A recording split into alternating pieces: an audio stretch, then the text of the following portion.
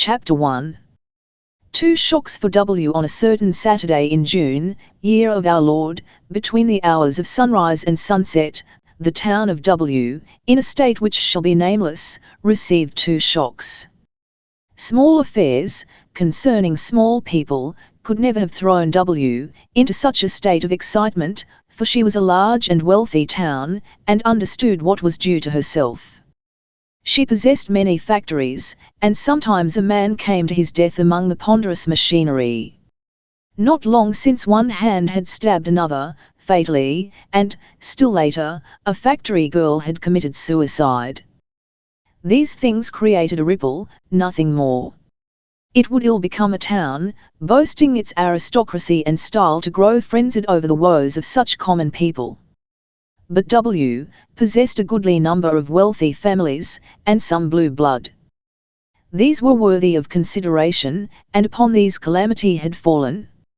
Let us read an extract or two from the W. Argus, a newspaper of much enterprise and exceeding veracity, monstrous diamond robbery, bold burglary. This day we are startled by the news of a robbery in our midst, the like of which it has never been our fate to chronicle. When the servants at Warder Place arose this morning, they found confusion reigning in the library, desks forced open, papers strewn about, and furniture disarranged. One of the long windows had been opened by forcing the shutters, and then cutting out a pane of glass, after which the bolts were easily drawn. Miss Warder was at once aroused, and further examination disclosed the fact that her dressing-room had been invaded, and every box, trunk and drawer searched.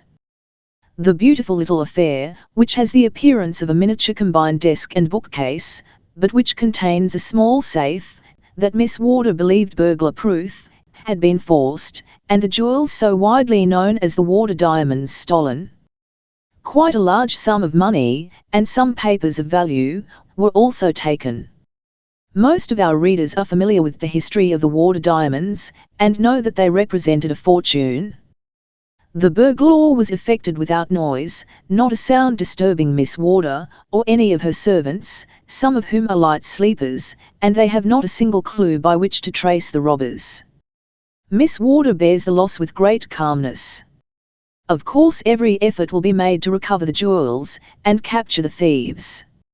It is rumored that Mr. Jasper Lammet, in behalf of Miss Warder, will visit the city at once and set the detectives at work. This was shock number 1 for the public of W. Miss Constance Warder, of Warder Place, was a lady of distinction. She possessed the oldest name, the bluest blood, the fairest face, and the longest purse, to be found in W., and, the Argus had said TNLLY, the Warder diamonds represented a fortune, and not a small one. Emmeline Warder, the great-grandmother of Miss Constance, was a belle and heiress. Her fondness for rare jewels amounted to a mania, and she spent enormous sums in collecting rare gems. At her death she bequeathed to her daughter a collection such as is owned by few ladies in private life. She also bequeathed to her daughter her mania. This daughter, after whom Constance was named, added to her mother's store of precious stones, from time to time, and when, one fine day, a bank, in which she had deposited some thousands of her dollars, failed, and she found herself a loser, she brought her craze to a climax, by converting all her money into diamonds, set and unset. At her death, her granddaughter, Constance, inherited these treasures, in addition to a handsome fortune from her mother, and, although the original collection made by Emmeline Warder contained a variety of rare stones, opals, amethysts, pearls, cameos, etc., besides the many fine diamonds, they all came to be classed under the head of the Warder diamonds. It is small wonder that W. stood aghast at the thought of such a robbery, and it is impossible to say when the talk, the wonderment, the conjectures, suggestions, theories, and general indignation would have ended, had not the second shock overbombed the first. Once more let the Argus speak, a startling discovery. Yesterday afternoon, while the town was filled with the excitement caused by the Warder robbery, Miss Sybil Lammet, the beautiful daughter of our wealthy and highly respected citizen, Jasper Lammet, Esquire, eloped with John Burrell, who was, for a time, foreman in one of her father's mills. Burrell is known to be a divorced man, having a former wife and a child living in, and his elopement with one of the aristocracy has filled the town with consternation. Mr. Lammett, the father of the young lady, had not been from home 2 hours, in company with his wife, when his daughter fled. He was en route for the city, to procure the services of detectives, in the hope of recovering the Warder diamonds. Both his sons were absent from home as well. Mr. Lammett has not yet returned, and is still ignorant of his daughter's flight. Thus abruptly and reluctantly ends the second August bombshell, and this same last bombshell had been a very different thing to handle. It might have been made far more sensational, and the editor had sighed as he penned the cautiously worded lines. VLT was a monstrous mesalliance, and a great deal could be said in disparagement of Mr. John Burrell, but Mr. Lammett was absent, the brothers Lammett were absent, and until he was certain what steps they would take in this matter, it were wise to err on the safe side. Sybil was an only daughter. Parents are sometimes prone to forgive much. It might be best to let Mr. Burrell off easy. Thus to himself reasoned the editor, and, having bridled his pen, much against his will, he set free his tongue, and in the bosom of his family discoursed view freely of Mr. John Burrell. "Dear, it's unendurable," he announced to the little woman opposite, with the nod of a Solomon. "It's perfectly incomprehensible, how such a girl could do it. Why, he's a braggart and a bully. He drinks in our public saloons, and handles a woman's name as he does his beer glass. The facto men say that he has boasted openly that he meant to marry Miss Lammett, or Miss Warder, he couldn't decide which. By the by, it's rather odd that those two young ladies should meet with such dissimilar misfortunes on the same day." Mrs. Editor, a small woman, who, from constantly hearing and absorbing into the vacuum of her own mind, the words of wisdom falling from the mouth of her husband, had acquired an expression of being always ready and willing to be convinced, looked up from her teapot and propounded the following: "What do you suppose she eloped with him for? Enleria, I believe I have told you frequently that there is no such word as suppose. I don't suppose anything about it. It's enough to make one believe in witchcraft." Miss Sybil Lammett held her head above us, above plenty more, who were the peers of Mr. John Burrell. Last year, as everybody knows, she refused Robert Crofton, who is handsome, rich, and upright in character. This spring, they say, she jilted Raymond Van Dyke, and people who ought to know, say that they were engaged. Why, Ray Van Dyke comes of the best old Dutch stock, and his fortune is something worthwhile. I wonder what young Van Dyke will say to this, and how that high-stepping old lady, his mother, will fancy having her son thrown over for John Burrell. I wish I knew how Jasper Lammett would take it. So, in many a household, tongues wagged fast and furious. Misfortune had smitten the mighty ones of W, and brought them within range of the gossiping tongues of their social inferiors, and, while the village oracles improve their opportunities, and old women hatch theories, the like of which was never heard on earth, let us make the acquaintance of some of the mighty ones. Chapter 2 investigates.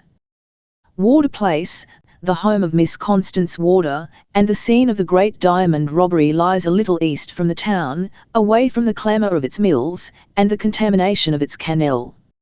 It is a beautiful old place, built upon a slight elevation, surrounded by stately old trees, with a wide sweep of well-kept lawn, bordered with rose thickets, and dotted here and there with great clumps of tall syringas, white lilacs, acacias, and a variety of ornamental trees and flowering shnlbs. The mansion stands some distance from the road, and is reached by a broad, sweeping drive and 2 footpaths that approach from opposite directions. In the rear are orchard and gardens, and beyond these a grassy slope that curves down to meet the river, that is ever hurrying townward to seize the great mill wheels and set them sweeping round and round. The mansion itself is a large, roomy edifice, built by a master architect. It at once impresses one with a sense of its TNLE purpose, a home, stately, but not stiff, abounding in comfort and aristocratic ease, a place of serene repose and in-bomb refinement. Such, Wardour Place was intended to be, such, it has been and is. Miss Constance Wardour, mistress of the domain and last of the race, is alone in her own favourite morning room. It is 2 hours since the discovery of the robbery, and during those 2 hours confusion has reigned supreme. Everybody, except Miss Wardour, has seemingly run wild.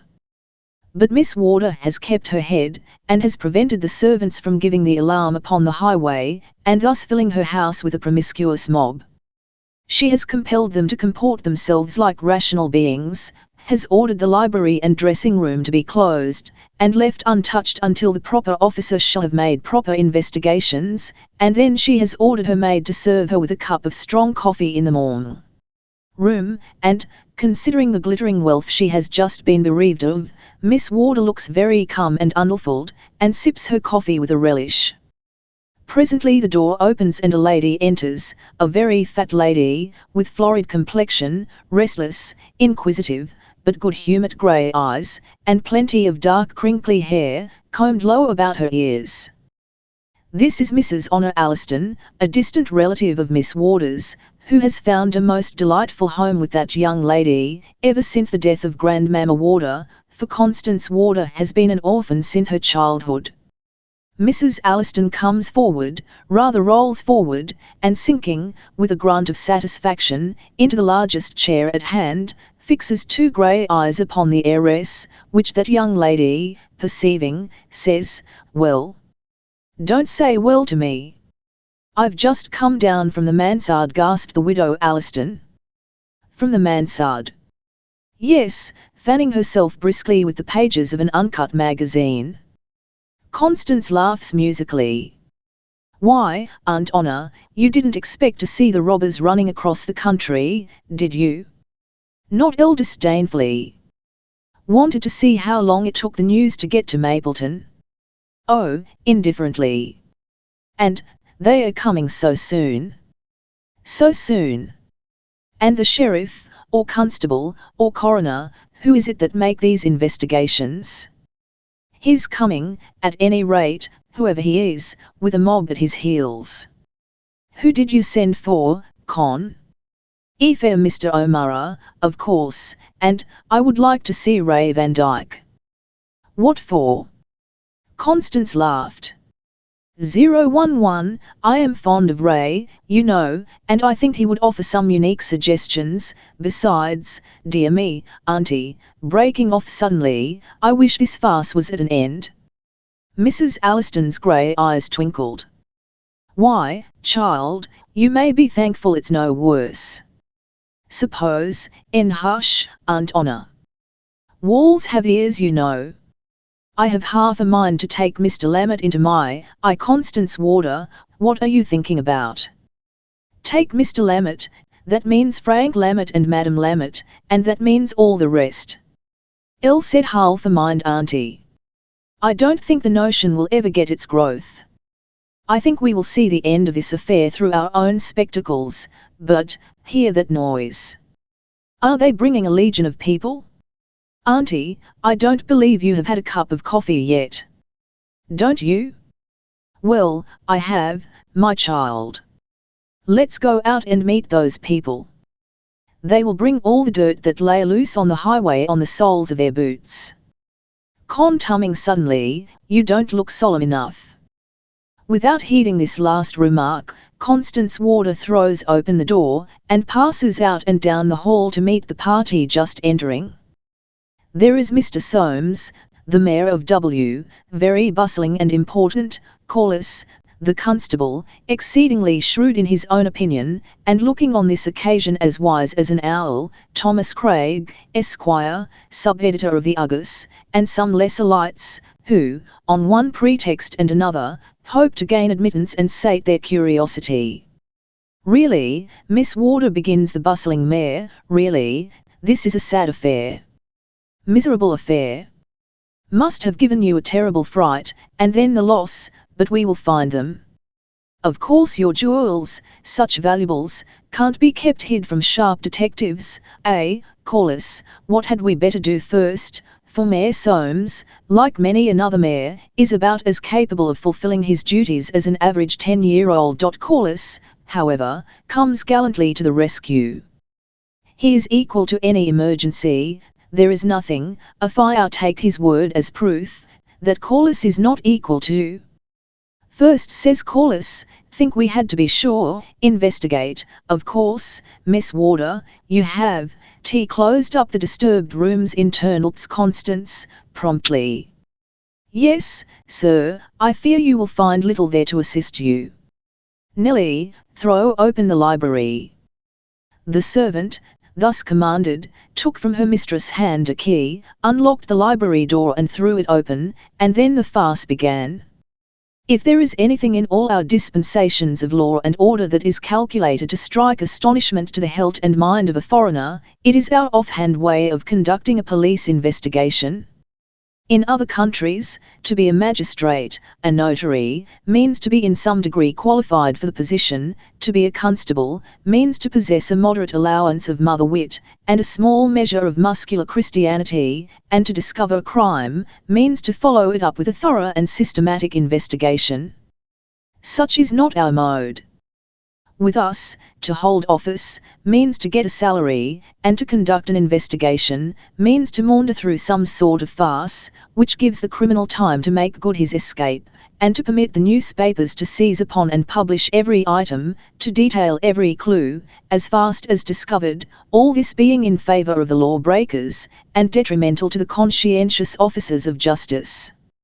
In France, they complain of too much red tape in the police department. Let them supply us out of their superabundance, we have too little.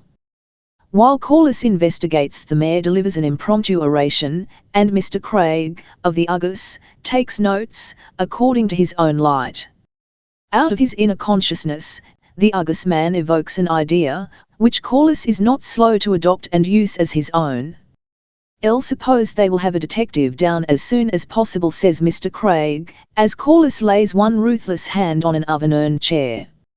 "If I were our Corliss, I would leave everything exactly as I find it, for the benefit of whoever works up the case." Corliss slowly lowers the chair to its former position, and turns upon Craig a look of offended dignity. "Why, what did you suppose I intended to do?" Retorted Craig, with a disrespectful sniff, "I'll rather thought you intended to sit down in that chair." Turning his back upon the flippant young man, so sadly lacking in respect for the powers that be, Corliss pursues his investigations. He has read, in many novels and sensational newspapers, vivid descriptions of similar examinations, and he goes to work after the most approved fashion.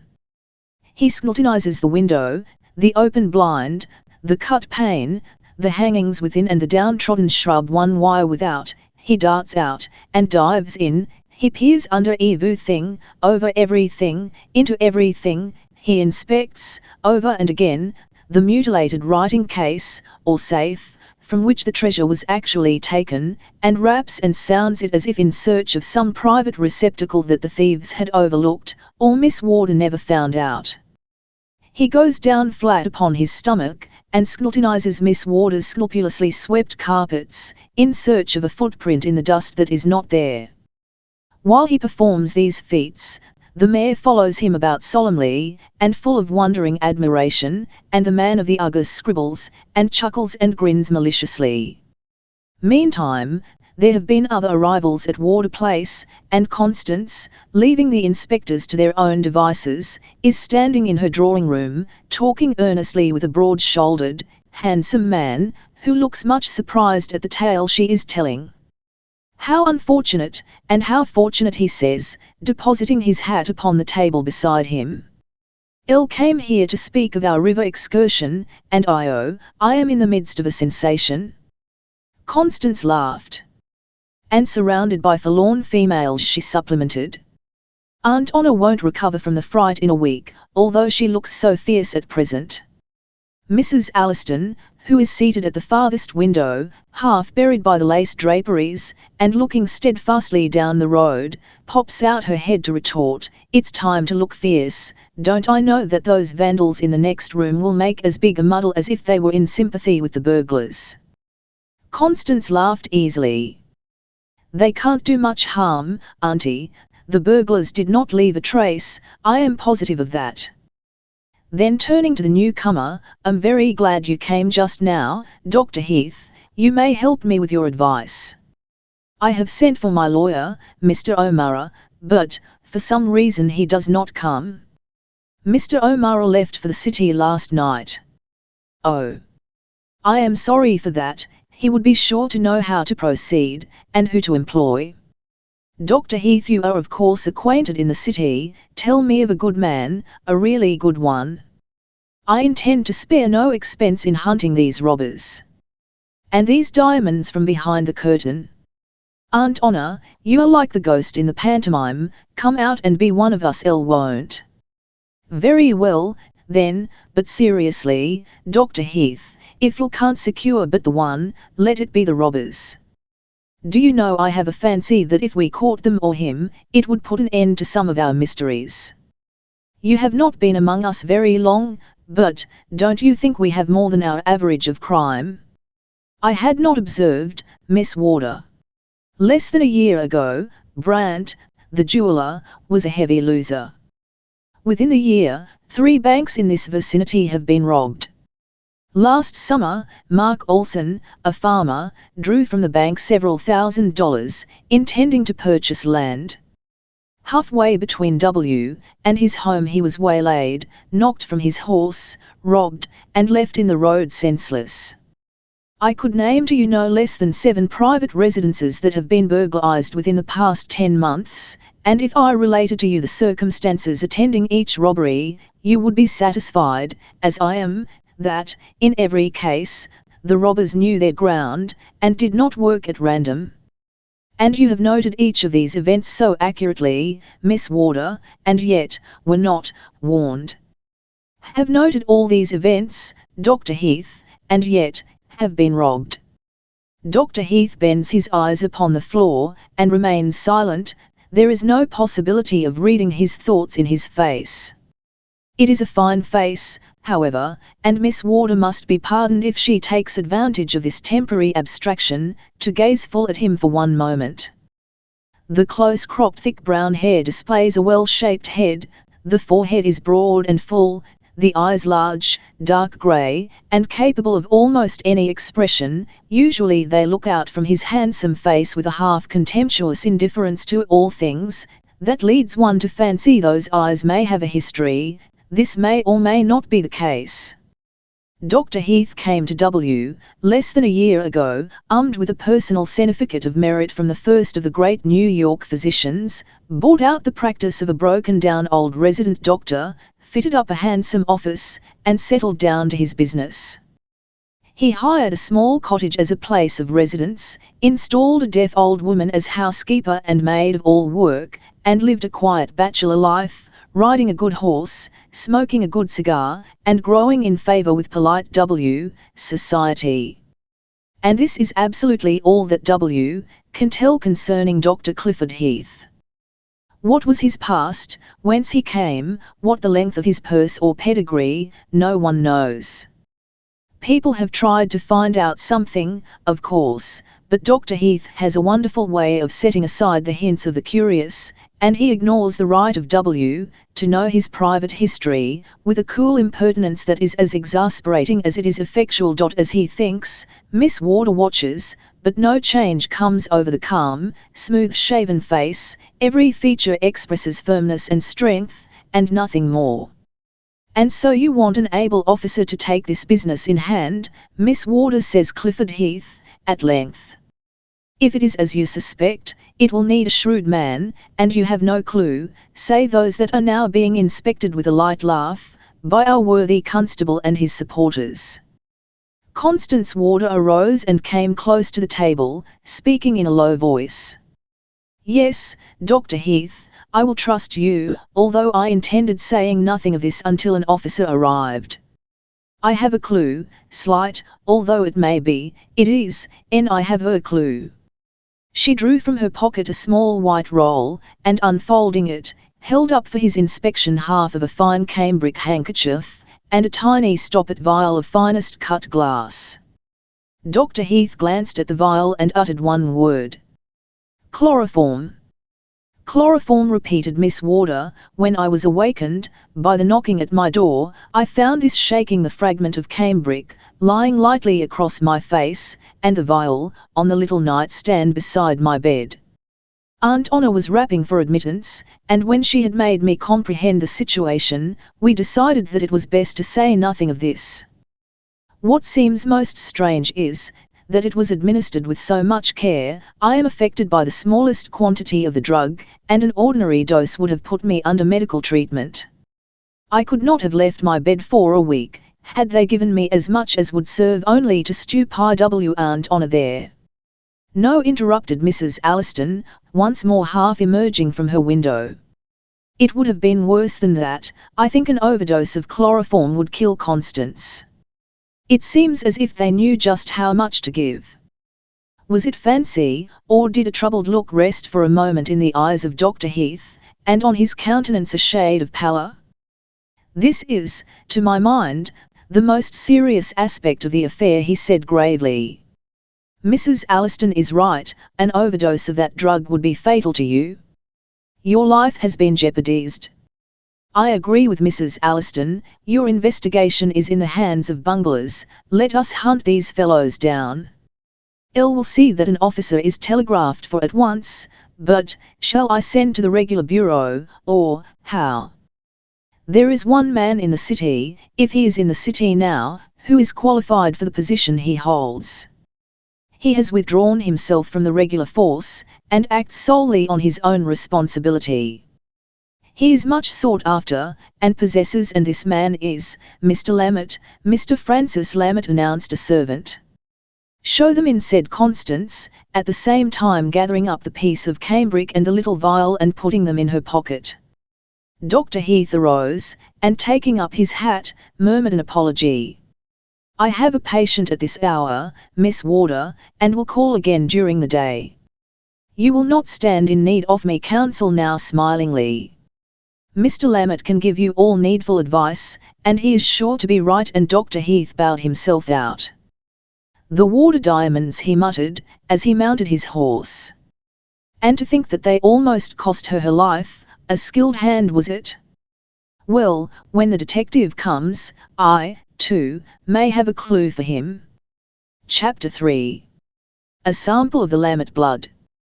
Mr. Jasper Lammett is a tall man, a dark man, and a stately man.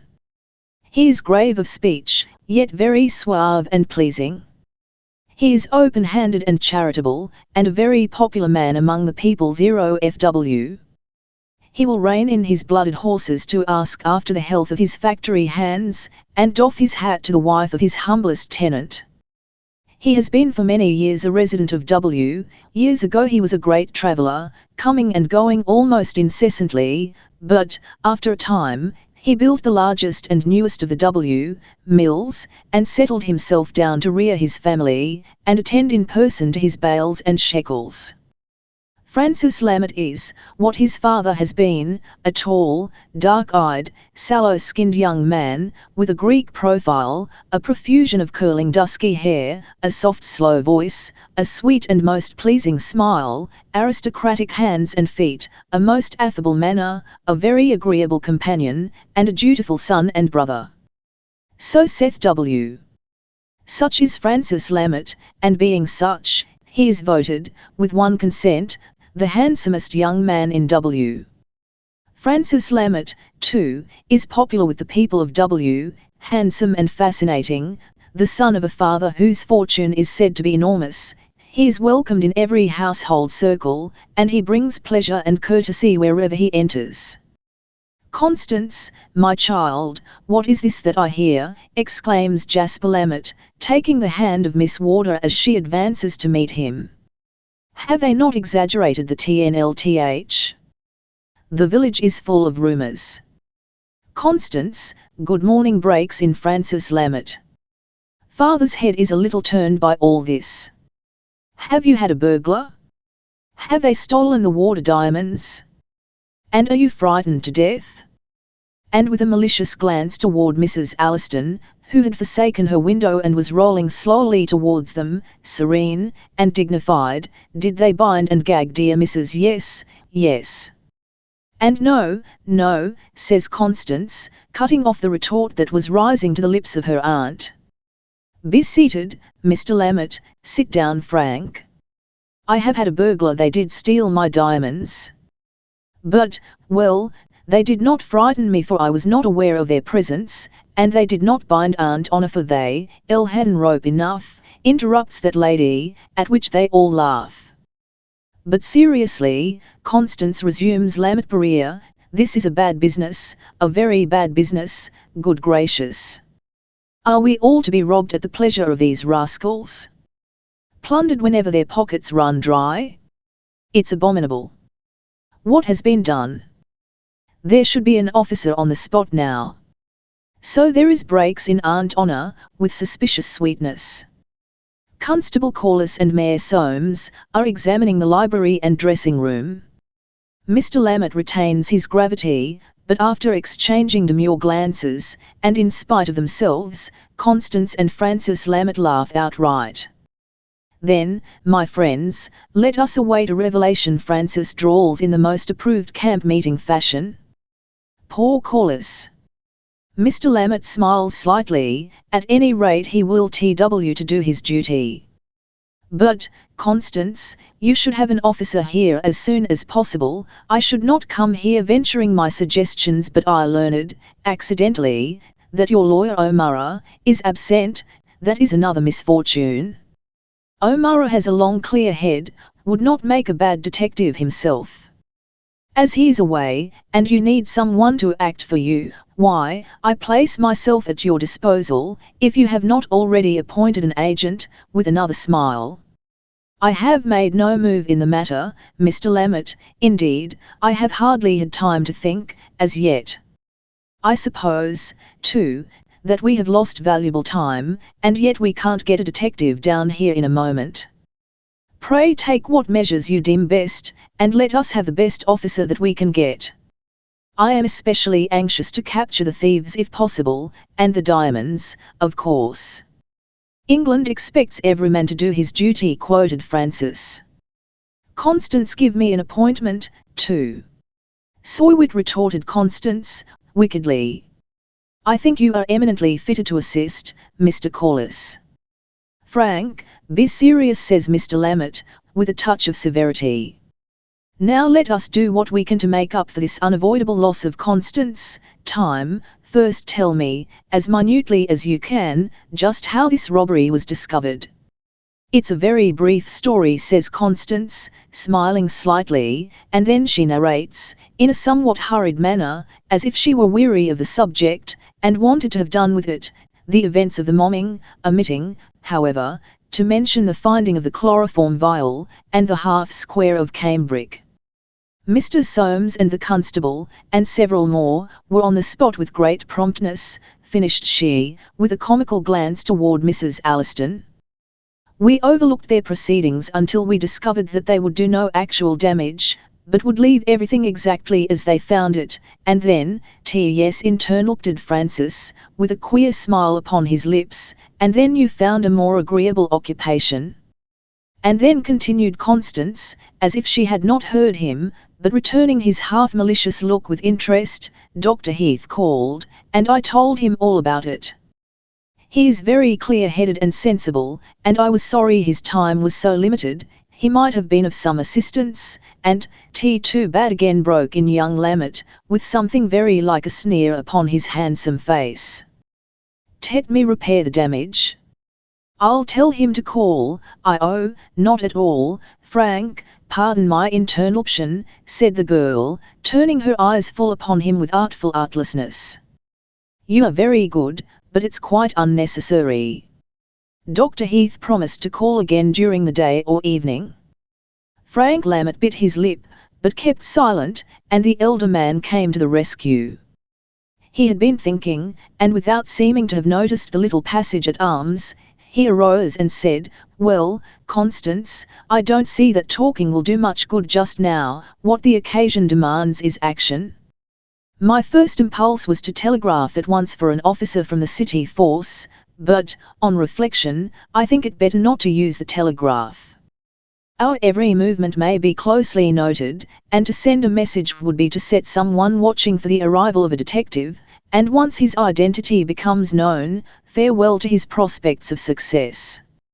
It will take a few hours longer to get him here, but I think I had better visit the city in person, lay the case before our man, and so enable him to enter the town prepared for his work, and able to maintain his incognito.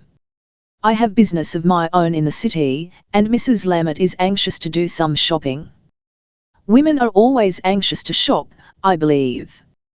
I will return home at once, and give her warning. It will look less like a business trip if she accompanies me. How does this plan suit you? Any plan that brings us a competent officer as early as possible will suit me, replied Constance. It's very good of you to take all this trouble, Mr. Lammett. Nothing of the sort, expostulated Mr. Lammett, heartily. I am always at the service of my daughter's dearest friend. By the by, Sybil is not yet aware of your loss. I did not enlighten her, for I knew she would insist upon coming with me, and that smiling a little would have necessitated waiting for Tourellette. And apropos of Tourellettes, cried his son, springing up. There is Mia, she will want due weightering, for nothing short of a full hour will she take. So, sir, let's take a look at Soames and Corliss, and hasten our departure. Right, quite right, Frank, I will appoint you as my representative in my absence. You are to execute any and all of Miss Warder's commands. I am ready to do that at any and all times, replied the young man, with sudden gravity, and letting his dark eyes rest for a moment upon the face of the lady in question. And then, without waiting for an answering remark, he turned from the room, followed by his father and the two ladies. I am ready to do that at any and all times. They found Corliss making his final sprawl, and the entire committee of investigation ready with any quantity of newly hatched theories, probable and improbable. Cutting short their eloquence, however, Mr. Lammett recommended them to talk as little as possible among the townspeople, and to pursue the investigation quietly, after their own light. Then, after a few more words with the fair heiress, father and son took their leave. Left alone, Constance sprang lightly out from the open lee braw window, and began pacing the gravelled walk, with a brow wrinkled in thought. Hearing a step behind her, she turned to encounter once more the gaze of Francis Lammett. "I'll beg your pardon," he said, quite humbly. "I was commissioned by Sybil to give you this," extending a dainty white note. "In the excitement of the morning I quite forgot it. Sybil gave me it last evening, asking me to deliver it this morning," and lowering his voice, "knowing it would be for me an exceedingly delightful mission." Constance took the missive, and twisting it carelessly in her fingers, said, "Of course, Frank, many thanks. And now, as you are under my commands, I forbid any more flattery and nonsense, sir." "I am not in the mood to retort." "So much the better for me," muttered the young man, moodily. "Constance, silence, sir. Have you not received your orders? My mind is on my losses. If you can think of no way to further our search, I shall dismiss you." "I have thought of a way," then he replied, with a touch of dignity. "I'll think one point has been overlooked. Those robbers have undoubtedly fled the town with their treasure, but it is hardly likely that they went by any very public thoroughfare. Now 1, 2 or more strangers, travelling across the country, may have been seen by some cottager, farmer, or woodcutter, and I think it would be a mistake to neglect what might give us a clue. Probably the rascals took to their heels during the hours of darkness, making for some small railroad station. Now, I propose to go straightway, mount my horse, and scour the country in search of information. If I find a clue I shall follow it up, and so, if you don't see me by tomorrow morning, Constance, you may know that I have struck the trail." "Why, Frank," cried Constance, in a burst of outspoken admiration. "Elle didn't think it was in you. Really, I admire you immensely, and you will really abandon your ease and comfort for you?"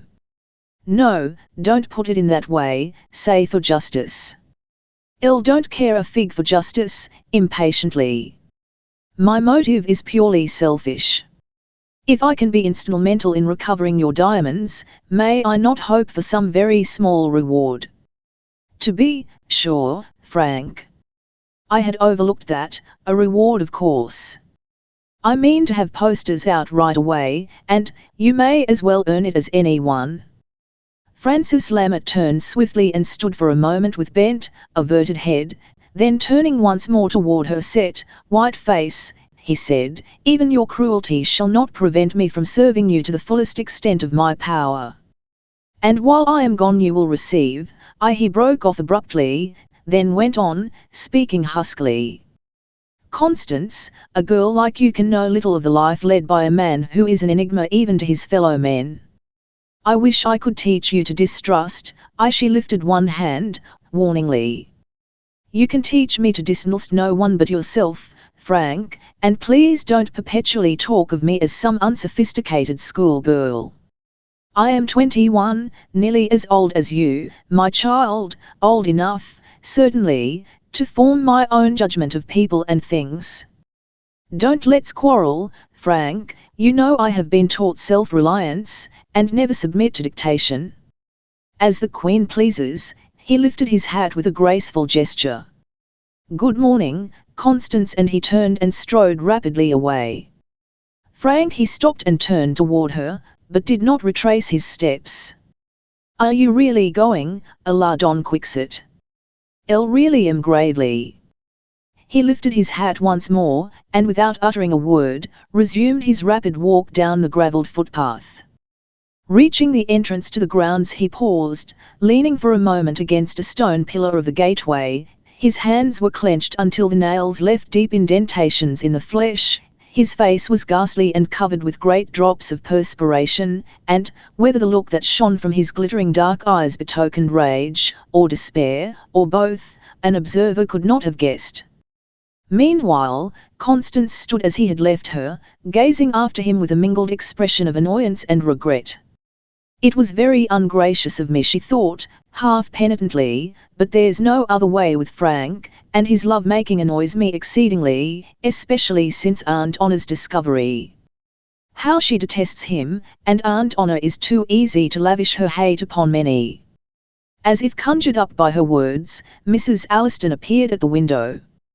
"Handsome fellow, isn't he?" That is what her lips said, but the tone and look said quite as plainly, "detestable, abominable, odious." For Mrs. Alliston believed that she had discovered a good reason for disliking Frank Lammert. "Don't be exasperating, Aunt Honna," retorted Constance, re-entering the window with a slow, languid movement, as if the events of the morning had wearied her vastly. "Everybody has outdone themselves in the disagreeable line, myself included. I wish the burglars had carried me off along with my jewels. I am going upstairs and try another dose of burglarious chloroform. But, first," dropping into the nearest chair, and assuming a tragic tone, "let me peruse the letter of my beloved Sybil." She broke the seal of the dainty envelope, to find that it enclosed another and still smaller one, and on this she read: "Constance, if I did not trust you so fully, I would not dare risk this. Do not open this envelope until sunset of tomorrow, Saturday. The contents will enlighten you as to my reasons for this strangeness then." There was no signature, but the handwriting of Sybil Lammert was too familiar to be mistaken. And Constance Warder sat silent and motionless, gazing at the little envelope with such a look of intense gravity upon her face as had not rested there during the entire morning. Mrs. Alliston, who was a woman of tact, and understood her niece thoroughly, seemed not to have noticed the unopened envelope, and asked for no news from Sybil. Presently, Constance arose, and, still wearing that weary air and solemn face, crossed the room, with her hand upon the door, she turned her face toward Mrs. Alliston, saying, "Auntie, you hear about all that's going, did you ever hear that there was a streak of insanity in the Lamont blood?"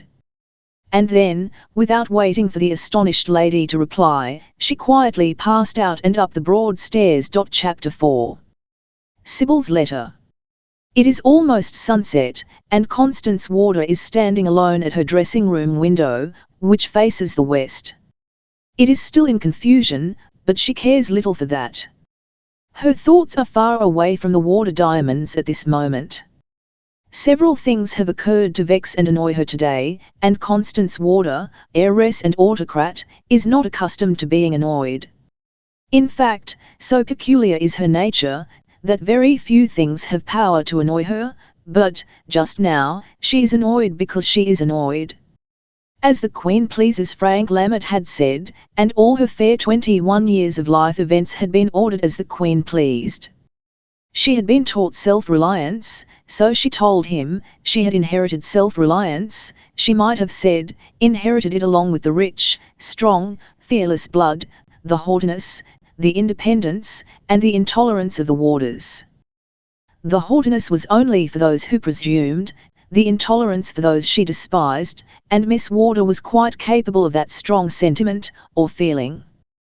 The independence was an ever-present element of her nature. Of medium height, she was neither slender nor plump, graceful curves, perfect outlines, faultless gait and gesture, she slew her tens of thousands and bore herself like a princess royal toward all.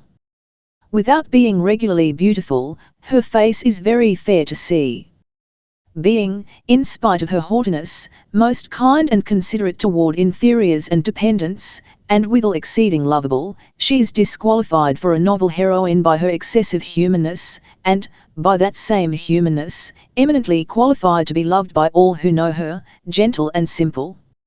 Just now her firm little mouth is pursed up, and her brow is wrinkled into a frown, such as never is seen on the face of any orthodox heroine, but her houts are very orthodox, as heroines go.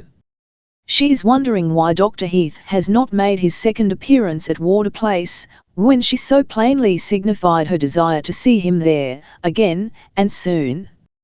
Not that she had bidden him come in so many words, but, had she not looked? Had she not smiled? Not that she felt any special interest in Dr. Heath, oh, not at all, only she was bored, and worried, and wanted to be amused, and entertained, and Clifford Heath could be entertaining. Sybil Lamont's unopened note lies on the dressing table.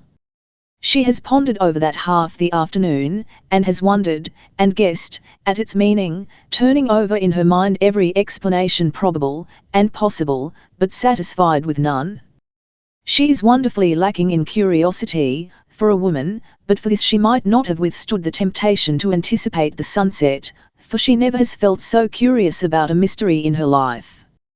She turns abruptly from the window, and her eyes fall upon Sybil's note. Her thoughts return to it again. But it is not quite sunset. Picking it up, she rereads for the 20th time the puzzling lines, then she throws it down impatiently. "Bah," she exclaims, "you wretched little white enigma. You are tempting me to forget myself. I shall flee from the fascination of your mysterious face, for I am quite certain that Joshua's chariot is abroad, and the sun is standing still in the skies." So saying, she goes out, closing and locking the dressing-room door, and descends the stately stairs. At their foot she pauses in full view of the entrance, for there, hat in hand, appears the subject of her recent discontent, Dr. Heath. Surely there must be something depressing in the atmosphere, Constance thinks, as she goes forward to meet him, for his face wears a grave, troubled look not usually seen there. "Oh, Dr. Heath," she says, half reproachfully, and fabricating after the manner of her sex, "here I have been hiding to evoke from my inner consciousness what manner of man your great detective might be. You barely introduced him, and then you flitted, and I do so much dislike the to-be-continued style." "So do I," he replies, soberly, as he follows her into the drawing-room. "So much that I shall make the story I have come to tell, as brief as may be. "Miss Warder, have you heard any news from the town, since noon?" Not a word, moving across the room, and drawing back the curtains so that the last rays of sunlight fall across the floor. "Is there any news? Have they found a trace of my robbers?" "If for the time being, your robbers are forgotten," smiling slightly. "TW has had a fresh sensation this afternoon." "So? And I have become a lesser light? Well, so goes the world. Of course it won't be as interesting as the story of my own woes, but who is the newest candidate for sensational honours?" "Your friend, Miss Sybil Emmett." Instantly her careless tone changes to one of gravity. For a moment she has forgotten Sybil and her note, now she remembers both, and involuntarily glances out toward the west. The sun is almost gone, but still darts red gleams across the sky. Moving nearer, she seats herself, and scans his face a moment, and then, while she motions him to a seat opposite her, says, in that low even tone that is usual to her in all serious moods, "And what of Sybil Emmett?" Her eyes search his face. Instinctively she knows that something serious has happened. She dreads, yet, with her natural bravery, resolves to hear the worst at once. "She has eloped." "Eloped? But why?" "Sybil eloped, then it must be with Ray Van Dyke," drawing a breath of relief. "No," gloomily. "It is not Raymond Van Dyke. That would have been simply a piece of romantic folly, since no one would long oppose Ray, but this thing that she has done, is worse than folly, it is crime, madness. Not Ray. And yet Sybil I.O., Dr. Heath, tell the whole TNLTH, the very worst, quickly." "Sybil loved Raymond Van Dyke, that is what you were about to say, Miss Warder. You would have betrayed no secret. Poor young Van Dyke honours me with his confidence. I left him, not half an hour ago, prostrate, half maddened with grief and rage, grief, when he thinks of Sybil lost to him, and fury when he thinks of the man she has chosen. I never saw him, but if the public voice speaks truth, John Burrell is all that is vulgar and corrupt." "John Burrell?" Constance springs to her feet with eyes flashing. "John Burrell? Why, he is a BNLTE, mentally, morally, physically, a brute. And you couple his name with that of Sybil Emmett? Dr. Heath, this is an infamous trick. Someone has lied to you. You have never seen him, you say. If you had, you could not have been duped. One know him, as one grows to know any notorious character in a town like this, from seeing him reeling intoxicated through our streets, from hearing of his most startling escapades, a common lounger, a drunkard, a man with a divorced wife in our very midst. Dr. Heath, I know you are incapable of such a jest, but tell me who has caused you to believe a thing so shameful?" "John Burrell. Why, he is a brute. Thank you for your faith in me," he says, with the shadow of a smile upon his face. "The story is shameful indeed, but it is true. Sybil Emmett has eloped, and with John Burrell. Listen, before you remonstrate. This afternoon at 2 o'clock, John Burrell, with a swift horse and shining new carriage, drove boldly up to the side entrance of Mapleton Park. There, Sybil Emmett was awaiting him. He handed her to his carriage and then drove ostentatiously through the town, taking the West Road. It appears that for several days, Burrell had been dropping hints in his sober moments, and boasting openly in his cups, of his coming marriage with one of the belles of W, and, last evening, he openly avowed that today, he should carry off Miss Sybil Emmett, in spite of her high and mighty family, and in the face of all the town. Of course, no one who heard regarded these things, save as the bombast of a half-drunken braggart and liar. Today, young Evarts and his still wilder chum encountered him just setting forth with his fine turnout and wonderfully gotten up.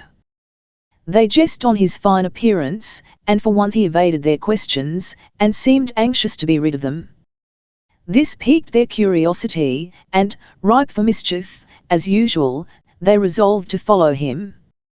They were mounted when they met him, having just ridden into town. They saw him stop at Mapleton and take up Miss Sybil. From there they followed them westward.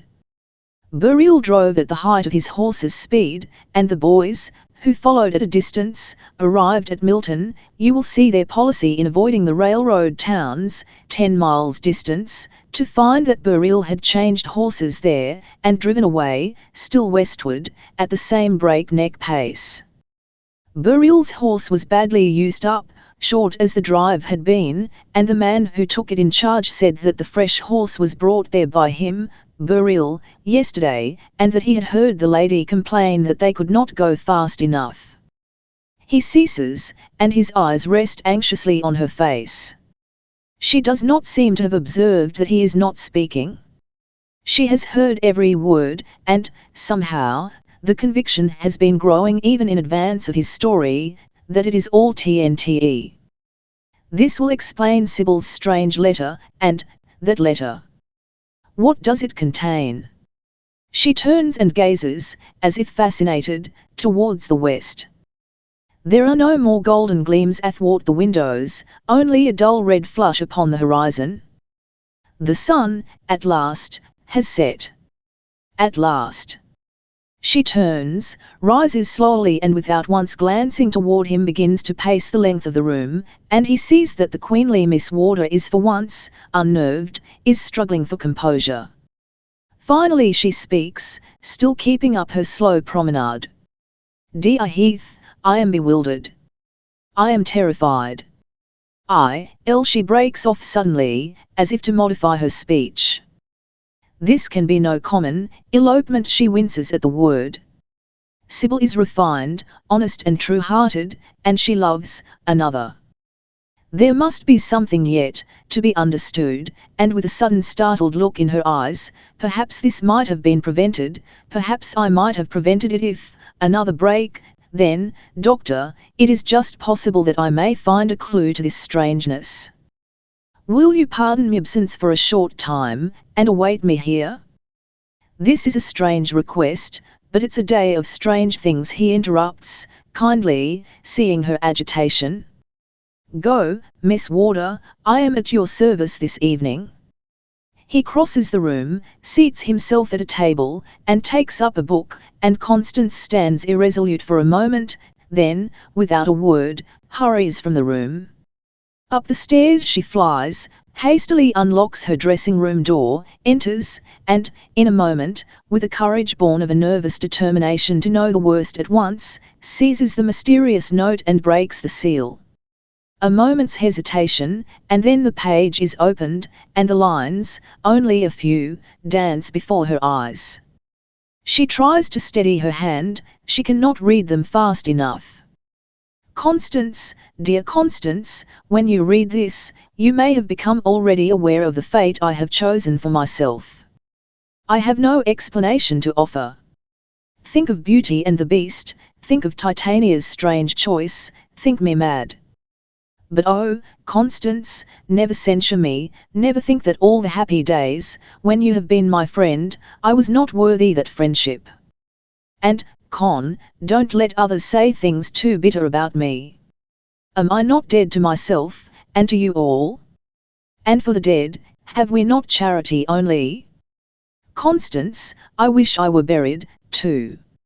Sybil P.S. Con, never let my relatives see this note. They will have enough to bear." So runs the note. Half an hour later, Constance Warder comes quietly into the drawing-room. So quietly, that her approach is not observed by Dr. Heath, until her voice breaks the silence, and he starts up from the reverie in which he has been indulging, to see her standing before him, with pale cheeks, and troubled, anxious eyes. "Has my rudeness been quite unpardonable?" she says, appealingly.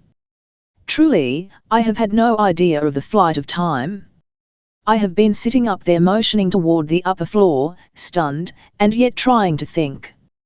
I have gained a little self-possession, smiling slightly, as she sinks into a seat, but not my senses. I thought myself equal to most emergencies, but this is more than an emergency, it is a mystery, a terror. For the first time in my life, I can't think, I can't reason. I don't know what to do. It is her turn to speak in riddles, his, not to comprehend.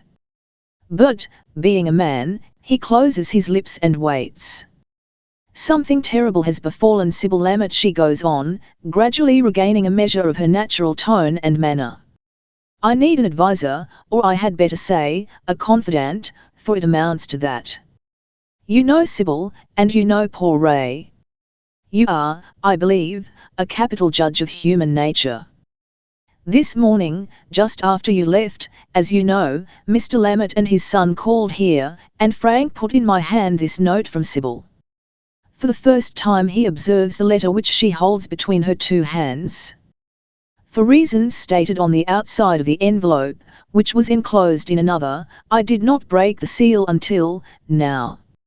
It may seem like violating Sybil's confidence, but I feel justified in doing what I do. I have no one to advise me, aunt on a being worse than myself in a crisis like this, and I believe that both Sybil and I can TMS to you. Dr. Heath, please read that letter.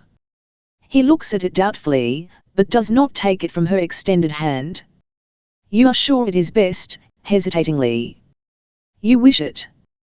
I'll wish it with a touch of her natural imperiousness, I'll believe it is best. Silently he takes the letter from her hand, silently reads the lines upon the envelope, while she thinks how sensible he is not to have uttered some stereotyped phrase, expressive of his sense of the high honour she does him by giving him so much of her confidence. Still in silence, he opens and reads the letter, then lays it down and thinks. At last she grows impatient. Well, she exclaims, are you, too, stricken with something nameless? He leans toward her, his arm resting upon the table between them, his eyes fixed gravely upon her face. Miss Warder, does your faith in your friend justify for you in complying with her wishes? N lost assuredly with a look of surprise. In spite of today's events? In spite of anything? He draws a long, sighing breath. Oh, he says, softly, it would be worth something to possess your friendship. Now, do you really wish for my advice? Have I not asked for it, or, rather, demanded it, like a true highwayman? Then here is your case, you have a friend, you TNLST her fully, nothing can shake your faith in her. Suddenly, she does a thing, shocking, incomprehensible, and, in doing it, asks you not to question, for she cannot explain, asks you to think of her kindly, to trust her still. Here is a test for your friendship. Others may pry, drag her name about, torture her with their curiosity, she has appealed to you. Respect her secret. Let her be TNY it if she will, and can, you cannot help her. If she has become that bad man's wife, she is past human help. Undoubtedly there is a mystery here, undoubtedly she has acted under the control of some power outside herself, but she has taken the step, and, it is done. She draws a long, sighing breath. You are right, she says, wearily, your wisdom is simple, but it is wisdom, and I thank you for it, but, oh! If they could have been intercepted? If I could have known, have guessed. He smiles oddly. You do not consider, he says, how cunningly their plans were laid, doubtless they have been waiting some such opportunity. At 12 o'clock, Mr. Lammett and wife started for the city. In my service, alas. At 1, Frank Lammett mounted his horse and rode eastward. Alas. Also to serve me. At 2 o'clock, the coast was clear, and the flight commenced. When it became known, search was made for Evan, as the only member of the family within reach of a waying voice. They found him in a beer saloon, in a state of beastly intoxication. Of course he was surrounded by a crowd, eager to see and to hear how he would receive the news, and the work of sobering him up was at once commenced. It took a long time to make him comprehend their meaning, but after a while the name of his sister, coupled with that of John Burrill, brought him staggering to his feet, and a few moments later, a plain statement of the facts, hurled bluntly at him by one of the loungers, sobered him completely. In an instant he had laid his informant sprawling in the saloon sawdust. He declared it a calumny, as you did, and declared war upon the lot of them. Soon kinder hands rescued him from these tormentors, and men he could not doubt convinced him of the truth of the unhappy affair. And then, any who saw would have pitied him. The boy is wild and bad, but he has a heart, and he loves his sister. Poor fellow! He is not all bad. Poor Evan! He telegraphed at once to his father, and then set out for Mapleton, looking like the ghost of himself, but carrying a freshly filled flask. Of course mournfully. He would have stalled in pursuit, had they not convinced him of the folly of such an undertaking. Folly, indeed, for him. And now, Miss Warder, we have arrived at the end of certainty, and to enter into the field of conjecture is useless. The time may come when some of us may be of actual service to this most unhappy friend of yours. I confess that I wait with some curiosity the movements of her parents in the matter. They will take her from him, at once. They will buy him off, compel him, anything to get her back. Perhaps, but she may resist them. Think of that letter. True. Me. I can't think. Dr. Heath, I have kept you here starving. I had forgotten that dinner ever was, or could be. You shall dine with Aunt Honor and myself, and, for the present, we will not speak of poor Sybil's flight to her. She would run the entire gamut of speculation, for she is very much given to seeing through things, and I can't bear to talk too much on this subject. I should get angry, and nervous, and altogether unpleasant. I say, you will stay, will you stay?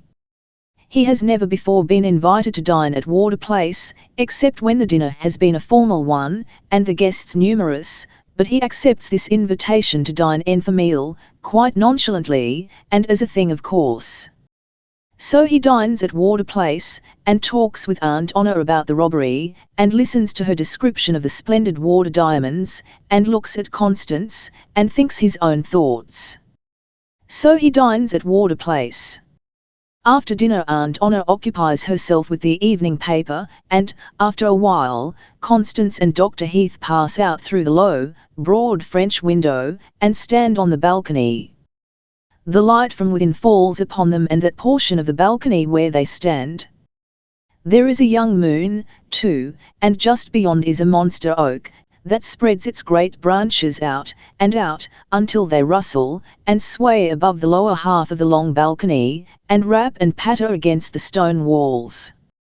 Have you thought, asks Constance, as she leans lightly against the iron railing, that tomorrow is Sunday, and that Mr. Lammett, unless he has already returned, cannot reach home until Monday? It has occurred to me. And poor Sybil? Where will she be by then? Miss Warder. What disinterestedness! I thought you were thinking of your detective. Detective? Why, what a lot of stupid people! He might as well not come at all. Why didn't you tell me to telegraph at once? Because Mr. Lammett was coming. I depended upon him. And he has made a blunder. Not necessarily. Why? He may have seen an officer immediately, and the man may be now on the way, by the night train. He will be sure to be here before Monday, or he is no detective. They depend very little on the regular trains. Oh, I am enlightened. All the same, I shall never see my diamonds more. You don't seem much troubled. Pride, all pride. I'm heartbroken. You are a most nonchalant young lady, contagious. Then they both laugh, and relapse into silence. Presently, she says, we are sure to have the wrong man. Why did you not tell me the name of your great detective, so that I might have commissioned Mr. Lammett to bring him? That man has been in my mind all day. You have made me enamoured of him. Why, laughing indulgently, I barely mentioned him. No matter, you say he is a splendid officer. There is no better. I know of none as good. And his name? A very romantic one, Neil J. Bathurst. Why, stepping suddenly to the window. Aunt Honor. Well, replies Mrs. Alliston, from behind her newspaper. What is the name of your wonderful detective, who brought those two murderers from Europe, and had them properly hung? Mr. Neil Bathurst. Why, my dear? Oh, nothing special, Auntie. Then returning to the window, Auntie never loses trace of a crime or a trial in high life. I have heard her talk of this man's splendid exploits, by the hour.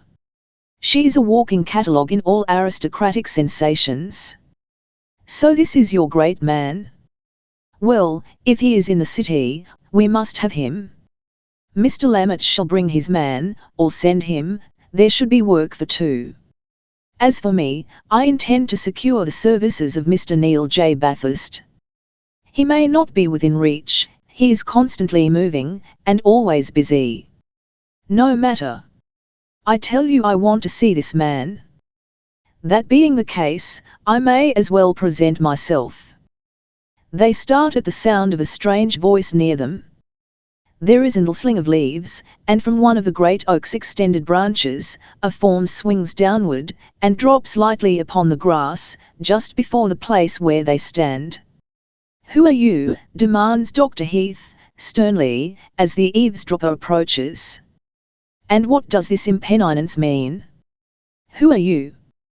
Before they can think, the man approaches the balcony, puts his hands upon the railing, and springs lightly over. Standing in the full light that falls from within, he doffs his hat like a courtier, and bending before Constance, says, in a voice that is, for a man, singularly rich and mellow, "Enlay dame, I am here at your service. I am Neil J. Bathurst." Chapter 5. The deductions of a detective. Both Constance and Dr. Heath fancy that they comprehend the situation almost instantaneously. The stranger's movements have been so cat-like, his voice so carefully modulated, that Aunt Honor reads on, never dreaming that an addition has been made to the party. Dr. Heath is the first to speak. "Upon my word," he says, with a touch of coldness in his tone, "this is quite dramatic." "It's a very good tableau," admits the newcomer, "dramatic as the present-day drama goes." "No, it's too naturally brought about, as you will admit, when I explain my presence here. Your mention of my name, while I lay sprawled across the great branch, within easy hearing, was rather sensational, to me, but, of course you can explain that." By this time Constance has recovered herself, and rises to the occasion. In fact, she rather enjoys the situation. This is one of the emergencies wherein she is quite at home. Without stopping for commonplace remarks, or expressions of surprise, she goes straight to the point. "How we came to be discussing you, you must understand, if you are really Mr. Bathurst, and have been very long in that tree." "I have been very long in that tree, I feel it awfully. And I am Neil Bathurst, detective, never was anybody else, and by the by, here is this doctor, I heard him giving me a capital recommend, now bid him step up and identify me," and he laughs as if he had uttered a capital joke. Dr. Heath laughs now, as he comes closer and scrutinizes him by the light from the drawing-room. "Oh, I recognize you by your voice, which you have not attempted to disguise, and by your, assurance." "I thought so," rubbing his hands with a satisfied air. "But that physiognomy, I never saw before." The detective laughs. "No, this is one of my business faces, and you, sir, are one of the few who have known me simply as a man, without inference to my occupation. A man like me may be expected to turn up anywhere, but you, sir, are the last man I expected to see in this place. Nevertheless, I have been an inhabitant 0FW, for a year, but enough of me for the present. Mr. Bathurst, this lady is Miss Warder, in whose service you have been retained." Miss Warder extends a gracious, welcoming hand. "Mr. Bathurst has heard me express my desire to know him," she says, with a little ripple of laughter, so no more need be said on the subject. Mr. Bathurst, you came as opportunely as a fairy godmother, and now let us go in and take my aunt into our counsels.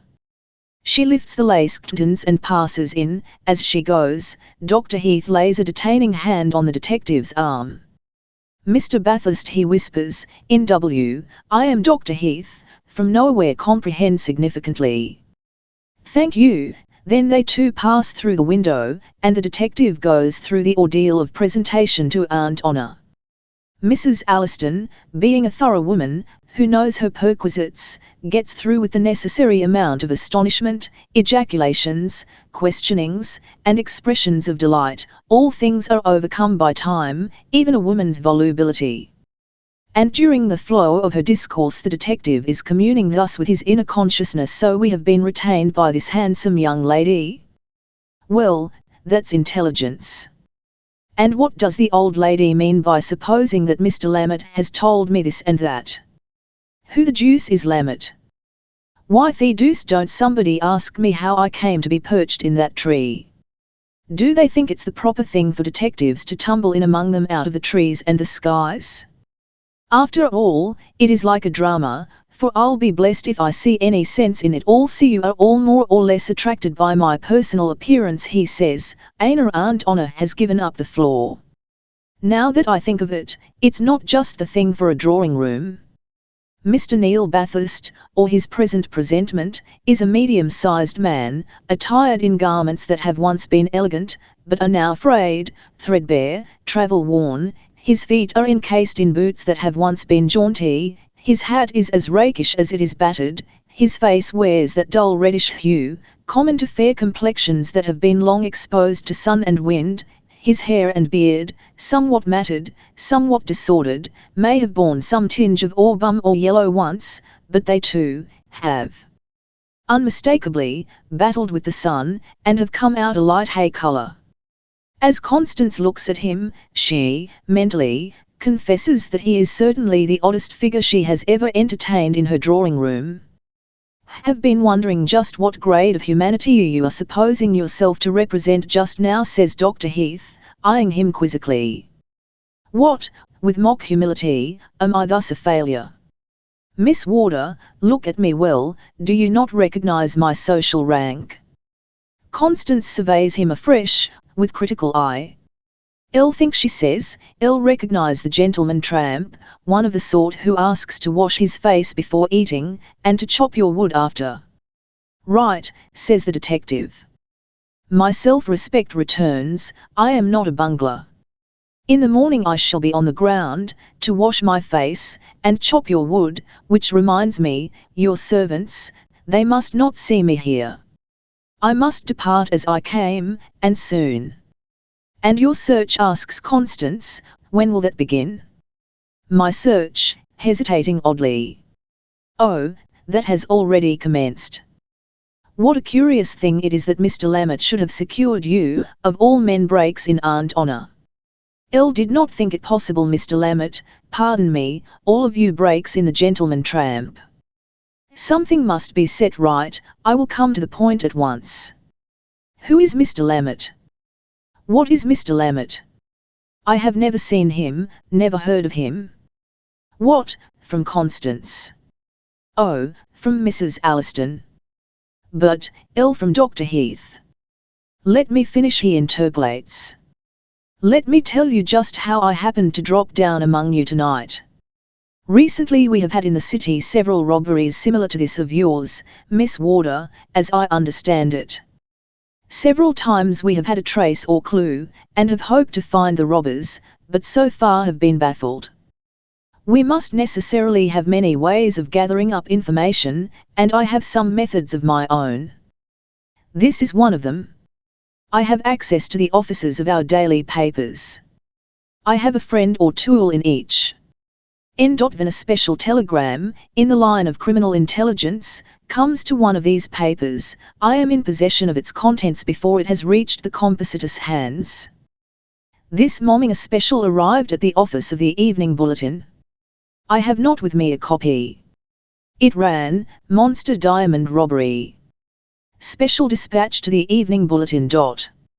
Intelligence has this moment been received, that Warder Place has been burglarized, and the splendid Warder diamonds, valued at more than $100,000, stolen, besides money and papers of value.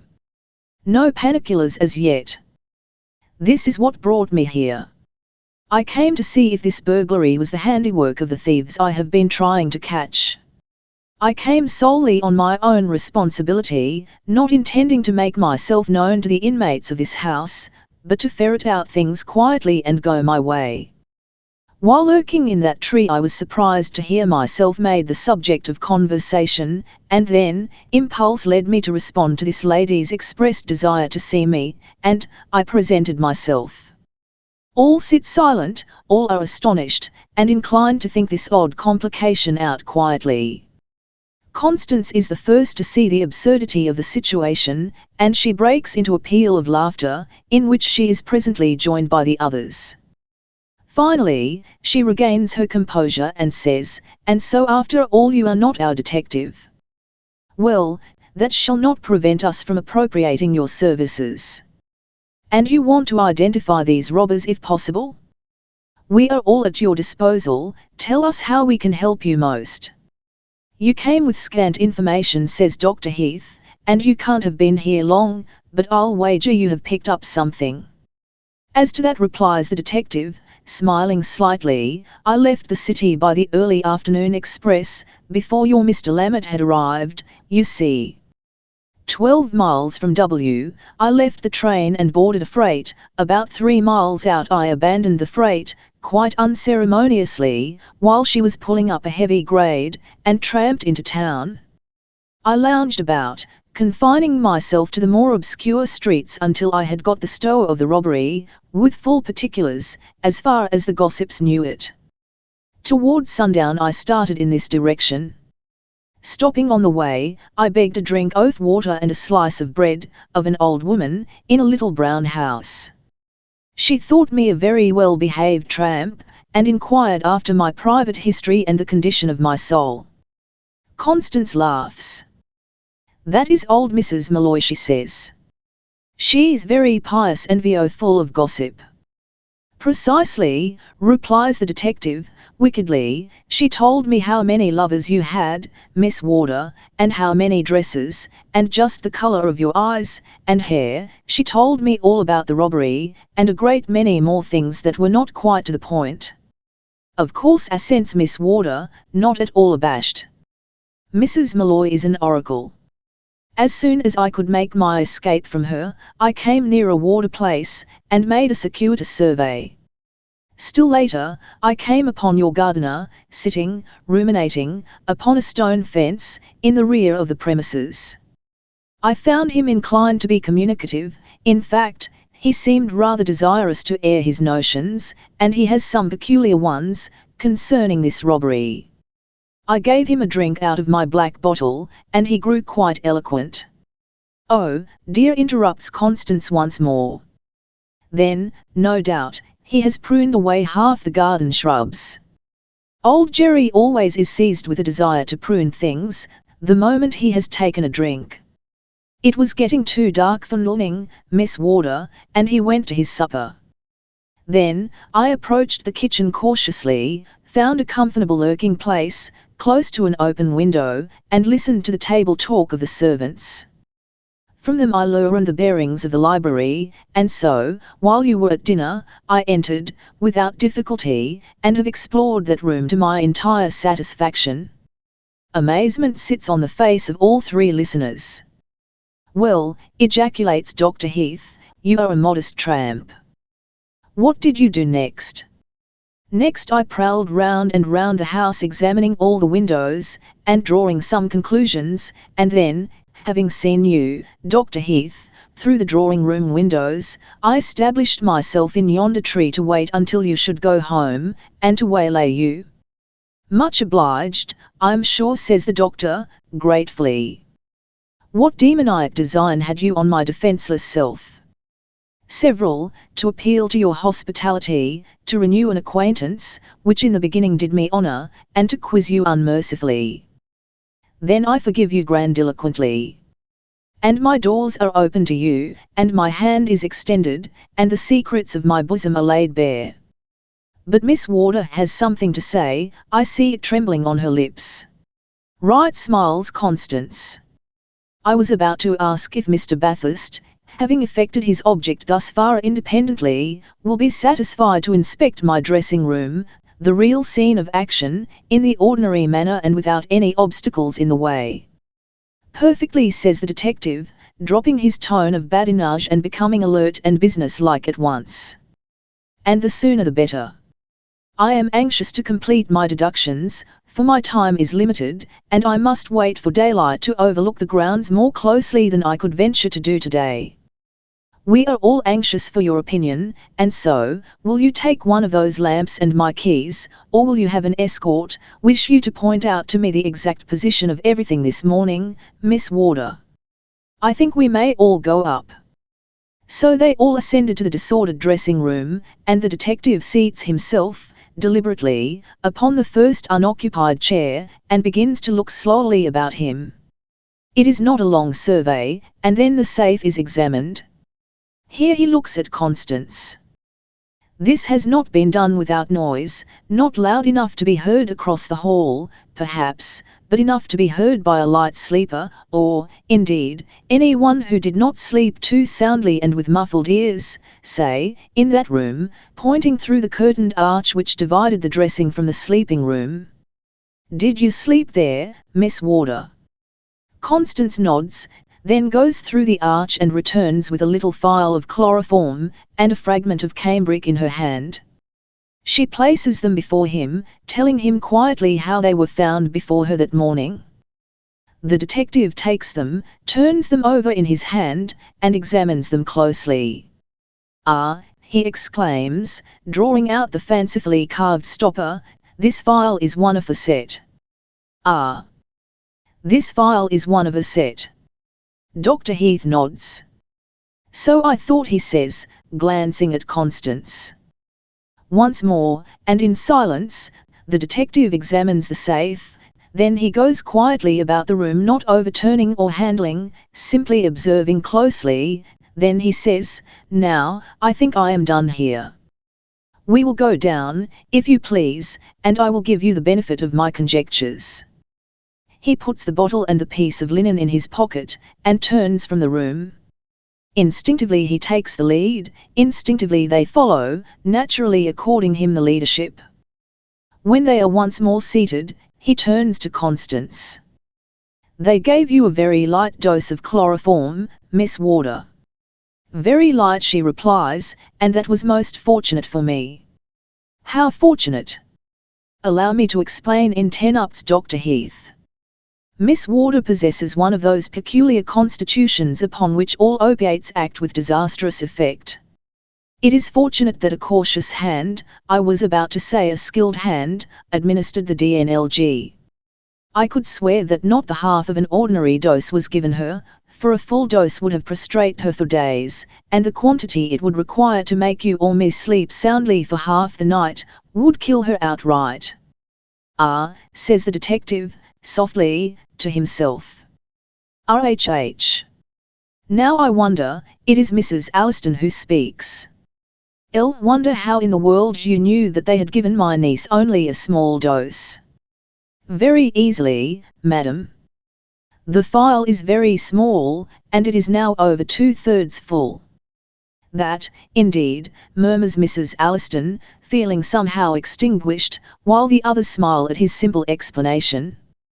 And now, says the detective, for my deductions. First, then, the robbers did not enter these grounds last night for the first time. They did not enter the library at random, or because that window could be easily forced. They, whoever they were, knew their grounds, not only from without, but from within. The disturbance in the library is only a NLSE, the robbers wanted nothing, knew they should find nothing, there. They were not amateurs, yet, somehow, in this case, they bungled somewhat in their work. Before they approached this house, everything was planned, and all was done as planned. They were systematic, therefore successful, and yet, they bungled. They came by the inner boat, with oars muffled, they came by the footpath over the river slope, and entered your garden by leaping the fence just below the gate, which was locked. Then they followed the footpaths through the shrubbery, and straight to that library window. They came there because they knew it to be the library window, and they wished to cross the library because they knew that from the door of that room they stepped at once upon the stairs, thus having the nearest, easiest and safest route to Miss Warder's rooms. Either they found her door unlocked, or they were prepared with skeleton keys. Was the door locked, Miss Warder? It was locked. It was locked. They then used a skeleton key, entered, and knowing just the proportion of chloroform Miss Warder could bear, they administered it carefully, secured the booty without further trouble, and made their escape without detection. No remarks from his listeners. They sit amazed, incredulous, admiring, yet speechless. Now, I see I had better prove my statements, goes on Mr. Bathurst, looking from one to another with a smile of easy superiority. Miss Warder is beginning to think that I do belong to the godmother species, and yet, it's all very simple. No doubt, retorts Dr. Heath, dryly, yet we are willing to endure your simple explanation. Say the robbers came by the river, continues the detective.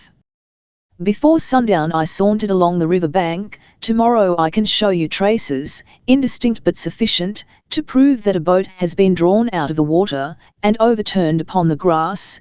Keel, prow and oarlocks have left their traces. There is also the print of a clubbed and muffled oar, above the watermark, where an impatient hand has pushed off the boat. Here is blunder number 1. All these traces might have been avoided or obliterated. He pauses a moment, but his listeners sit, a very respectful audience, and are inclined neither to question or argue. So he continues, L said that the robbers entered mostly at that particular window, and because they were familiar with the interior of the house. Now I have examined all of the windows of this floor, and I find that a person unfamiliar with the inside of the building, and not aware which of the upper rooms were occupied, would have chosen differently. The dining room windows, from without, would seem much more inviting, still more, the drawing room windows. Naturally, our burglars would select a window which was tolerably easy of access, and where they knew there was the least chance of being overheard and observed from above. Now, the dining room windows are close to the ground, and the awnings cut off all chance for observation from above, but they knew that Miss Warder's coachman sleeps in a small room just in the rear of the dining room. This was too much for Mrs. Alliston. Now, how did you find that out? She asks, with staring eyes. I from my friend, the gardener, he replies. Oh, I am quite familiar with things about here. The very best place for a burglar to operate would be these windows. Motioning toward the front of the drawing room, he could stand in comfort on the lower balcony, screened by the upper, and cut away at shutters and panes, but our burglars knew that Miss Warder's rooms were directly above, and that Miss Warder is a light sleeper. Now, the very place that would be shunned by an unfamiliar robber, is this view library window. It is higher than the others, has a little thicket of shrubs just beneath it, and is overlooked from above, being near an angle, by 6 windows. But our burglars knew that not one of those rooms to which the 6 windows belong, are occupied, and that the servants all sleep on the opposite side of the house. Now, then, I say that the robbers knew Miss Warder's sensitiveness to the effects of chloroform. How else can we account for the fact of their giving just enough to cause her to sleep, and not enough to cause any unpleasant after effects? We can call it a coincidence, but it is one not likely to happen. Dr. Heath knows that. True, responds Dr. Heath, in a matter of this sort one would hardly be likely to make so fortunate a blunder, or guess. The detective pauses a moment, and then concludes, my reasons for saying that the robbers entered the garden by leaping the low fence just below the gate, are, first, that gate creaks loudly when opened or shut, and they knew this, and therefore avoided it, and, second, one of them, the heavier of the two, came over with sufficient force to leave the imprint of his right boot heel in the ground. It was the right heel, because the deepest side of the indentation is to the right, and he would naturally strike the ground with the weight resting on the outside of the foot, and here, my friends, as the lawyers have it, I rest my case. And a very clear case it looks, says Dr. Heath. How easily and naturally you come at these things, exclaims Constance, in admiration. It is A, B, C, to you, but it's awful Greek to the rest of us. I begin to think detectives are born, not made. You think right, Miss Warder, replies Bathurst. It is the made detectives who spoil and disgrace our profession. But, says Constance, with a look of anxiety upon her face, I am sorry to have it proved that this thing was done by some of our people. I am reluctant to institute a search that may implicate some poor man whose wife and children may live in our very town. The detective laughs softly. There it is, he exclaims. An amateur must always judge by what appears uppermost. We detectives, as a NLLE, always distance the most plausible theory. Now look, a skilled burglar is a man of many resources, a burglar studies his business as I study mine. You have no idea how much misapplied talent goes roaming about of nights with a jimmy and a dark lantern. Now let us suppose this case. A professional burglar in the course of his wanderings, hears, as would be quite natural, of the immense value of the Warder diamonds, and he desires to possess them. Now it's a great prize, and he goes to work with his utmost care. He has confederates, they come, one or all, and manage to gain the necessary information. They may come as tramps, peddlers, what not, a talkative servant, a gossiping neighbour, like Mrs. Malloy, or fragments of information picked up here and there may help them to get the lay of the land. They may even have entered the house, probably have, and it may have been last month, or last year. Our burglar nourishes his job and studies it carefully. Finally he is ready, he strikes, he succeeds. I do not say this is the case, understand, I simply put it as a thing possible, and quite as probable as that the thieves are here in W.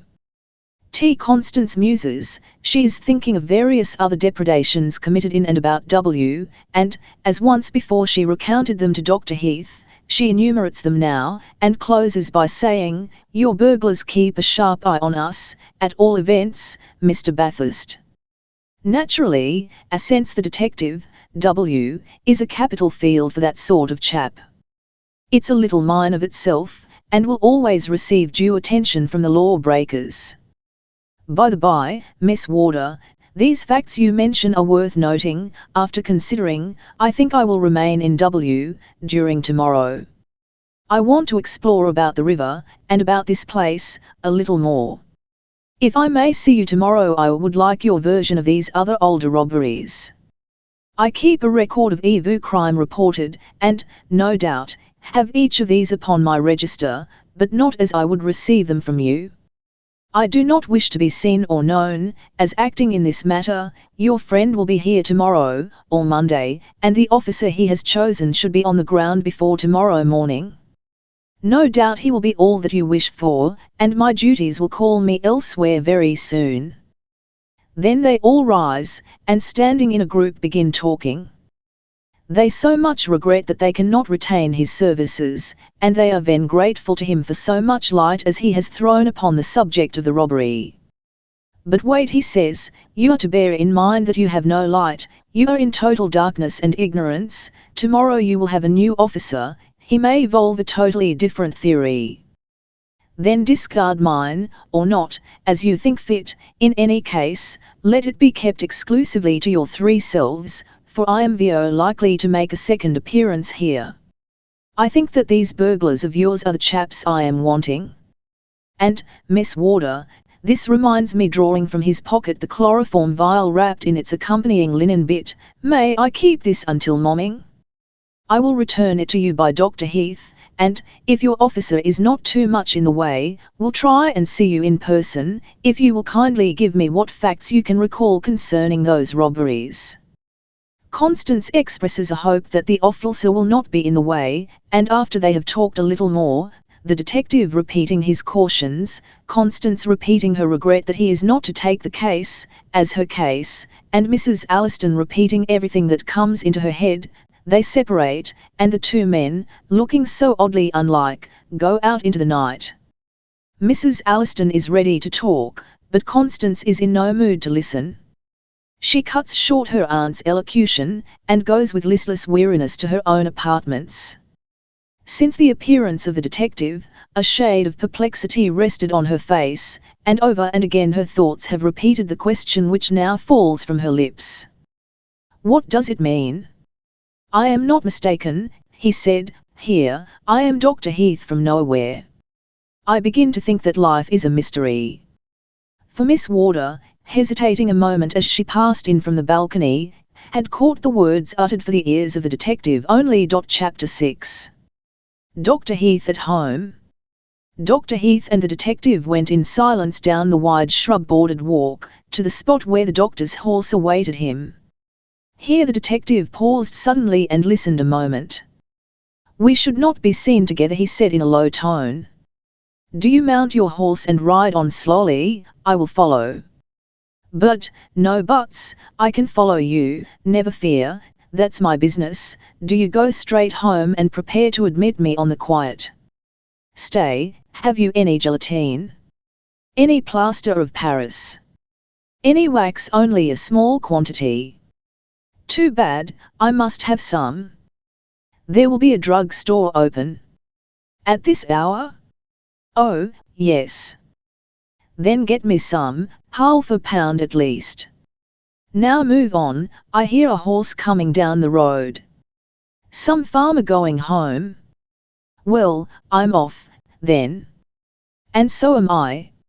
Half an hour later Dr. Heath was standing in his open doorway, wondering what had become of the detective, when a light touch upon his shoulder caused him to start suddenly, and turning, he saw the man for whom he watched, standing behind him, and within the dimly lighted hall. Are we alone? Whispered the detective. Is the coast clear? Are we alone? Quite clear, but how the mischief did you get in there, man? Through the door, replied Bathurst, as he followed his host into a cosy parlour, where a shaded lamp bummed. You are not a good sentinel, why, I all but BNLSHEDU, have you no sense of feeling, then, why, man, I can recognize a near presence in the darkest room. Now that I think of it, retorts the doctor, maliciously, did feel a queer sensation in the ends of my thumbs. Make yourself at home now, take that chair, rolling a comfortable-looking monster close to the round table, there are cigars and, why, I say man, have you eaten anything since you started on this chase? Now you mention it, I distinctly recollect that I have not. Of course not, I will wake up Mrs. Gray. Pray don't, I couldn't think of eating Mrs. Gray. Nonsense, laughs his host, Mrs. Gray is my housekeeper, and she is deaf as a post. Well, that's a comfort, the deafness. Is she dumb, too? Unfortunately, no, but as I have not been home to dine, she will think she is preparing my supper, and I will tell her you are a patient come to be treated, and that I am going to give you a bed, here, tossing something which he finds upon a bookcase, across to his guest, tie your face up in that rag, before she comes in. She will not give you a second glance, she never troubles her head about my patients. So saying, he goes out, and the detective proceeds to spread out the rag to prepare his bandage. Suddenly he starts, scrutinizes closer, turns it about, and looks again, then, says Mr. Bathurst, oh. Really? And he folds up his bandage, and puts it in one pocket, whips a clean pocket handkerchief from another, and substituting it for the rag awaits the coming of his host. Very comfortable quarters, he muttered, looking about him, luxurious too, quite so. Our doctor has not forgotten how people ought to live. The doctor's quarters were all that he described them. Luxurious, comfortable, and luxury and comfort do not always go hand in hand, tasteful, too. Nothing too much, nothing lacking, just the beau ideal of a bachelor's parlour. Warm browns brightening here and there into bronze. Books, a great many and of the best. Pictures, a very few, and all rare and beautiful. Bronzes and statuettes in plenty. Bric-a-brac, not any, for no fair and foolish woman has trailed her skins through these appartements, leaving traces of her presence in the shape of those small and costly abominations, yclept ceramics. Presently Dr. Heath reappears, and not long after, Mrs. Gray bears in a heaped-up tray of edibles. Then Dr. Heath sets on brandy and wine, and informs Mrs. Gray, through the medium of his 10 fingers, that she is dismissed for the night. When she has retired, the detective unties his face, and falls upon the food spread before him, as a hungry man will. While he eats he talks a little, just a random remark now and then, and his host sits opposite him, answering his infrequent questions and observations, and thinking. In past days, and under very different circumstances, these two men have met and known each other, and Dr. Clifford Heath is wondering how much of his story it will be necessary to tell, in order to explain his present position, which, he knows, must seem a most strange one to his former acquaintance, for Dr. Clifford Heath, like most of us who have not passed a vegetable existence, has a history, and a past. Of that fact, however, Mr. Bathurst seems quite oblivious, as he washes down his repast with a glass of brandy and water, and pushes back his chair from the table. Now, then he begins, with his usual brisk business manner, I'm rested and refreshed, and all ready for that white wax, if you please, Dr. Heath. I'm quite curious about that wax, says the doctor, rising. Just let me draw away this table and bring up another, it's the easiest way of disposing of the dinner things, and will furnish Mrs. Gray with food for comfortable comment. She takes all such opportunities to disparage men's ways, and as she seems to enjoy them, I make it a point to afford her as many as possible, making the proposed change as he talks. Now, then, there's a table and there's your wax. Now something to melt it in and over, I'm going to take an impression. There is a little difficulty about getting the necessary articles together, but after a while they are all there, and the wax is simmering in the melting cup. Then the detective takes from his pocket the borrowed bottle of chloroform, and asks for an empty vial. This being given him, he pours out the chloroform carefully, and wipes the emptied bottle. It's a pity I can't keep this bottle just as it is, he says, eyeing the cut glass stopper regretfully, but it must be retuned, of course, and I must do the next best. What's your notion of the original use of that little gimcrack? He reaches out the bottle and the doctor takes it in his hand, saying, why, it's from one of those dainty toilet cases used by ladies principally. There will be a set, uniform in size, that are filled with perfumes of various suns, and larger bottles, of the same pattern, for goodness knows what use. I have seen the kind, but not the pattern. Well, says the detective, slowly, I think that I have seen the pattern, but where? However, dipping a stick into the melting wax, else shall find out, and before very long wonder, says Dr. Heath, stretching out his hand for a fresh cigar, at the fellows leaving such a testimonial as that behind them. What's your theory? I have expected that question from both yourself and Miss Warder. I am glad she did not ask me. Why? The detective takes a spoon and dips up his wax, letting it drip from the spoon, drop by drop. It is ready for use, and, without seeming aware of the doctor's presence, he busies himself with his impression taking, seeing which, Dr. Heath smokes on, and is silent. Finally, his mould is set to cool, and the detective resumes his seat, and, quite ignoring that long-neglected monosyllable of inquiry, uttered by his host, begins, when the burglars, for, no doubt, there were 2 of them, entered Miss Warder's dressing room, they carried one dark lantern. This, one of them took, and crept with it into the sleeping room. Here, he was, for a moment, troubled. He had prepared himself with the chloroform, but must use his own handkerchief, and that is marked. Oh! A burglar with marked linen? Even so, it's nothing unusual. You reason like a reader of too many novels. Burglars are not all escaped convicts, blear-eyed and hideous, nor do they all go about in fustian. It's the burglar in broadcloth that makes us the trouble.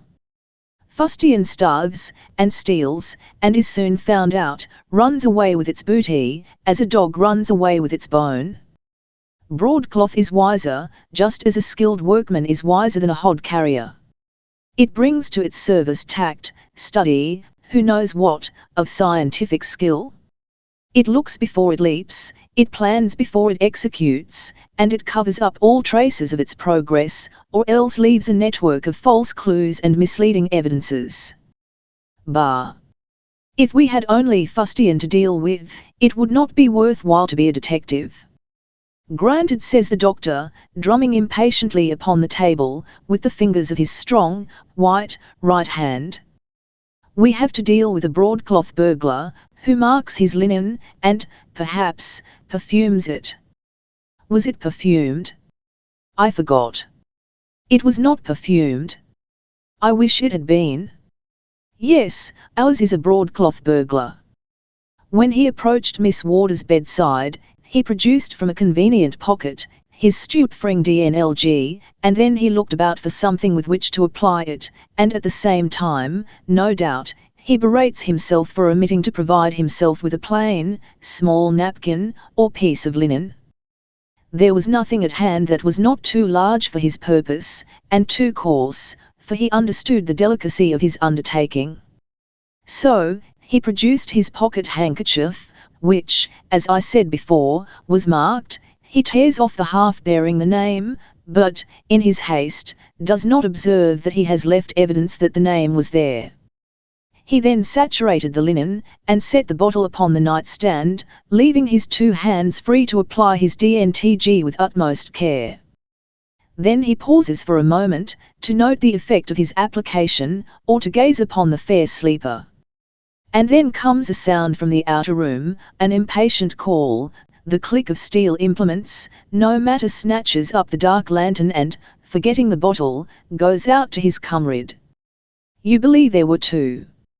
Yes, there were 2. These affairs are seldom operated by one man. You said this evening that they had blundered. It seems to me that they made a very neat job of the affair. They did blunder.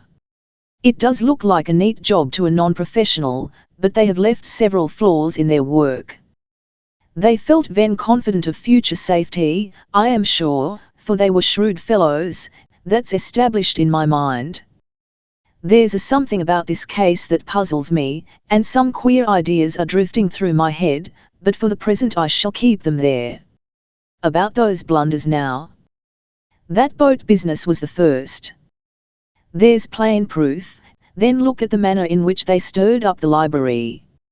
Why, man, didn't you reflect that those heavy chairs never could have been overturned by a hasty, careless hand, without coming down with a loud bang? And there are 3 of them, all thrown down in different positions. Every one of them was lowered slowly, carefully. Why, look at that pile of books upon the floor. Do you imagine they were ever tossed down from their shelves, as they appear to have been, without striking upon the floor or each other, with a thud? I can see the whole operation. One man held the lantern while the other disarranged the room. But they did not do it well. That much of the business looks like the work of an amateur. Perhaps you wonder why I did not speak of this to Miss Warder. I said enough to convince her that I had studied the matter. I did not wish to exhaust the subject. That is the business of the man who is to come. And now I think I will remove my cast, and then, my dear fellow, I am quite ready to retire, for I feel the need of all the sleep I can get between now and sunrise. Shocking confession, laughs the doctor, lazily. Let me tell you, it's highly improper for a detective to get sleepy, or hungry, or tired. They never do it in print. Which should convince you that they always do out of it. Detectives, my dear sir, are like doctors. Their success depends upon the people's faith in them, not on their own merits. Now I know that you can't see through the anatomy of old Mrs. Grundy, and tell what she had for dinner, unless, to be sure, she had been eating onions, but if Mrs. Grundy doubted for a moment your ability to don your professional spectacles and peer into the innermost depths of her disordered old being, she would write another name than yours on her books, as favourite physician. Guide, philosopher and friend, quotes the doctor, composedly. Let Mrs. Grundy alone, will you? She is one of my best customers.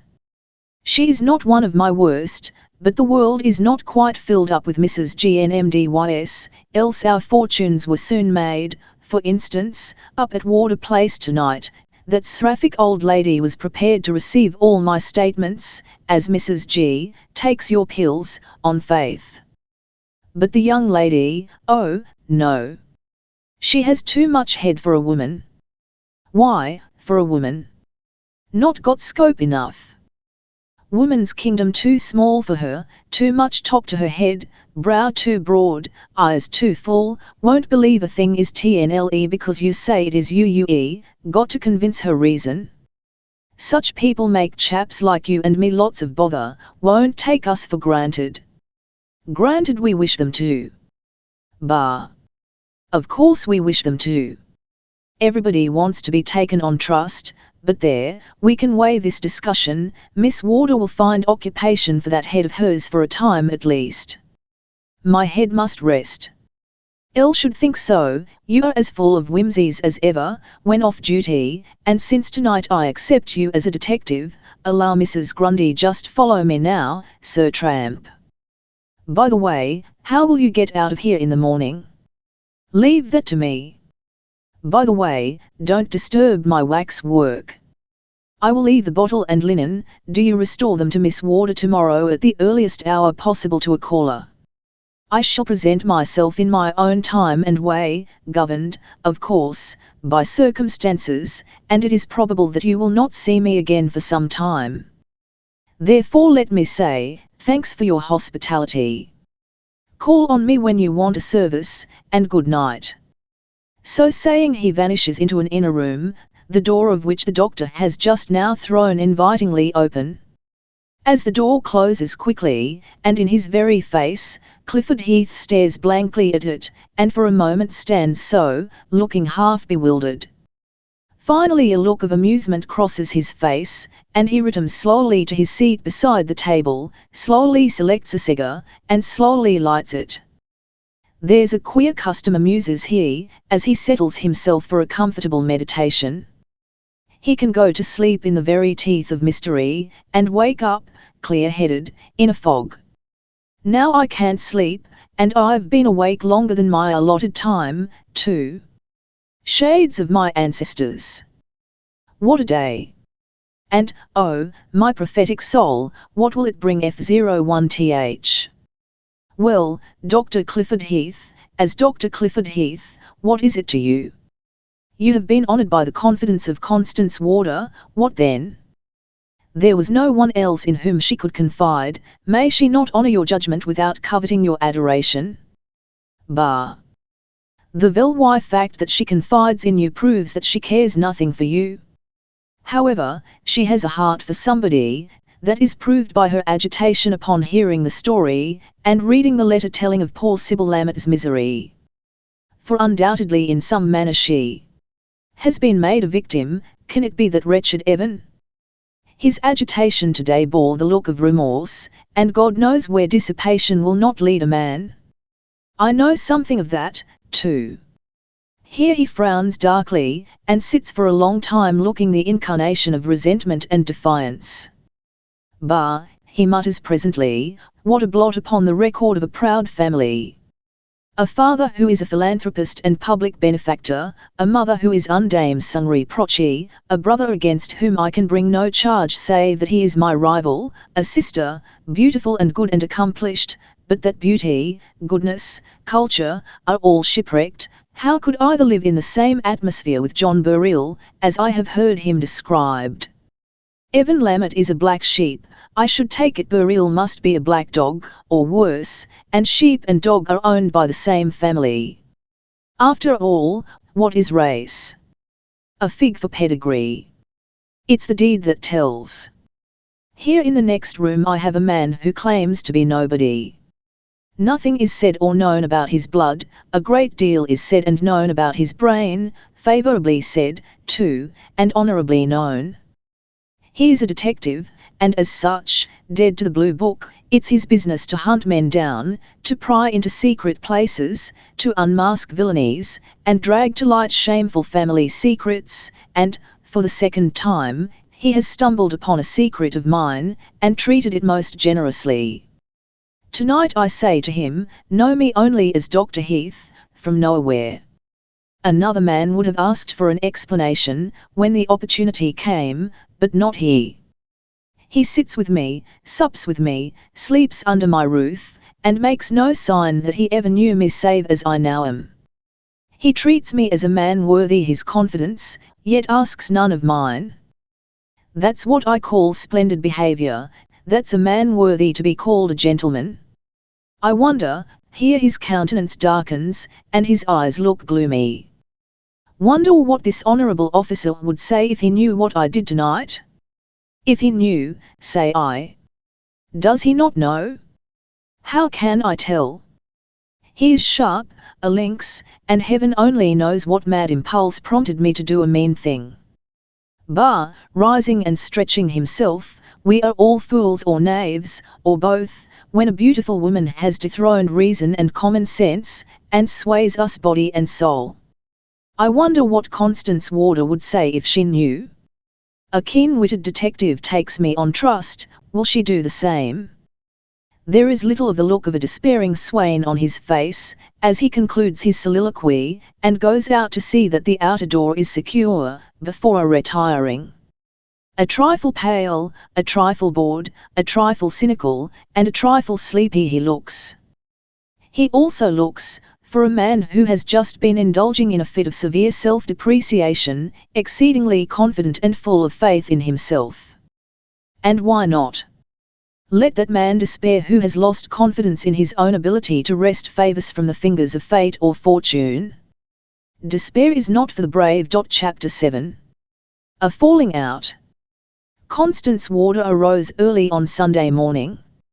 In spite of youth, health, and her splendid self-poise, she had slept but little, and such slumber as had visited her eyelids, had been haunted by hideous dreams, in which detectives and burglars mixed their identity in the most remarkable manner, and through all, more vivid than all, shone the face of Sybil Ammit, always agonized, always appealing, always surrounded by dark shadows, and always seeming menaced, terrified, helpless. Such nights of tormented slumber, and uneasy wakefulness, were new to the mistress of Varda, and now, while the dew was yet on the grass and flowers, she was promenading her pretty rose garden, where the sun shone full, looking a trifle paler than was usual to her, and somewhat dissatisfied. Mrs. Alliston was still snugly ensconced in her bed, for she never rose early, and always retired late, her motto being, Mrs. Alliston first, the world afterward. That lady of portly dimensions had her peculiar theory of life. To eat the best food obtainable, and a great deal of it, to wear the heaviest silks, and the softest cashmeres, and to sleep in the downiest off-beds, these were to her the necessities of life. That the food was provided from the larder of her niece, that the silks and cashmeres were gracious gifts, and that the downy couch cost her nothing, mattered little. Her niece needed her, she needed her niece, ergo, her niece sought in every way possible to render her happy and comfortable, and she, in return for her comfort and happiness, was a model Juana, never questioning, never criticizing, humouring all that young lady's whims, yet retaining that free, hearty outspokenness, that made her seem not in the least a dependent, and which was, as Mrs. Alliston well knew, most pleasing to the heiress. Altogether, they were a pair of very sensible women. Mrs. Alliston ate when she liked, and slept when she liked, Miss Warder did what she liked, and both were satisfied. While Miss Warder was promenading her garden, and Mrs. Alliston was comfortably sleeping, two men were approaching each other on the sandy road that ran from the town past Warder Place. The one coming from townward was our detective tramp, looking all that a tramp should be. The other, approaching from the opposite direction, was a sleek, respectable-looking, middle-aged man, who might have been some small farmer dressed in his Sunday clothes, which fitted him none too well. Almost opposite the gates of Warder Place they met and passed each other, the tramp saluting respectfully, the other responding with a stolid stare. A little funner on the tramp turned slowly and looked back. The farmer-looking individual had entered the grounds of Warder Place, and was hurrying straight on toward the entrance, looking neither to the right nor left. The tramp turned and looked back. "So," muttered the tramp, with the air of a man who would have been astonished then, but for the fact that he never allowed anything to astonish him. "So he is mixing himself up in this affair. I wonder in what capacity? Can it be that by some means he has been selected to work up this case? Oh! Oh! Bless my soul! What a coincidence that would be!" Evidently he had grasped at a new idea, and one that was somewhat startling. He quickened his pace until, unconsciously, it became almost a trot. The mask of studied vacancy dropped from his face, leaving it alert, keen, analytical. His mind had grasped at a problem, and he was studying it with knitted brow and compressed mouth, as he hurried on countryward, not heeding anything save the thought which possessed him. It was Sunday morning, too early for church-goers, and too late for cowboys. So he met no one on his hurried march, and when at last he began to moderate his pace, he was a full mile from Warder Place. As his walk grew slower his face relaxed, and gradually resumed its mask of careless stupidity. Finally he paused, looked about him, laughed a short half-laugh, and crossing the road, vaulted a high wired fence, with the ease of a harlequin, and took his way across a meadow toward the river. "Tra-la, tra-la-la-la-la," chirped he, softly and contentedly. "What a pretty kettle of fish! How I should love to sit down right beside it and see it boil, stir it occasionally. Instead, I must go far away, and meantime, who knows, the kettle may boil over. But I trust not. I will try and prevent it, and, to do that, I must drop a little shell before I go. I must bind Miss Warder over to my aid. I must show her that it is wise to TN1 Street me. I must have a confidant here, and there are only two to choose from. Dr. Heath, from nowhere, and this clear-eyed lady. I choose her, for, with all due regard for my friend, the doctor, and all due faith in the propriety of his motives, I must know why he throws that bit of circumstantial evidence in my way, before I show him any part of my hand. Why Dr. Heath is here, is none of my business, strange as his presence and present occupation seem to me. Why he is mixing himself up in the affair of Miss Warder's diamonds, however, is my business, just now. But, first of all, to know how much or little Jerry Belknap knows of this affair, and of these people, and whether he is at his old crookedness once more. Now, here is the river, here the footpath. I must see the mistress of Warder Place, and at once, so, en avant." And he struck into the river footpath, and strode rapidly along toward Warder Place, whistling softly as he went. Meantime, Constance Warder, pacing the walks of her garden, with her brows wrinkled into a frown, was intimated by her housemaid. "If you please, miss, there's a man in the front hall that's wanting to see you, and says I am to tell you it's important that his business is." Constance made a slight gesture of impatience. She had been thinking of Sybil Lammett, to the exclusion of all other subjects, and this message brought her suddenly back to her own affairs. "Important," she muttered to herself. "Then it must be the other one." Nellie, raising her voice, "What is this man like?" "Like, miss, inquiringly." "Yes." "How does he look?" "Oh. Well, it's very ugly he looks, to my notion." "Does he look like a gentleman, Nellie?" "Oh, murther. No." "Like a tramp, then?" "No, his clothes is too new." "Well, Nellie, I will go and see him," said Constance, beginning to despair of finding out whether this visitor were the tramp of the night previous, or the new actor expected on the scene. "You know I never allow you to turn a tramp away hungry, and if one comes who seems worthy of help, I wish you always to let me know it." This she said, thinking of the manner in which it was probable the detective tramp would seek access to her presence. By the way, Nellie pausing with one foot on the steps of the dining room terrace. "You may wake Mrs. Alliston and tell her that if I'll wish her to join me in the little parlour I will send you to her," then sotto voce, as she entered the house and went carelessly toward the drawing room. "If this visitor proves a bore I will turn him over to Aunt Honor. I can't have 2 days of constant boredom." Coming forward from the lower entrance, Constance encountered the gaze of the strange man, whom, arriving at the front door, Nellie had not ventured to set down as a tramp, and whose clothes made her doubt the propriety of showing him the drawing room. Being of Hibernian extraction, and not to be nonplussed, Nellie had adapted a happy medium, and seated the visitor in the largest hall chair, where he now awaited the approach of Constance. "I think you wish to see me," said Constance, in the unaffected kindly tone usual to her when addressing strangers or inferiors. "I am Miss Warder."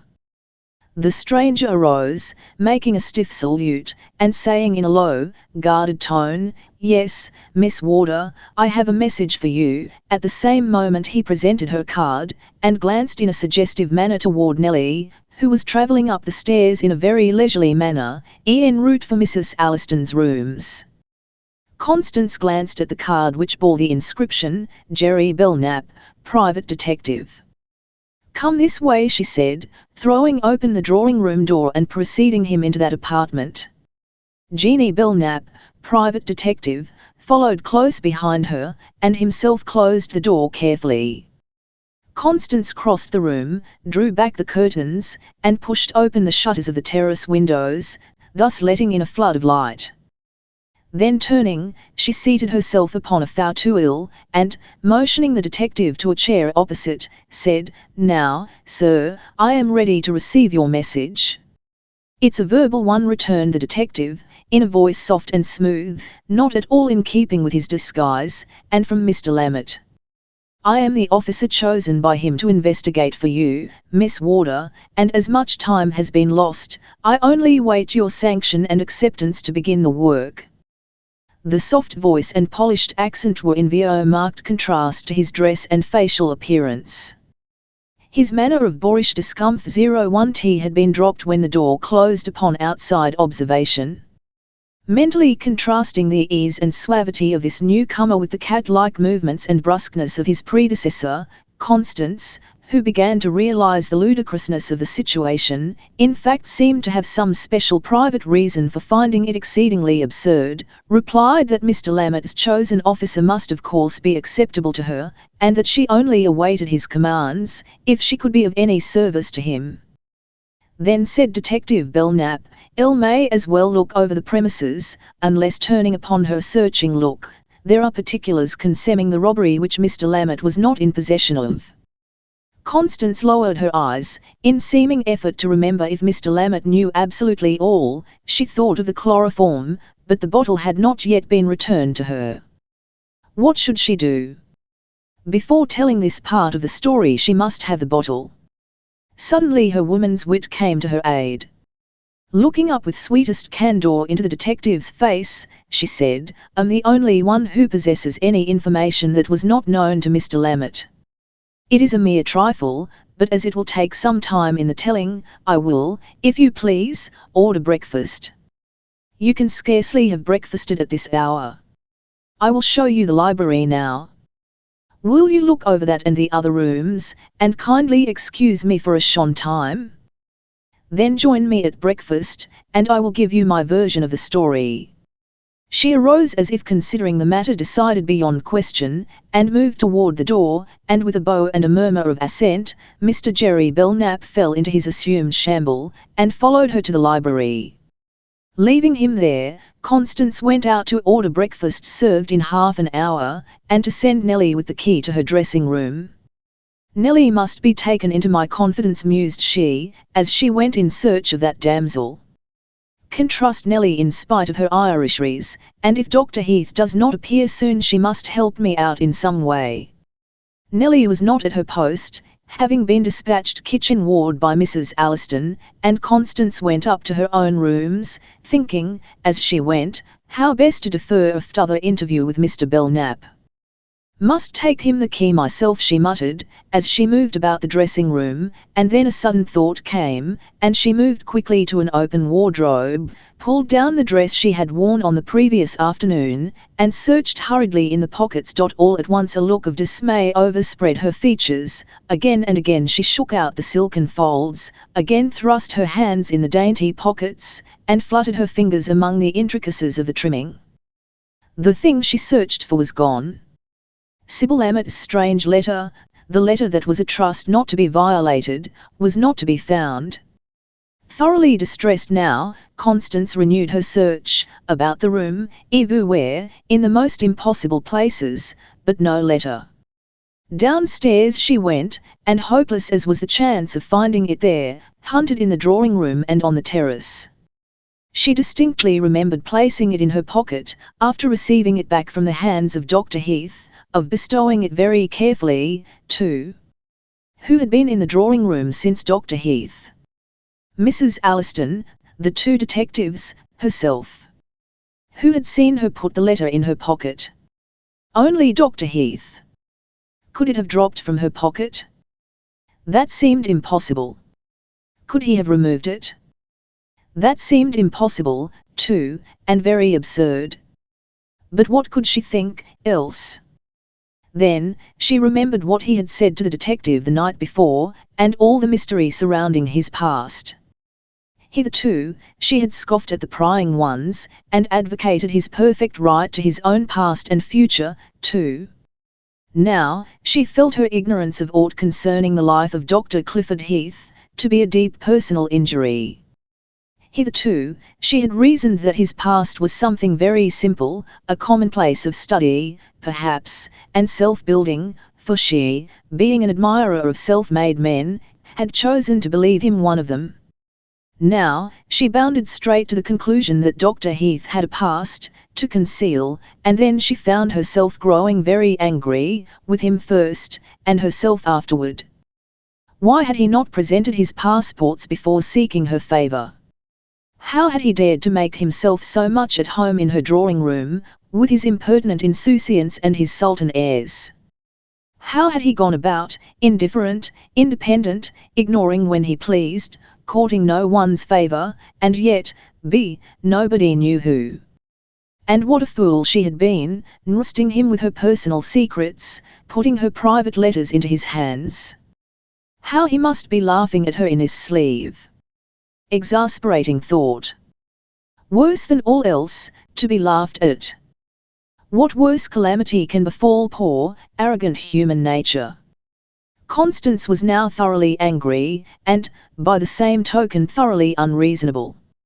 It is highly objectionable in a heroine, but Constance, as we have said before, is a very human heroine. And, dear reader, however sensible you be, if you have ever been in just the state of mind in which Constance Warder found herself that morning, and most of us have, I promise you, you were not one whit more reasonable, not one whit less capable of being aggressive, unreasonable, and generally disagreeable.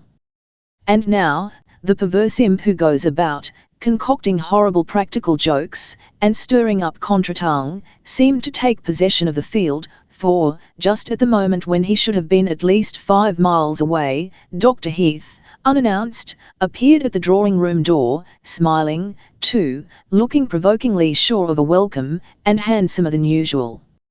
Miss Warder's self-possession was as instant as her indignation. "Good morning, Dr. Heath," frigidly. "I'm sorry you found it necessary to admit yourself in this manner. I suppose my servants are neglectful." "Not at all," replied he, discovering that she was out of humour, but not divining the cause. "Your housemaid admitted me, and thinking you in your own room, was about to usher me in here, and go to announce me, when I saved her the trouble, telling her that my time was limited, and admitting myself. Had I known you were here, I should not have intruded without permission. then perceiving that her face retained its frigidity, his voice took on a shade of haughtiness as he laid a packet upon the table, saying, "I have brought back your proofs. Mr. Bathurst wished me to say, if I chance to see you first, that is hesitating." "I have not seen Mr. Bathurst." Dr. Heath seemed to be somewhat affected by the chill of the atmosphere. "Then I am to say that he has something for your private ear, and that when he comes, he begs that you will contrive in some way to see him, whether your other officer is here or no, or a grave beau from Lapland." "Then Officer Belknap is here, and in the library. I presume consulting her watch. He is waiting for me at this moment." Dr. Heath had been standing a few feet from her, hat in hand, now, and in spite of this implied dismissal, he coolly deposited his hat upon the table beside Miss Warder's package, and advanced nearer to that young lady, speaking calmly, gently even, but without the slightest touch of entreaty, penitence, or humility of any sort in his manner or voice. "Miss Warder, pardon me for alluding to it, but I would be blind indeed not to see that something has annoyed you exceedingly. Indeed, I could almost fancy that, in some way, I have become the cause of your displeasure. If this is so, tell me how I have been so unfortunate as to offend." Now this was a very pacific and proper speech, and uttered in the right spirit. But had its effect been salutary, then Dr. Heath would stand alone, the first, last, and only man who ever yet attempted to argue with, reason with, or pacify an angry woman without blundering egregiously in the beginning, and coming out worsted at the end. There are a few things in this world that mortal man can't compass, and to attempt to pour oil on the waves of a woman's wrath when they are just at the boiling point, and ready to overflow their confines, is like sitting down on a bunch of firecrackers to prevent their going off. Let the water boil over, and there will still be enough left to brew you a cup of tea. Let the crackers explode, and you may sit down on them with impunity. Dear brethren, the moral is homely. How had he offended? That he should ask the question, was the acme of his offence. As if she could tell how he had offended. Was there ever so impertinent a question and questioner? How had he been so unfortunate as to offend? Any other man would have said unhappy whether he meant it or not, but this man, 011. He would not even look a culprit. She raised her haughty head a trifle higher, as high as it could be, she drew back as many steps as he had advanced, the room had become a refrigerator. "Dr. Heath flatters himself, in what manner could he offend me?" Dr. Heath flatters himself. Still he retains his composure, not guessing at the truth. "Have never presumed, Miss Warder, therefore cannot have flattered myself. I may have offended by coming one moment too late with this packet. Miss Warder is accustomed to unqualified obedience. If I fail in that, it is not from lack of inclination, but because I am just learning submission." He uttered the last words in a lower, softer tone, and fell back as he uttered them, laying his hand upon his hat. Anger, self-shame, and a strange thrilling emotion, she could not, or would not recognize or define, urged her out of herself, and beyond the bounds of propriety or courtesy. Sweeping toward him with one swift movement, she extended one hand with downward turned palm, in a quick, meaning gesture, and said, "Dr. Heath, I have lost Sybil Ammett's letter." "Lost it? How?" "That I should be glad to know, since I showed it to you last night and replaced it in my pocket. I have not seen it, and, Dr. Heath, as I do not wish without your knowledge, to be in possession of any secret of yours, I may as well tell you now that I overheard your warning to the detective last night." "My warning?" he repeated, parrot-like. "Your reminder that you must be to him, Dr. Heath from nowhere." Dr. Heath from nowhere gazed at her for a moment as if petrified, his mind seeming reluctant or unable to grasp at once her full meaning.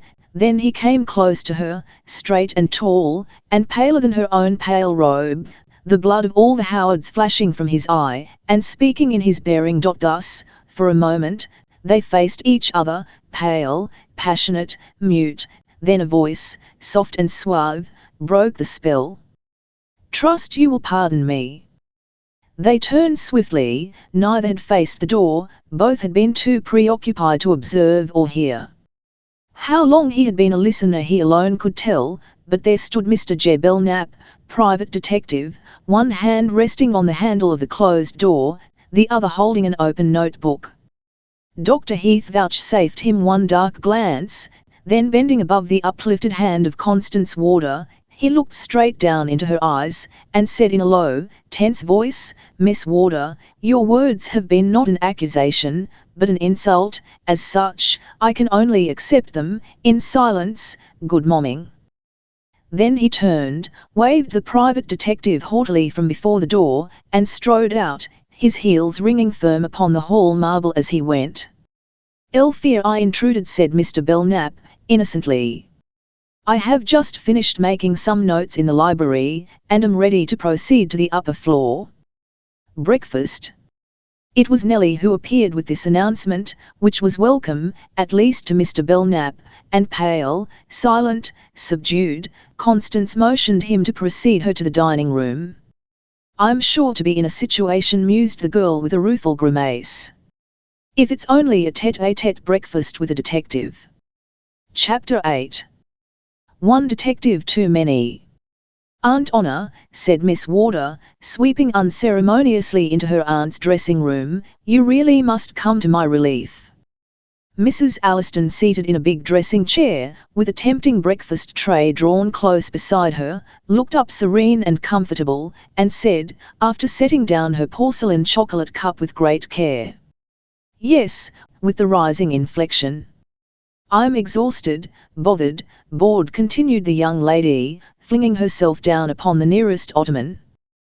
"Wish my old diamonds had never had an existence. I wish Grandmama Warder had had better sense." "Have a cup of chocolate," suggested Mrs. Alliston. "Ill won't," snapped Constance, belligerently. "I have breakfasted, if you please," Auntie, lowering her voice to a tone of mock mystery. "We have got another detective in the house. So Nellie tells me," reaching out for another roll. "And he has breakfasted with me." Mrs. Alliston laid down the roll, turned for a moment to gaze at her niece, and, reading in that fair upturned face, the fact that its owner was in a state of mutiny against the proprieties and all things else that might come in opposition to her will, she took up her roll and buttered it carefully as she said, "Well, that's quite like you. What sort of a man is he?" "Splendid," with a shmg of the shoulders, smooth as oil, polished as ivory, a Chesterfield in ill-fitting clothes. "And a detective. Well, why not? Somehow he has picked up all the arts and graces of a gentleman." "Really? Not much like the other one then?" "Not in the least. The other is eccentric, explosive, amusing. This one is like a lawyer, vo non-committal, not at all inclined to tell all he knows." "Oh. Have you told him about the chloroform?" "Yes, he has the bottle." "Well, what did he say?" "Nothing." "Nothing? Not a word? Goodness gracious. And you breakfasted with him?" "Yes, and he has spent half an hour or more in the drawing room. I have told him all I had to tell, and he is now prowling about my dressing room." "But what does he think about this affair?" "Ill don't know," indifferently. "Why, it didn't take you all breakfast time to tell your story." "Oh, no, I told my story," and Mr. Belknap listened very attentively, made some entries in his notebook, remarked that he would have a report ready for me in the course of the day, and then turned his back upon the subject. "Mercy. He discussed the new opera, asked me if I had seen Nielsen in Twelfth Night, gave a brilliant description of a young French drama by a young French author, gave me his opinion of Dickens, and looked his opinion of myself." "What a remarkable person." "Exceedingly so.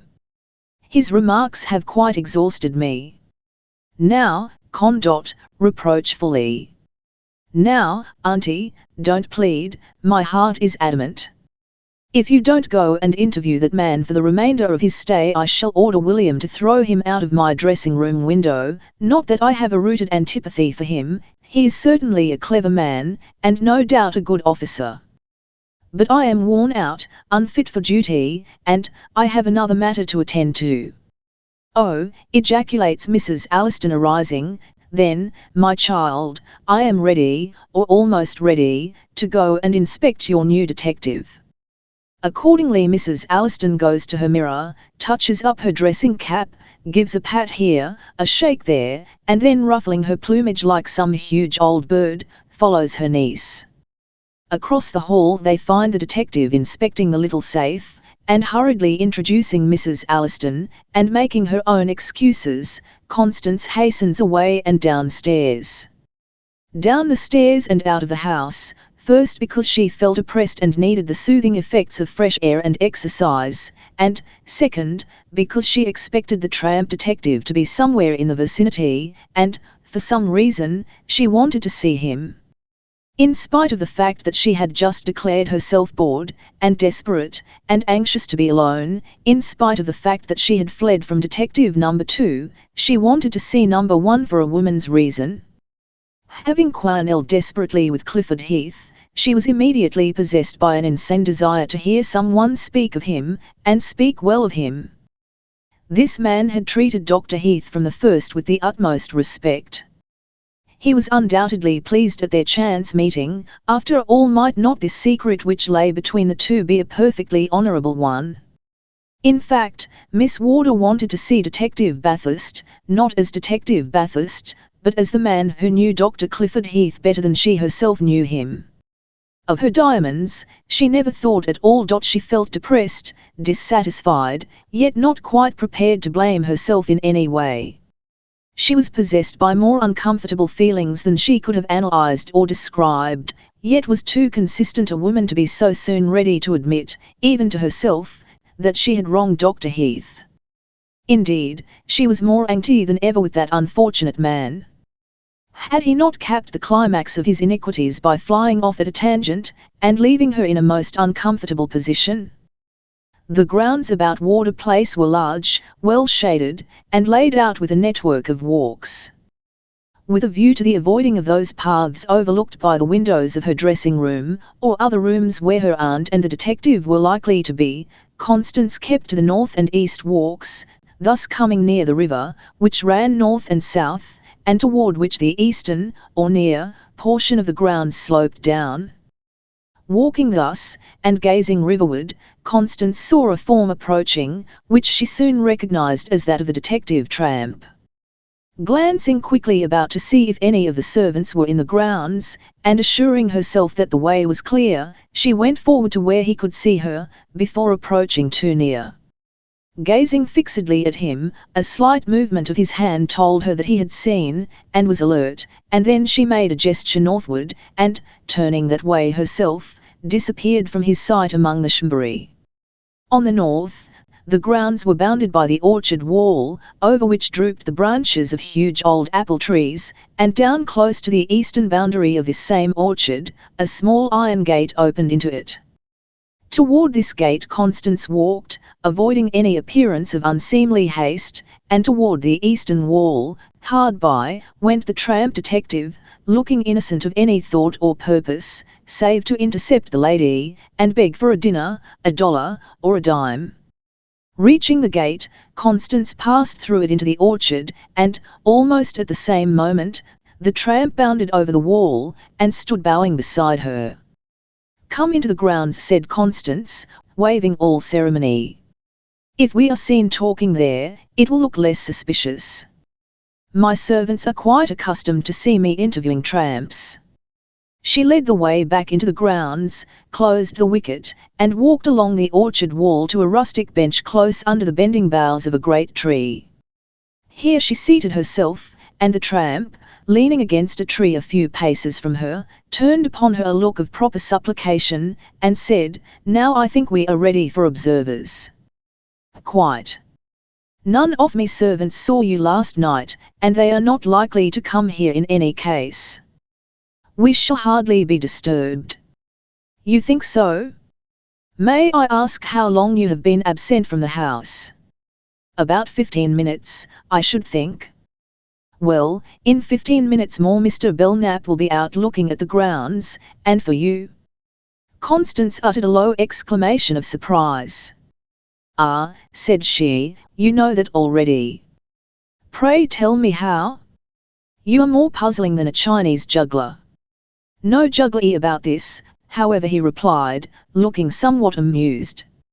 Ill met Mr. Belknap, face to face at your very gate. I have seen him wear that farmer disguise before, hence I recognized him. And he did not recognize me. Yet you know each other. Slightly, yes, with a droll look in his eyes, of which Constance took note. Now tell me, Mr. Bathurst, is Mr. Belknap a good detective? Mr. Belknap is a smart man, Miss Warder, he understands his business thoroughly. He equivocates, thought Constance, aloud she said, and I need not fear to trust my business in his hands. You need not fear, he replied, with odd emphasis. And now, he continued, time presses, you received your package, Miss Warder. Constance felt uneasy. This man seemed to find out everything. Did he know of what she had accused Dr. Heath? Received it an hour ago, she replied. Miss Warder, asked he, fixing his eyes upon her face, have you any suspicion as to who these robbers were? For a moment Constance seemed half paralyzed with fright, then she answered thinly, no, sir, not the shadow of a suspicion, but, you have. If I have, it is not more than a shadow, at present. Now, may I ask you some questions, not just to the point but which, for my own reasons, I wish answered? She nodded assent. Can you tell me how many medical men you have in W? Constance reflected. Finally she said, I think there are 7, in all. Ah. All in practice? Not all, 2 are retired, 1 is an invalid, doing but little. Thank you, and how many of them have assistants or students? Only 2, to my knowledge, Dr. Benwatt and Dr. Heath. And who are these young men? I suppose they are young men. Can you give me any information concerning them? The young man with Dr. Benwatt is a stranger to me. He comes, I believe, from one of the neighbouring towns. The one with Dr. Heath here, in spite of herself, Constance coloured slightly, is the son of one of our wealthiest citizens. He had, I believe, been reading a little in the city during the winter before Dr. Heath established himself here, since when he has remained in W, and read in Dr. Heath's office, when it has suited him to do so. He is like many young men of great expectations. And his name? His name, hesitating a little, is Francis Lammett. Thank you, and now, Miss Warder, I want to ask at least 3 favours of you, in written, for which you may command me to any extent. Ask them, replied Constance, feeling inwardly that she was outgrowing surprise. First, will you promise me, I know that you keep your promises, not to repeat one word of this conversation to Dr. Heath? Dr. Heath is not my father, confessor, she said coldly, and then remembering the sort of man she was addressing, she added as best she could. Although from what you saw last night, you might almost have fancied him such. I promise in any case to keep secret this interview. Will you promise, above all, to keep it from Mr. Belknap, to keep everything concerning me from his knowledge? Constance laughed. So far as I can, she replied. Mr. Belknap is a detective, let him find out things as you seem to do. Don't find out everything, more's the pity, he replied, then hesitating slightly over the question. May I rely on your aunt? Promise for my aunt, replied Constance, laughing again, she is very loyal. Thank you. Now there is one thing more I much wish, for reasons which no doubt you will know in good time, to see or hear the report of Mr. Jerry Belknap, private detective. This, I know, is asking much, but you will have no cause to regret it if I enable me to obtain this knowledge. Constance looked perplexed, and hesitated in her answer. "You distrust Mr. Belknap," she said finally. "Thought, he throws up his hand somewhat impatiently. "You jump at conclusions," he interrupted. "A detective's motives must be taken for granted. It is not distrust that causes me to ask this favor. I could not tell you my reason without unraveling a long web, and it is not time to begin the process. I am still in the realm of conjecture." "So you won't help me to the result of Mr. Belknap's investigation, Miss Warder?" "I am sorry, it would save time for me, for I fully intend to find it out in some way." Constance smiled in spite of herself. She admired this man's cool way of mastering the situation. She felt that it would be policy to let him have his way, since he would take it whether she would or no. But the imp of caprice had not quite deserted her, and now he goaded her on to her own downfall. Looking up suddenly, she asked, "Mr. Bathurst, why did you ask me if I suspected who stole my diamonds?" Elle didn't, smiling oddly. Constance stared. "Elle asked if you guessed who the robbers were," began she, but the detective, drawing a step nearer, and speaking in a guarded tone, interrupts her. "I am satisfied that you were robbed on Saturday night, Miss Warder. I am sure that you have no clue to the burglars, no suspicion as to their identity, but I am not so sure that you do not know precisely where to look for the Warder diamonds at this moment." Constance flushed, and then turned pale. She had found her match, she was cornered, mastered, but she must give one last scratch. Having divined so much, she said bitterly, "I suppose you intend to find them too." He drew himself up haughtily. "I'm a detective, madam, not a spy. So long as your diamonds give you no uneasiness, they have no interest for me. When you need my services, they are yours. I do not investigate mysteries from mere curiosity." Constance felt a twinge of self-reproach. "I am behaving like a fool," she thought, in severe condemnation. "I am losing my own identity. This man is a friend to rely on, an enemy to fear. He will not bow to my whims and caprices. What has come over me? Let me try and redeem myself." She had been musing with downcast eyes. Now she looked up, straight into her companion's face. It had undergone a sudden change. The eyes, a moment since so full of fire and subtlety, were dull and expressionless. The face was vague to apathy, the mouth looked the incarnation of meekness or imbecility, even his hands had taken on a helpless feebleness in the clutch in which he held his worn-out hat.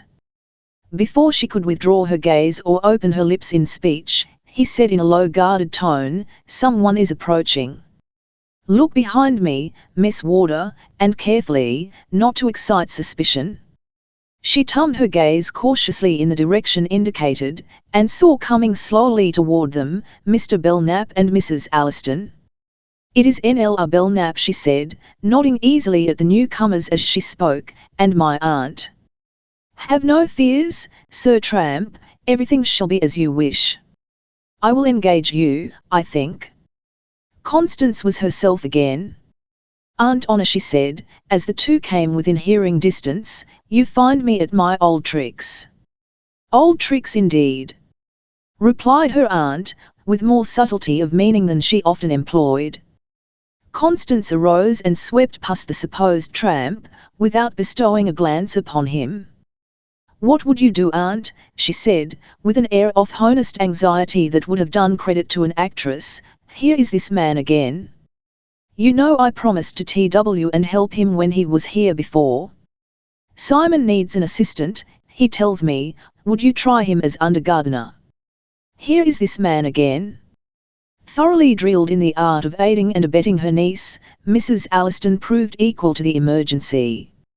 "It couldn't do any harm," she said, surveying the gentleman tramp somewhat superciliously. "He looks quite respectable, for that sort of a person." Constance stifled an inclination to laugh as she said, briskly, "Then we will try him, and I'll just take him to the kitchen, and tell cook what to do with him until Simon comes." "Now just let me do that, remonstrated Mrs. Alliston. "Mr. Belknap wishes to talk with you about the servants. Remain here, and I will attend to this person." Very well, responded Constance, indifferently, at the same time realizing the expediency of allowing the detective an instant opportunity for dropping a word of warning in the ear of her relative. Tell the cook to give him something to eat, and now Mr. Belknap, you and I may walk on. Just follow me, my man, called Mrs. Alliston, in a tone of loftiest patronage, and the newly appointed under-gardener, beaming with gratitude, passed by Miss Warder and Mr. Belknap, and followed the Ponley figure kitchen-ward with eager alacrity. Meantime, Constance, eager to engross Mr. Belknap's attention, turned toward him a smiling face, and said, "Now, Mr. Belknap, I am at your disposal for a short time. Fate seems against my obtaining the rest I came out here to seek, but your business is in my interest, and I am not ungrateful. You wish to say something about my servants?" "I'll wish to question your servants separately, Miss Warder." Constance opened her eyes in quick surprise, then she answered quietly, "To question my servants?" "Oh, certainly, Mr. Belknap. When, and where?" "This evening would suit me. I am going to look about the surrounding country during the day." "This evening then, after dinner, will that suit you?" "Admirably, say at 8:30, and having completed his arrangements in this business-like manner, Mr. Belknap asked permission to pass through the orchard, received it, and, bowing gravely, went through the wicket, and walked swiftly between the rows of apple trees straight northward. At 6 o'clock that evening, Miss Warder sent for the gardener. "Simon," she said sweetly to the cross-looking old man, "I engaged a new man today, perhaps you have seen him. I don't expect he can be very useful to you just at first, and I want you to give him light tasks, and treat him kindly. He's a very unfortunate man. If we find that we can't make him useful after a few days' trial, we will pay him a month's wages and let him go. That will help him a little." Then she sent for the new man. "I thought you might wish to hear the latest report from Mr. Belknap," she said graciously. "If I am to be your ally, I intend to keep nothing back, but I can't help fearing that he may suspect your identity." "You need not," he replied with confident ease. "He has even reason for supposing me in California at this moment. Besides, he does not know me well enough to be able to recognize me under a good disguise. Our acquaintance," he added dryly, "has been somewhat one-sided, with the advantage so far on my side. When I told you that I knew Mr. Belknap well, I did not intend to imply that he knew me equally well." "Then I will trouble myself no more about the matter," said she lightly. "N.L.R. Belknap wishes to examine the servants, that is what I wish to tell you." "Very proper in Mr. Belknap." "Oh. Is it? I thought it very absurd. My servants are honesty itself." "So much the better. Mr. Belknap knows how to go to work, Miss Warder. Pray feel no prejudice." "Oh, not at all," ironically. "Now about the report." "Be within easy call tomorrow morning, please. I think we will have it then." "Thanks. Suppose it will be best to have you present, that is, within hearing." "I will arrange that the interview will take place in the dining room, and can easily get you into the butler's room adjoining, where William sleeps." This room was arranged with a view to the overlooking of the dining room and plate closet, as you discovered for yourself. From there you can both hear and see. "So much the better." Then admiringly, he added, "Miss Warder, you are a splendid ally. You have thought of everything." She laughed, then answered with full frankness, "I am hurrying to get back into my normal condition. I have been out of balance somehow, ever since this business commenced, have been as testy as an old woman of 80. It is time I began to redeem myself. But I must not detain you. I see you begin to look uneasy. Until tomorrow, I commend you to the tender mercies of Simon and the cook." "I'll wonder how that man looks, devoid of all disguise," mused she, after he had withdrawn. "I don't believe he is tow-haired and freckled by nature. I wonder what has become of poor Sybil's letter, and if I had better ask his aid in finding it. But he is going away so soon. Now that I reflect, soberly. What motive could Dr. Heath possibly have for taking that letter? I think I must have been mad, or in hysteria. The man may be an impostor, a man of mystery, and all that, but why must I accuse him of taking a letter that could be of no possible use to him? I had worked myself into a rage. Well, it's done, I can't recall it. Dr. Heath will think me a vixen, and why not? What is Dr. Heath's opinion to me? What, indeed, Chapter 9. Deductions of Detective Number 2. The fates seemed propitious on Monday morning. The day dawned fair and balmy, and Constance arose, feeling refreshed and like her own serene self once more. The events of the 2 previous days no longer seemed to her imagination a chaotic disturbing mass of tribulations. They had arranged themselves in their proper order, been reviewed sensibly, and assigned their rightful places, as things to be overcome, or overlooked, as the case might be. Mrs. Alliston, too, at once discreet and talkative, was in fine spirits, and the 2, having ascertained the precise time when Private Detective Belknap might be expected to make his report, had breakfasted comfortably, stowed away Mr. Bathurst, according to previous arrangement, and were now calmly awaiting the coming man. They had not long to wait. Mr. Belknap, ushered in by Nellie, found the ladies seated near the breakfast tray, as if just about completing a repast, which had in reality been finished some time before. "Good morning, ladies," said he, laying down his hat, and at once drawing a chair to the table, with the air of a man whose time is money. "Having completed my investigations here, that is, in this immediate neighbourhood, I am prepared with my written report, which I submit to you, Miss Warder. Will you please read it, and then give me her instructions?" and he proffered her a neatly folded paper, of goodly proportions. Constance glanced at it dubiously, but did not take it from his hand. "Please read it, Mr. Belknap," she said, appealingly. "I am sure I shall comprehend it better, and my aunt shares my anxiety to hear and understand its contents." "As you please," assented he, opening the manuscript. "I have made it as brief as possible. Of course, it was necessary to be statistical." The report began with the usual form, day and date, circumstances under which his services were retained, etc., a statement of the case as it was made to him. Then came the following: "Arrived in W. early on Sunday morning, walking from the first station northward.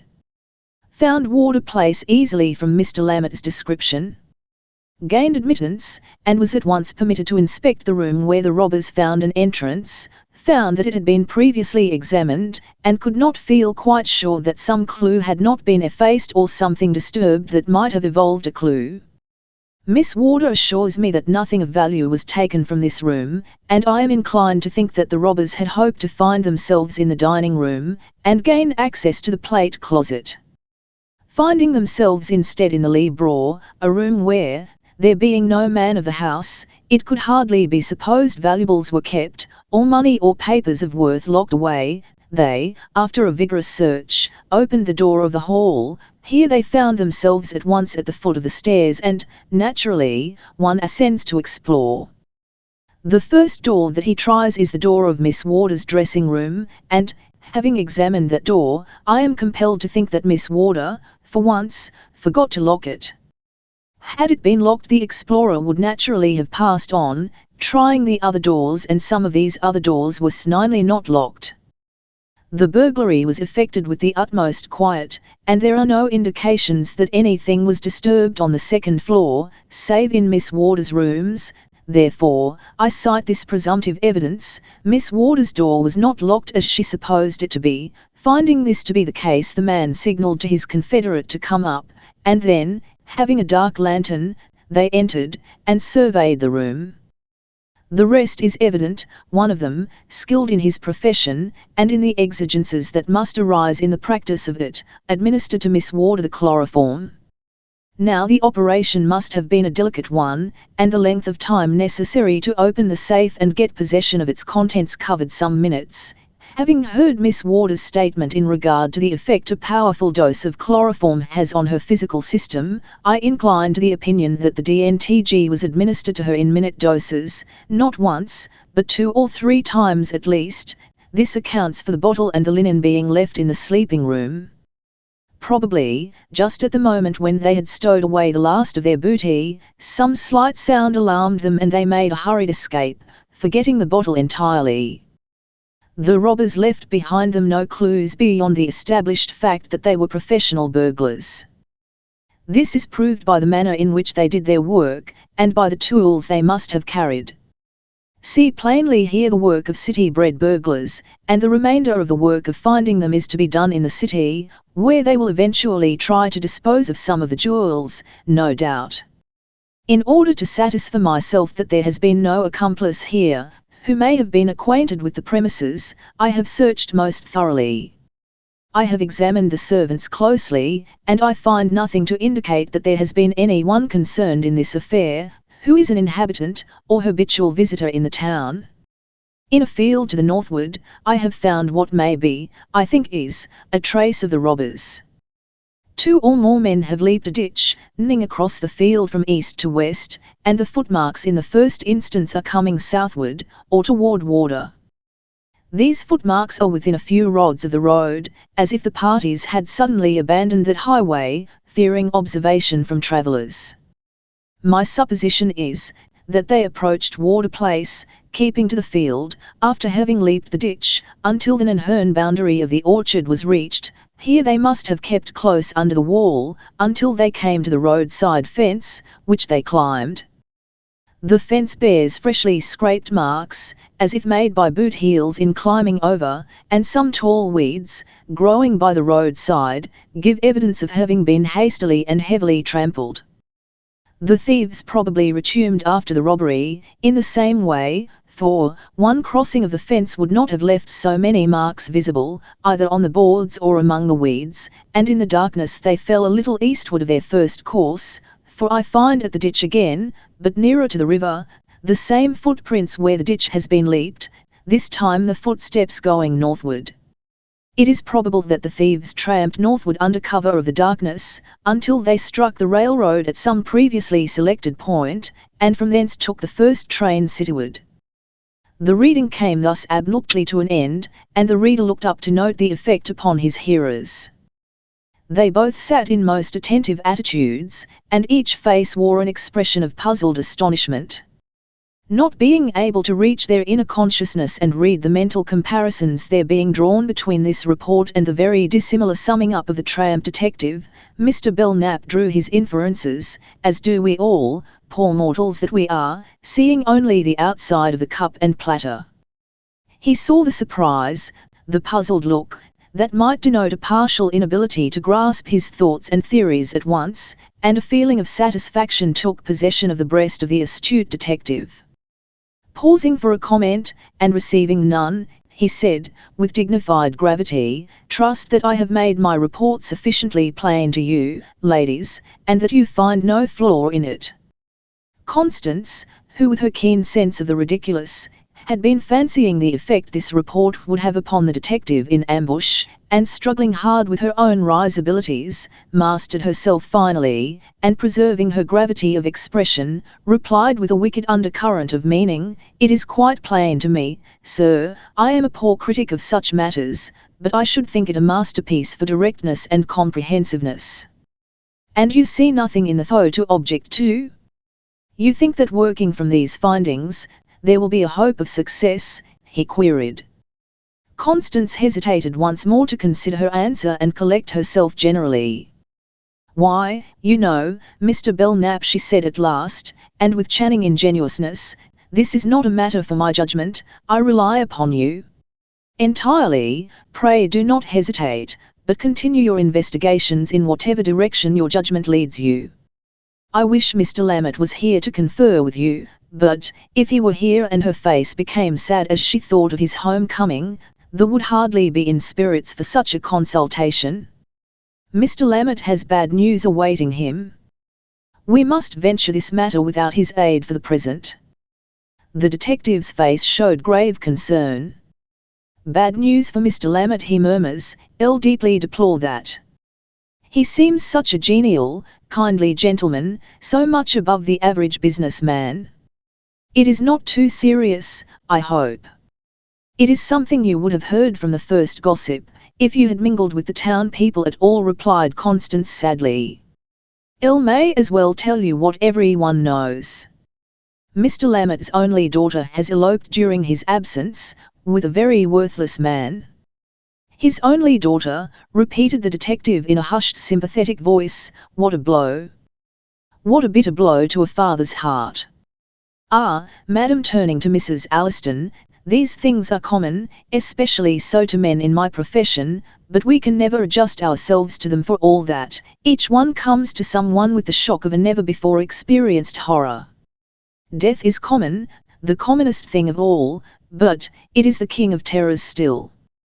His voice, low, splendidly modulated, sadly cadenced, seemed thrilling with sympathy, and he sighed as he lowered his eyes to the floor, and relapsed into meditation, seemingly forgetful of the business in hand. Suddenly he started, seeming to recover himself with an effort. Pardon my abstraction, he said, a shade of pensiveness still lingering in his voice.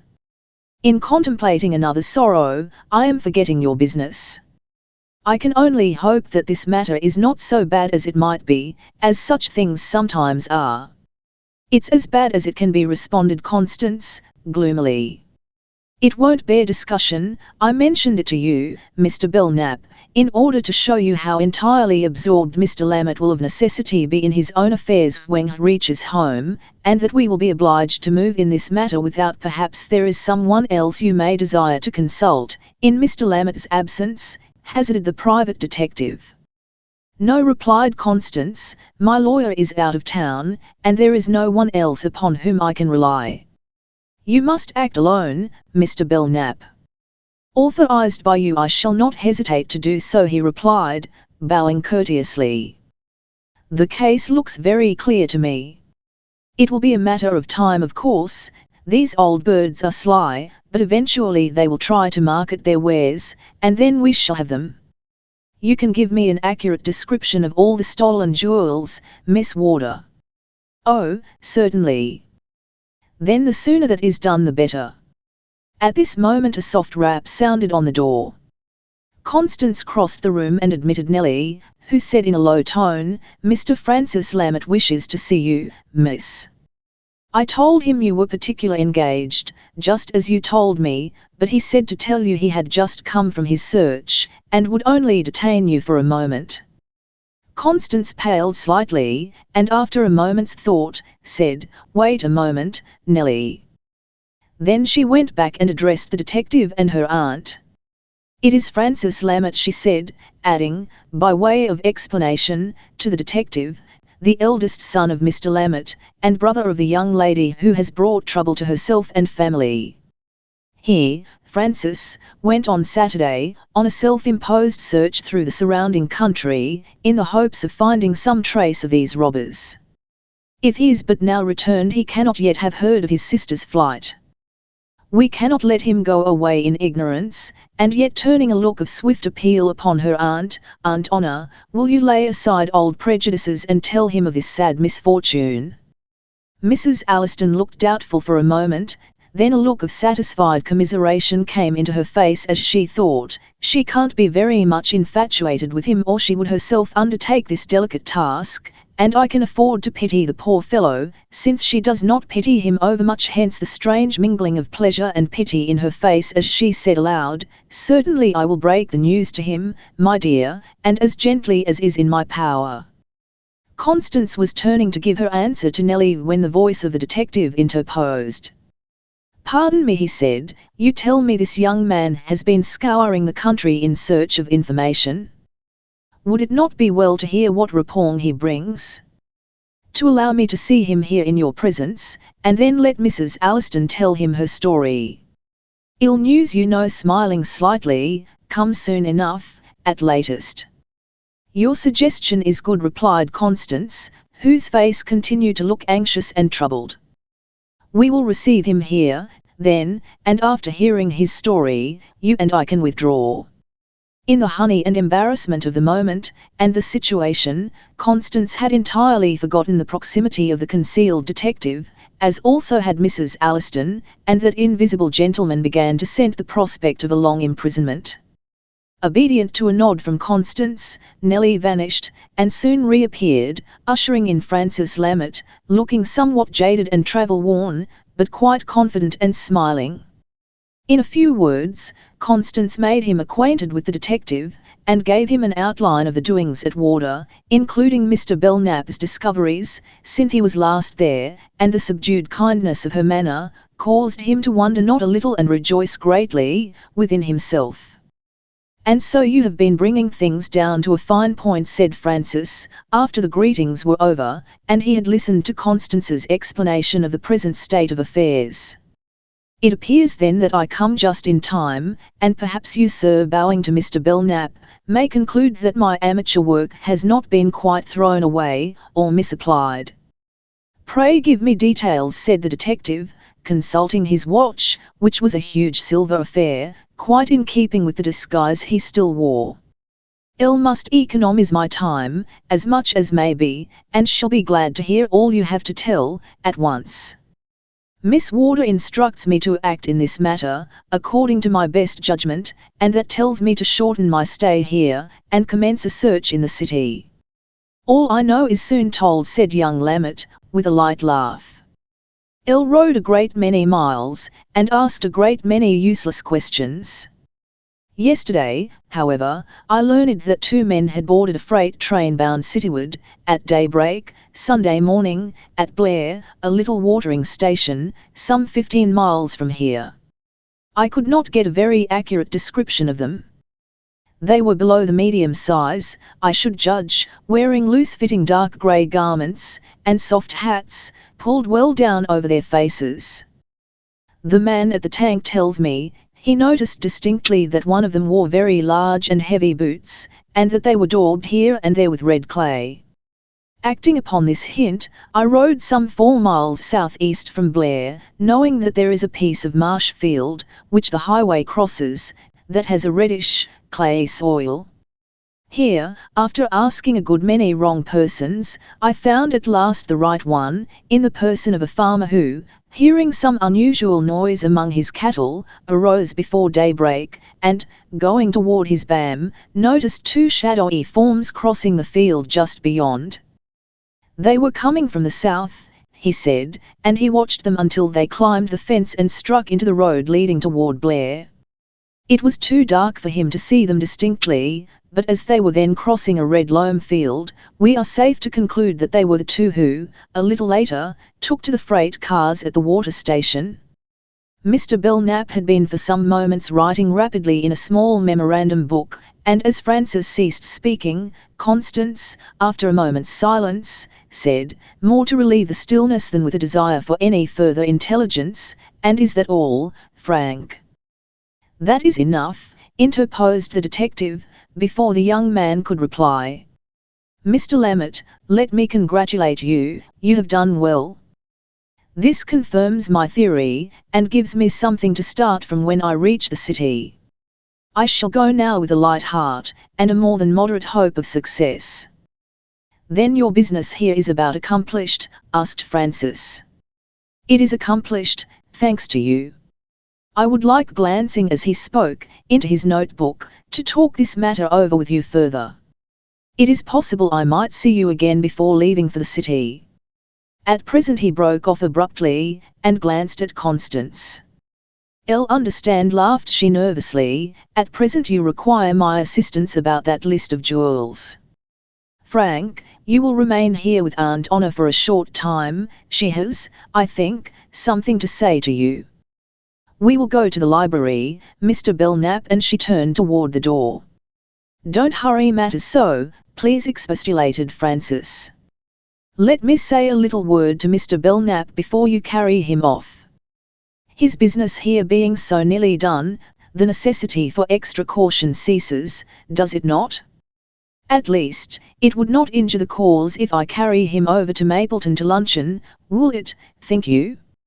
You won't leave for the city before night, Mr. Belknap, I hope?" You are very good, said the detective, with some hesitation. But, if you please, we will renew this subject a little later. Now, just excuse me. And before the bewildered young man could raise his voice to intercept them, Constance and Mr. Belknap had passed from the room, and he found himself alone with Mrs. Alliston. Turning toward that lady, he was surprised at the look of intent pity she was bending on him, and, remembering the words of Constance, he came close beside her, saying, "You had something to say to me, madam." "Yes, Frank," he almost started upon hearing his name falling so gently from her lips. She was not used to familiarity in addressing him. "Prepare yourself to receive a shock, a terrible shock." A look of uneasiness, but not of alarm, came over his countenance. "What is it?" he asked hastily. "Has Evan done something worse than usual?" "Not to my knowledge." "It is not Evan." "Not Evan, what then? Tell me, Mrs. Alliston," his face becoming paler and paler. "Frank, your sister has eloped." He fell into the nearest chair, white and limp. "Go on," he whispered hoarsely, lifting a haggard face towards her. "Tell me the worst, Mrs. Alliston." "She has eloped with John Burrill," went on Mrs. Alliston, a shade of coldness in her voice. "They ran away on Saturday afternoon." His head dropped forward and fell upon the table before him. Thus for a moment he remained motionless, then his voice broke the stillness, sounding faint and hollow. "Is that all you can tell me?" "All?" "Yes," exclaimed Mrs. Alliston in a burst of nervousness. "I wish I had not told you so much." "Frank, don't take it so hard." He lifted his head, showing her a ghastly face and pale trembling lips. "Did Constance see Sybil? Does she know?" He broke off abruptly and, half rising from his chair, stretched out to her an imploring hand. "Mrs. Alliston," he said hoarsely, "I must see Constance. I must. For God's sake send her to me, just for one moment." "But," began Mrs. Alliston. "I tell you I must see her," he cried, with sudden fierceness. "I shall go to her if there is no other way." Great drops of sweat stood out on his forehead. Once more he looked as he had 2 days before, when he stood alone under the trees of Warder Place, at his parting with Constance. Seeing that look upon his face, Mrs. Alliston went slowly towards the door. "Will send Constance to you," she said gently, and went out, closing the door softly. When he was alone, the look upon Francis Lammert's face became fierce and set. Springing to his feet, he paced the floor like a madman. "That letter," he hissed, "that accursed letter, what has it told? I must know. I must know the worst. Blind fool that I was to let my own hand bring this about. Oh! This is horrible. Am I lost, or I?" Suddenly he seemed to recollect himself, and dropping into a chair he buried his passion-distorted face in his arms and so awaited the coming of Constance. He had not long to wait. Soon his listening ear caught the gentle opening and closing of the door, and then he felt a light hand upon his arm, and a sweet pitying voice said, "Poor Frank, poor boy, don't let this overcome you so. Poor Frank, don't let this overcome you." One hand reached up and clasped the soft hand that rested on his arm, but he did not lift his head, as he said brokenly, "Tell me the worst, Constance." "Why, Frank? The worst is told." But his hand tightened its clasp. "You know more than she has told me." "No, Frank, nothing more." He lifted his pale face again. "Constance, that letter." She started and flushed. "What letter, Frank?" You know, his eyes scanning her face hungrily. "Her letter. The one I brought you 2 days ago." "What was it?" She drew away her hand. "It was a note of farewell, Frank. Nothing more." "Then she told you," he gasped, caught his lips between his teeth, and waited for her to finish the sentence. "She told me nothing, Frank." "Oh, I wish she had." He sprang up. overturning his chair in his hasty excitement. "Nothing," he cried. "She told you nothing?" "Absolutely nothing." The letter was an enigma. "How strangely you act, Frank. I can't understand you." Slowly the life colour returned to his cheeks and lips, as he answered, or stammered, "Pardon me, Constance. I thought, I feared, I hoped there might be some explanation. I thought she must have given you some reason for so horrible a step.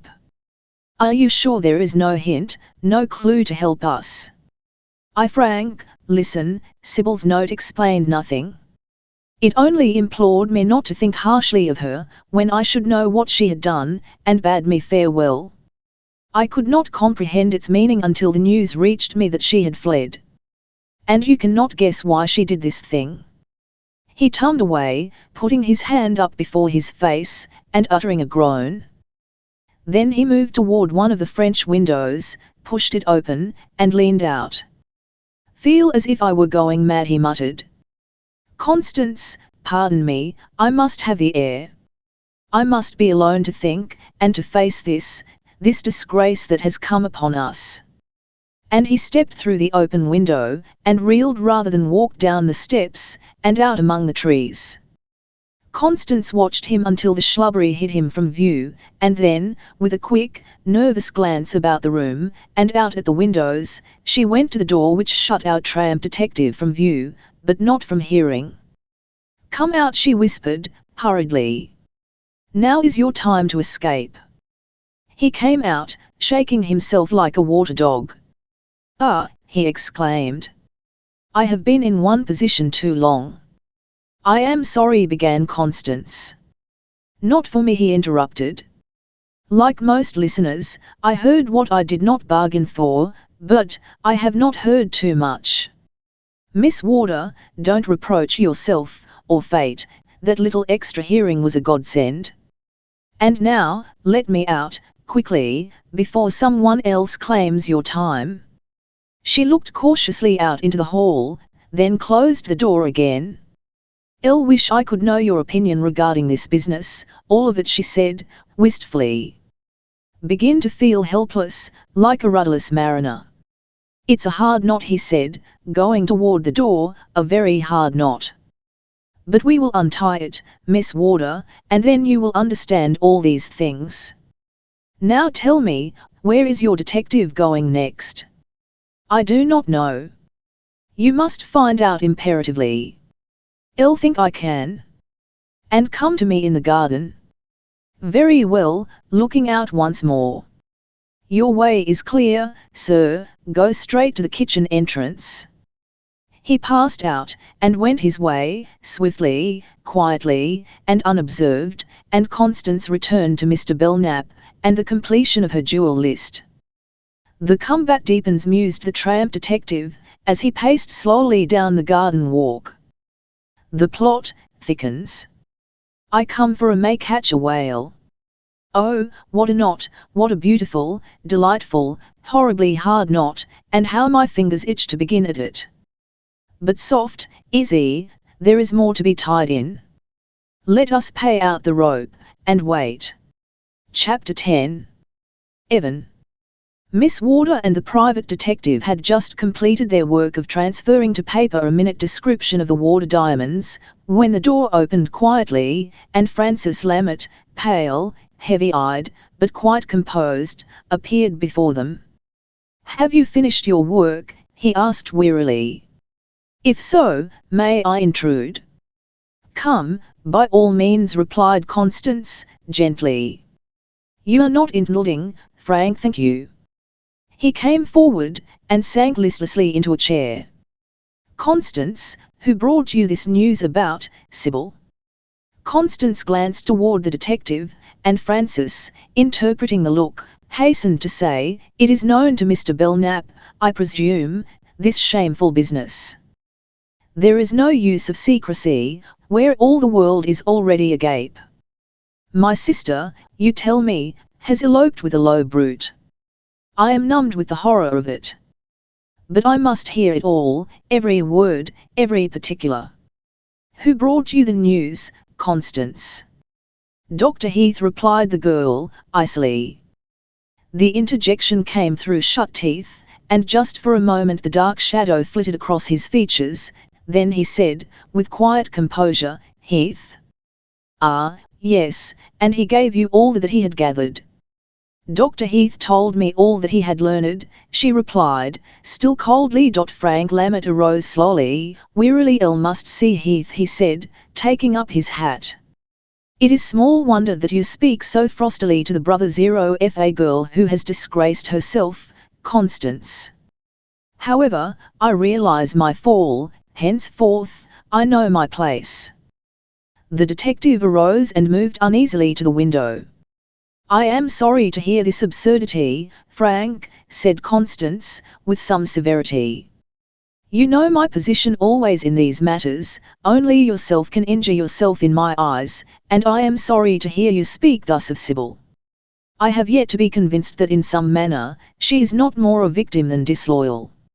I have not condemned her, why should you, her brother?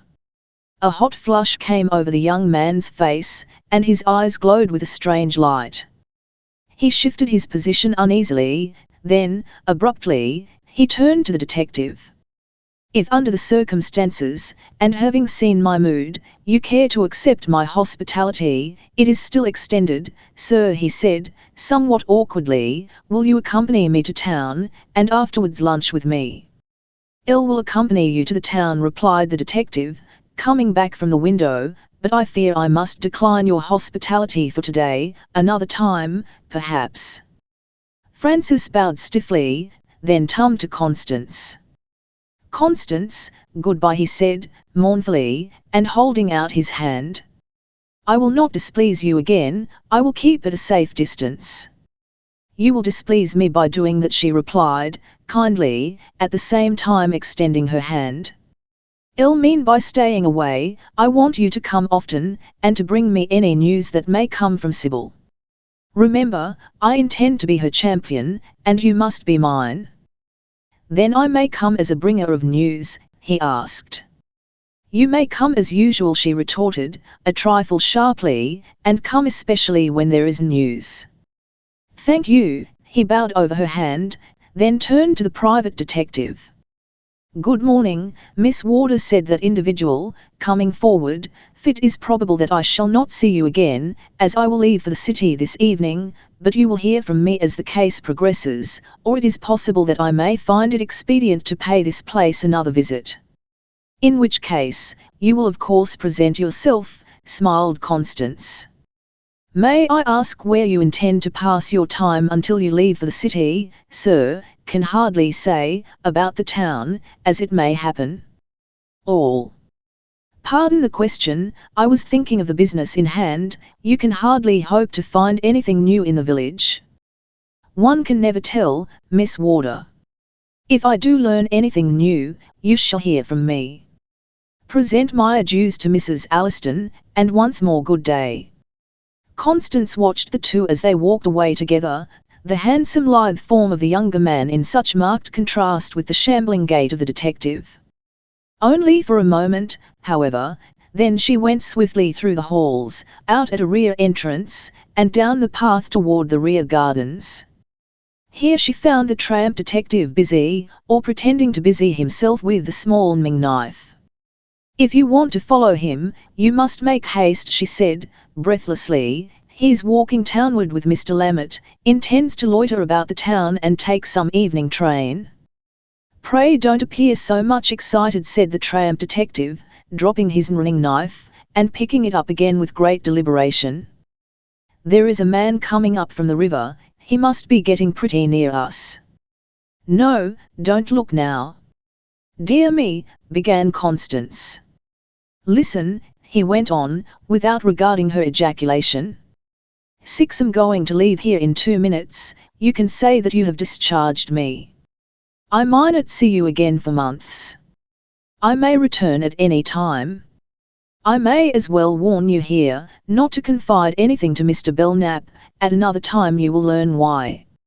Another thing, it is just possible that you may need my services at some future time. I was about to give you an address that will reach me at any time, But we may be observed by that fellow who is coming. I will send you by mail a card containing the address. Pray call upon me if you need my aid. I hope Belknap will find your robbers, but you were wise not to tell him that you had saved your diamonds. Keep your counsel on that subject always, Miss Warder, it will save you trouble. And now you had better move on. I intend to follow and overtake your two depanning guests. He turned carelessly away as he spoke, and Constance, after a pretence of examining the shrubbery, faced about and walked a few paces down the path, then lifting her eyes carelessly, they fell upon the intruder. Uttering a low ejaculation of surprise, she hastened toward him. "Evan! Why, Evan," she cried, anxiously. "You look ghostly, and you must be in trouble." "Why, Evan, you look ghostly." "Or I would not be here," said Evan Lamont, bitterly. "Evan, the ne'er-do-well, does not seek his friends when the sun shines. Connie. Don't go in," laying one hand upon her arm, as she was about to turn toward the house. I came to talk with you." "But you will come in, Evan." "No, I should fall out with your old cat, I beg pardon, Con, I mean your old aunt, directly. Aunt Honor shut herself in her own room an hour ago, child, she has been worn out with too much excitement.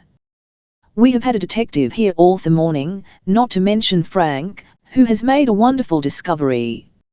"Dare say," muttered the young fellow, dryly, "Frank will make another wonderful discovery soon." Connie clutching at her arm again, "Have you heard?" "Have I heard what, Evan?" "About Sybil, my sister." His voice broke, ending in a sob. "Yes, Evan," she replied, very gently, "I have heard." It was noticeable, the difference between her treatment of this younger brother of Sybil Lamont and the one who had just gone. With Francis she had preserved, even while her heart was full of sympathy and pity for his trouble, a snine dignity even in her kindness, an arm's-length repellent stateliness, that galled and tormented the ardent, impulsive, and too eager young man. With Evan she was all pity, all sympathy, full of familiar sisterly kindness and patience. Women are strange creatures. We may be as handsome as the Apollo, and they will steel their hearts against us. If we would have the confidence, the caresses, the tenderest love of a pitying woman, we must be mentally, or morally, or physically maimed, or halt, or blind. Evan Lamont was one of the world's unfortunates, and the pitying heart of the fair heiress had no scorn for such as he. A black sheep, so they called Evan Lamont, not yet of age, with a slender physique, a pale, handsome face, handsome in spite of his dissipations. He seemed possessed of an evil spirit, that cried incessantly, "Drink, drink, drink." Every means had been tried to win him from his dissipation, tears, entreaties, threats, bribes, were alike unavailing. In spite of himself, against himself, Evan Lamont seemed driven downward by a relentless, unseen enemy. Reckless, worthless, hopeless. These were the adjectives commonly coupled with his name, and yet his sister had deemed him worth her loving, his mother had deemed him worth her tears, and Constance Warder had deemed him won her pitying kindness.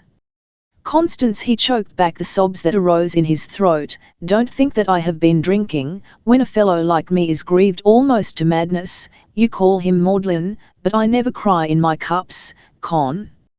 And I have been perfectly sober since Saturday night, or if you like, yesterday morning. I drank hard all that day after they told me, Con, but not one drop since, not one. Con, tell me, what have you heard?" "About all that is known, I think, Evan." "Oh. Evan, do you know, can you guess why she has done this terrible thing? Come down this walk, Evan, let us sit under that tree, on that bench." She moved toward the spot indicated, he following mechanically, and seating himself beside her, in obedience to her gesture. "Do I know the reason?" he repeated. "Do I guess it? Oh, if I could guess it, it has haunted me even moment, that strong desire to know what drove my sister to this fate? It is the question I came here to ask. Con, help me to think. She must have said something, must have given you some hint. Alas! But she never did. And you cannot guess, you have no clue to help us unravel this mystery. Constance shook her head. Con, oh, Con, you don't think, you can't think that she loved that beast. No, Evan, I can't think that. Then excitedly, you must think as I do, that there is a mystery, that there has been foul play. Con, I don't care for anything on earth, except Sybil. I must know what has driven her to this, I must help her, I can help her, I can take her from that brute. His face was livid, and his eyes glowed with the fierce light that we have seen in the eyes of his elder brother.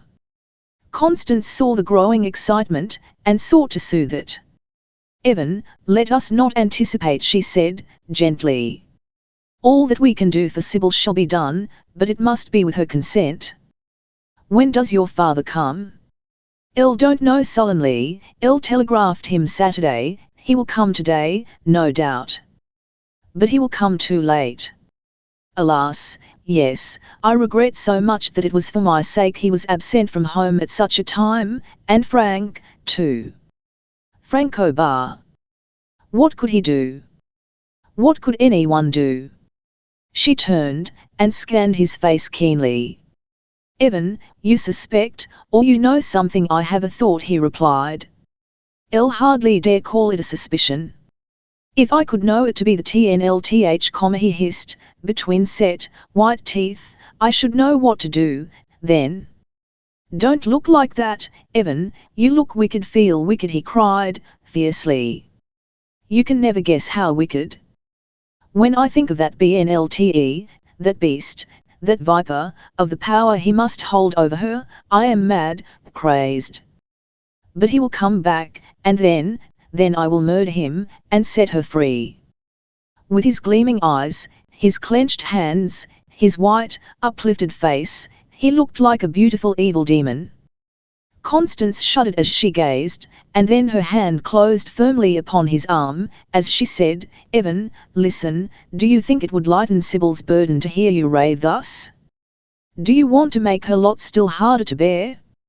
Sybil loves you. Would it make her heart lighter to have you embroil yourself for her sake? You know your faults.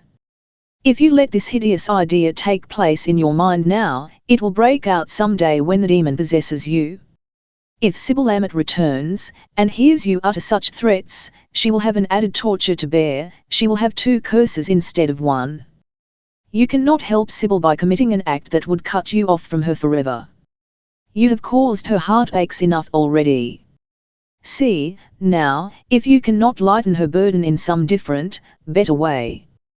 But all this is superfluous, perhaps. I wonder if Sybil will come back, at all. Lower and lower sank his head, as he listened, and then something that she had said seemed to chain and hold his thoughts. Slowly the evil light faded from his eyes, and into his face crept a strange, fixed look. Forgetful of time, or of his companion's presence, his thoughts followed this new course, his hands clenching and unclenching themselves, his teeth burying themselves from time to time in his thin underlip. So long he sat thus, that Constance herself, from watching and wondering at his strange mood, wandered off into a sad reverie, the subject of which she could hardly have told, it was such a vague mixture of Sybil's sorrows and her own unrest. After a time he stiffed as if arousing himself with difficulty from a nightmare, and Constance, recalled to herself, in turn, looked up to encounter his gaze, and to be astonished at the new, purposeful self-restraint upon his face, and the inscrutable intentness of his eye. Con, he said slowly, even his voice seeming to have gained a new strange undertone, Con, you are an angel. You have set me on my feet. On your feet, Evan. Yes, on my feet, mentally at least. I don't suppose anyone could set me permanently on my physical, real pins. Beg pardon for the slang, Connie, I don't forget how you and Sybil used to lecture me for that, and my other vices. Poor sis, she had given up the drink talks latterly, given me over as hopeless, and so I am. Con, I have made a new resolve. Constance smiled faintly. Oh, you smile. You think I am going to swear off again? No, Con, that's of no use, I should know myself for a liar all the time. I shall never quit liquor, I can't, and I tell you, he whispered this fiercely, they know that I can't, and they know why I can't. Oh. You need not recoil, we are not the first family that has inherited a taint, and I am the one unfortunate in whom the taint has broken forth. Let me tell you a secret, since my first potation, my mother has never once remonstrated with me, never once upbraided, my proud, high-tempered mother. She knows the folly of trying to reclaim the irreclaimable. But lowering his voice, sadly, my mother never loved me. She shuddered at the tone, knowing that this last statement, at least, was all too TME, and, to direct his thoughts from so painful and delicate a subject, said, and your resolve then, Evan, resolve, his mouth settling into hard lines once more. Oh, that. Well, it is a resolve you put into my head, Con. Although I'll swear the thought was never in your mind. I have resolved to act upon your advice, to curb my heathenish temper, and to help Sybil, when the right time comes, in the right way. She looked at him fixedly. Evan, are you sure this last state of your mind is not worse than the first? He laughed, ironically. How hard it is to make you believe that any good exists in me. Oh, not that, Evan, but you look so strange, not so wild as before, but, I just as wicked. Well, yes. Well, Con, you can't expect a fellow to feel pious all in an instant, mine is a pious resolve, and the proper feeling must follow. Isn't that about how they preach it? That's about how they preach it, sir. Now listen, I don't intend to stir one step, or allow you to stir, until you have explained some of our dark sayings. You are going to tell me what this new resolve is. Evan glanced at her from under his long lashes, and seemed to hesitate. He knew that Constance, in what he had sometimes termed her imperative mood, was a difficult element to contend with. But he was not quite prepared to divulge just the precise thoughts that were in his mind. Con, he said, slowly, do you think, if me sister came back very penitent, or miserable, that my father would take her home? I don't know, Evan. Well, that's another of the things that brought me to you. I was overwhelmed with misery, and my head was chaos. I was wild to wreak vengeance upon that man, and filled with dread at the thought that Sybil might come back and meet with no welcome. I believe she will come. I know that man would not miss the triumph of bringing her back among us. Now, Con, my father thinks you infallible, and you can do anything with Frank. I want you to see them, and make them take Sybil home, when she comes. Yes, and John Burrell, too, if she will have him. Why, Evan?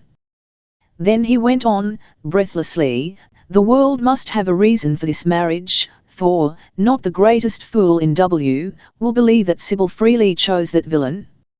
Do you pave the way for Sybil's ritum, I will find a reason for the marriage, a bone to dire out to the dogs. For, I tell you, Con, the TNLE reason will never be told. Thinking of Sybil's letter, Constance could but agree with him in this, and that letter, too, had caused her to think that Sybil had expected, or hoped, or feared, a return to which, she could only guess. You will furnish a reason, Evan? You are misdiffering me. Never mind that. I, Evan Lammet, worthless, black sheep, sot, I will find a reason, I tell you, one that will not be questioned, and that will spare Sybil. And what then? Then, aided by you, Sybil can come back to us. Aided by my new strong resolve, I will receive that Burrell, it nearly chokes me to speak his name, just as Sybil shall dictate, and then, aided by the old man's money, we may be able to buy him off and get him out of the country. Why, Evan Lamont, cried Constance, with a burst of hopefulness, you have actually evolved a practical scheme. I begin to feel less hopeless. Oh, I have a brain or two left, when a firm hand, like yours, shakes me up, sets me straight, and gets me in running order. Will you help, Con? Will I help?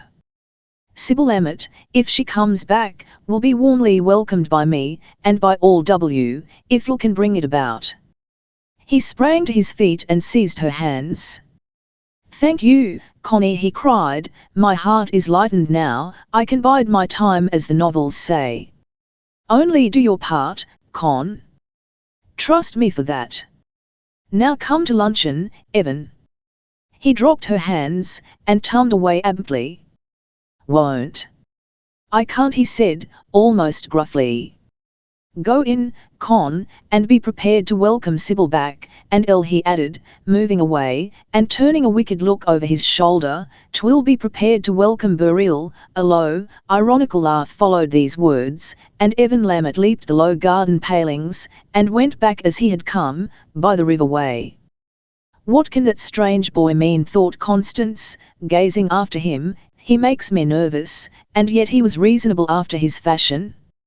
Poor Evan, he is indeed unfortunate, here he has been breaking his heart over Sybil, and before night he may be singing in some saloon, in a state of mad intoxication. Altogether, they are a very uncomfortable pair to entertain in one half day, Frank and Evan Lamont. Chapter 11. The End of the Beginning. Dr. Clifford Heath sat alone in his office at 11:30. His horse, all saddled and bridled, stood below in the street, awaiting him. On a small stand, near the door, lay his hat, riding whip, gloves. On the desk beside him, lay a small pyramid of letters and papers, and these he was opening, and scanning in a careless, leisurely fashion, with his chair tilted back, his heels on high, his entire person very much at ease.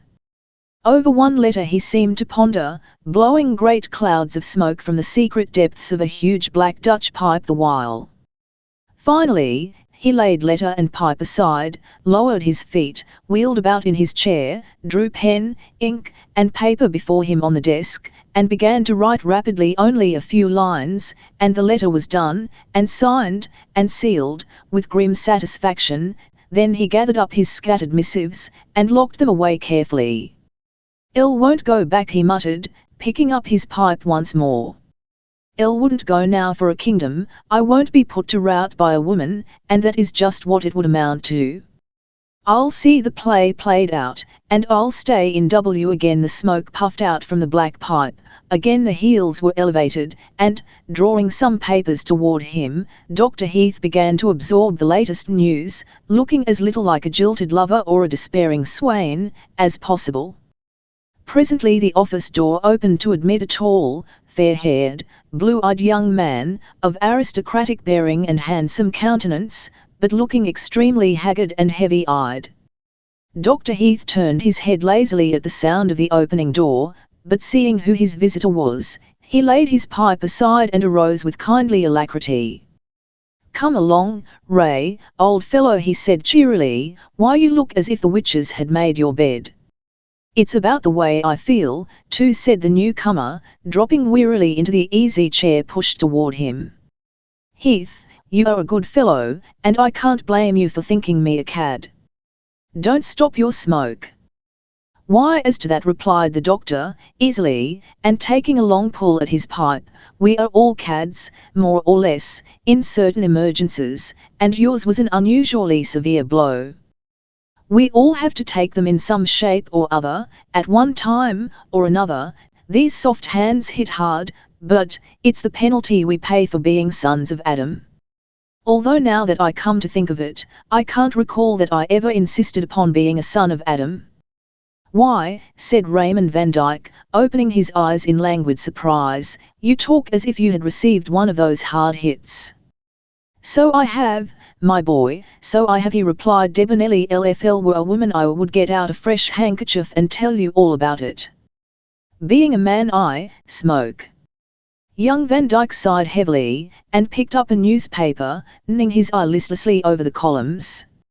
Here was another upon whom the flight of Sybil Lammett had fallen a heavy blow. He had loved Sybil since they were boy and girl, and lately for a few short months they had been betrothed. Then Sybil had asked to be released, and in such a manner that it left him no room for remonstrance. The engagement had been broken, but the young man had not quite abandoned hope.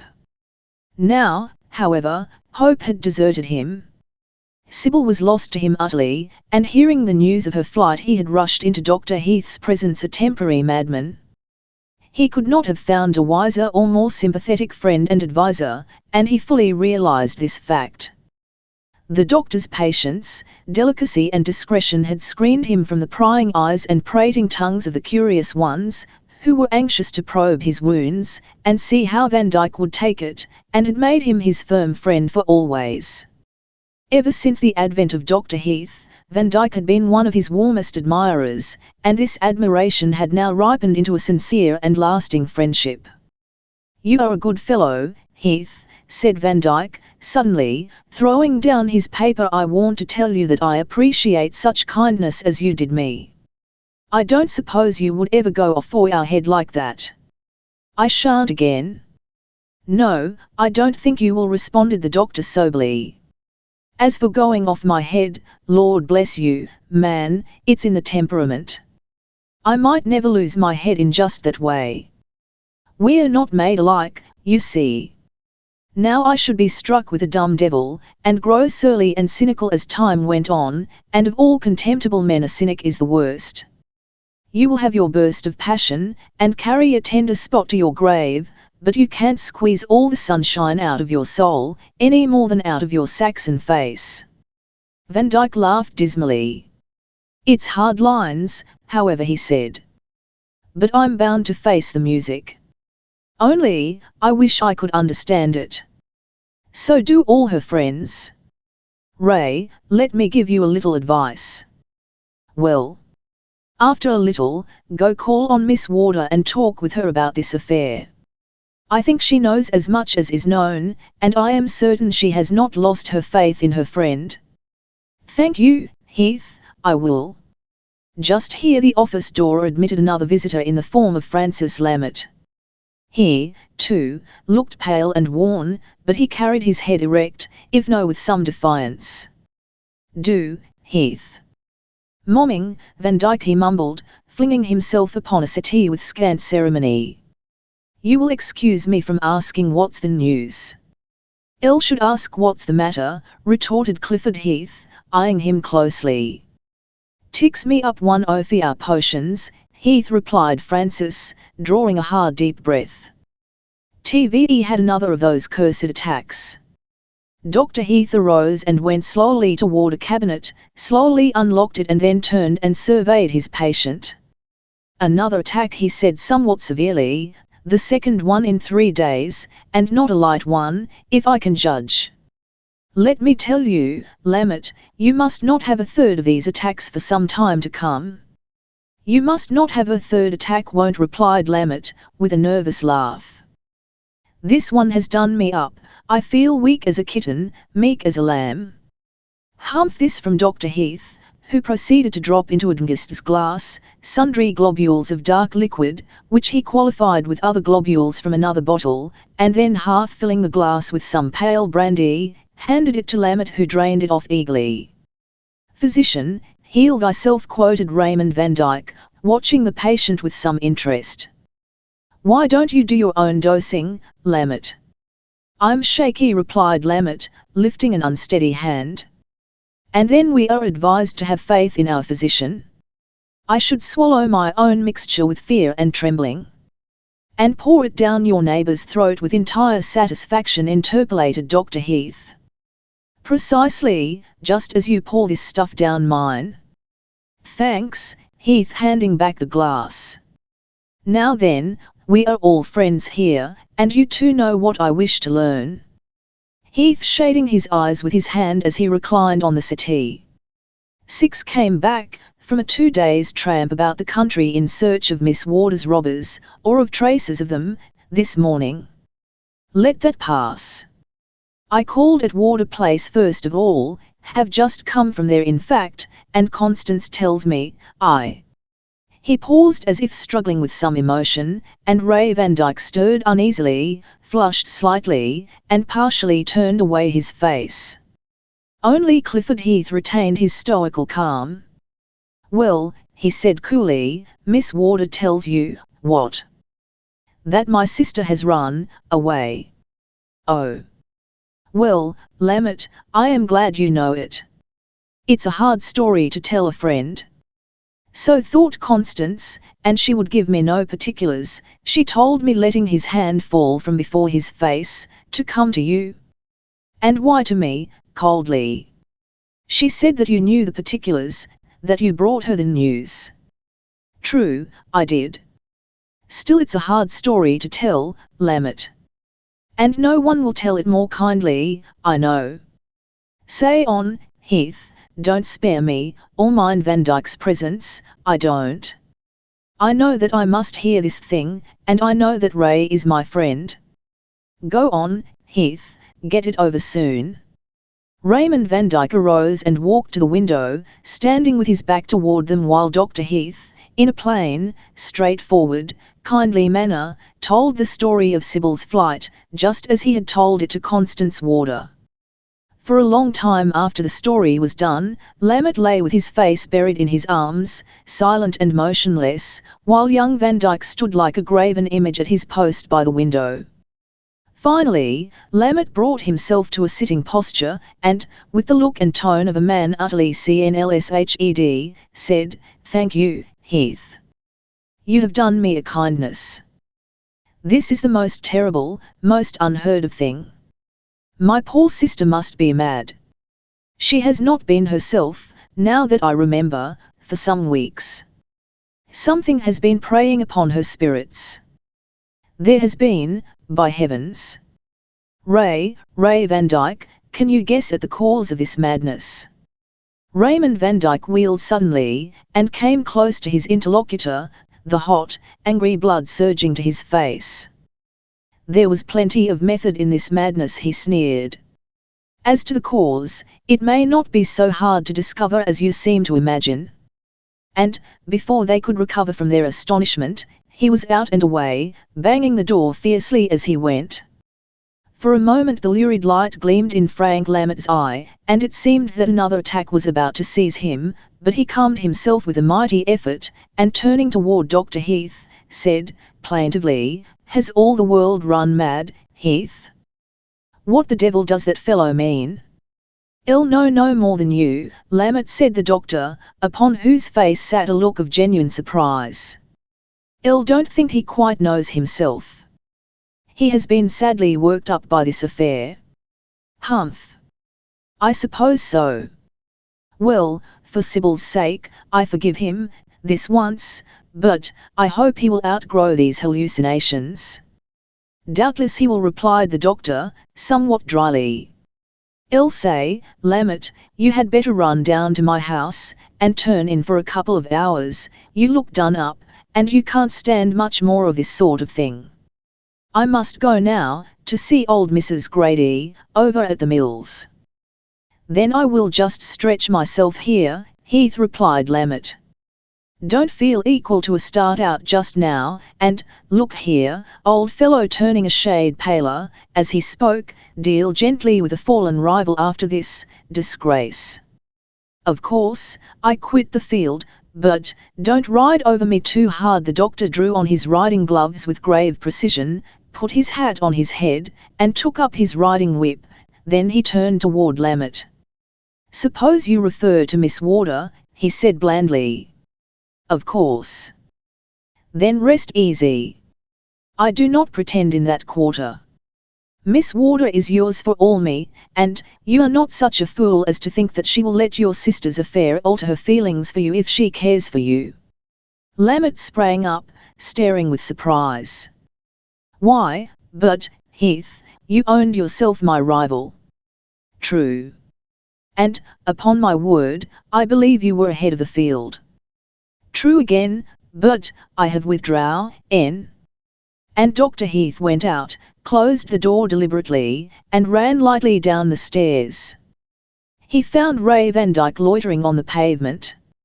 "Knew you would be down presently," said Van Dyke, anxiously. "Want to say, Heath, don't notice what I said to that cad. He maddened me. Above all, don't think that one word I uttered was intended to reflect upon her." "He has withdrawn," muttered Francis Lammett, settling himself back as comfortably as possible, and clasping his hands behind his head. "And he means what he says. Something has happened in my absence. I can't understand it, but it's so much the better for me. Chapter 12. The beginning of the end. Saturday, Sunday, Monday, 3 days, 3 nights. The events chronicled in the foregoing chapters crowded themselves into the space of 3 days. But these were exceptional days. Life does not move on thus, especially in the usually staid and well-regulated town of W. Men and women are not qualified to run a long, high-pressure race. Action, and then, reaction. Reaction from every emotion, every sorrow, every joy. God help us. We weep for days, but not for years. We suffer, but here and there comes a respite from our pain. We live in a delirium of joy for a brief space, and vegetate in dullness, in apathy, in hardness of heart, in indifference, or in despair, according to our various natures, for the rest of our natural lives. So let it be. It is the lot common to all. No man can hide from it, but it will find him out, nor run from it, but it overtaketh him. After the robbery, after the flight, after the coming and departure of the 2 detectives, dullness settled down upon our friends in W. It is needless to chronicle the effect of the news of their daughter's flight upon Mr. and Mrs. Lammett. That is a thing we can all understand. We can picture it for ourselves. Mrs. Lammett shut herself up in her chamber, and refused to be comforted by family or friends. Mr. Lammett, bitterly grieved, terribly shocked, did all that a father could do, which was in effect, nothing. One day, the mail brought them a copy of the marriage certificate of Sybil Lammett and John Burrill, but that was all. Where the fugitives had gone, could not be discovered. Francis Lammett went about as usual, with a little more of haughtiness, a little more reserve, and just a tinge of melancholy in his manner. He took Constance at her word, and came and went very much as of old, but was so watchful over himself, so subdued, and, as she thought, improved in manner, that she declared confidentially to her aunt that he had become really quite a comfortable person to have in one's parlour. She ceased snubbing him altogether, and received him with the frank graciousness that used to charm Dr. Heath, assuring herself, often, that trouble was improving poor Frank Evan Lammett was Evan Lammett still. Now drunk, now sober, a little more furious and ready to quarrel than usual, when in his cups, a little more taciturn and inclined to solitude in his sober moments. Dr. Heath went about among his patients, wearing his usual cheery smile, speaking the usual comforting word, smoking, philosophizing, rallying his friends, satirizing his enemies, genial, independent, inscrutable as ever. He never called at Wardour Place, of course. He never sought an opportunity for meeting or seeing Constance, and he never avoided her altogether. His conduct, from a romantic standpoint, was very reprehensible. And Constance, perhaps of them all, these 3 days had effected the greatest change in her, as any chain of startling or strange events must, in a measure, change the current of thought and feeling in a life that has hitherto floated under a roseate cloud, on a sea without a ripple. She had been rocked by storm waves, had seen a bark shipwrecked close beside her, had even encountered mutiny in her own craft. When the lull came, and she drifted quietly, she found herself forever face to face with the facts that sorrow and trouble were abroad in the land, that crime existed outside of the newspapers, that henac and self-dissatisfaction were possibilities, and that even a queen absolute might come under the shadow of each and all. Not that Constance had never been aware of all these things, but we never can realize what we have never experienced. We look sadly sympathetic, and murmur poor things when we see some mourner weeping over a dead loved one, but we never comprehend the sorrow until we bury our own dead.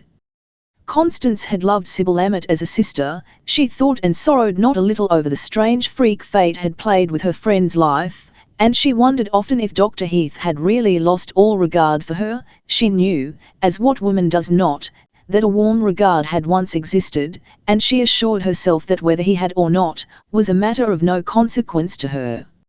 She had not the slightest interest in Dr. Heath, so she told Mrs. Alliston, and, like him, she never sought nor avoided a meeting. It is singular, however, that a man who possessed for her not the slightest interest should so often present himself to her thoughts, and certain it is that at this period of our stow her mind had a most provoking habit of ilning away from a variety of subjects straight to Clifford Heath, M.D. But women at best are strange creatures, and subject to singular phenomena. Mrs. Alliston just here experienced some dissatisfaction. Clifford Heath was with her favourite, Francis Lammett was her pet hatred.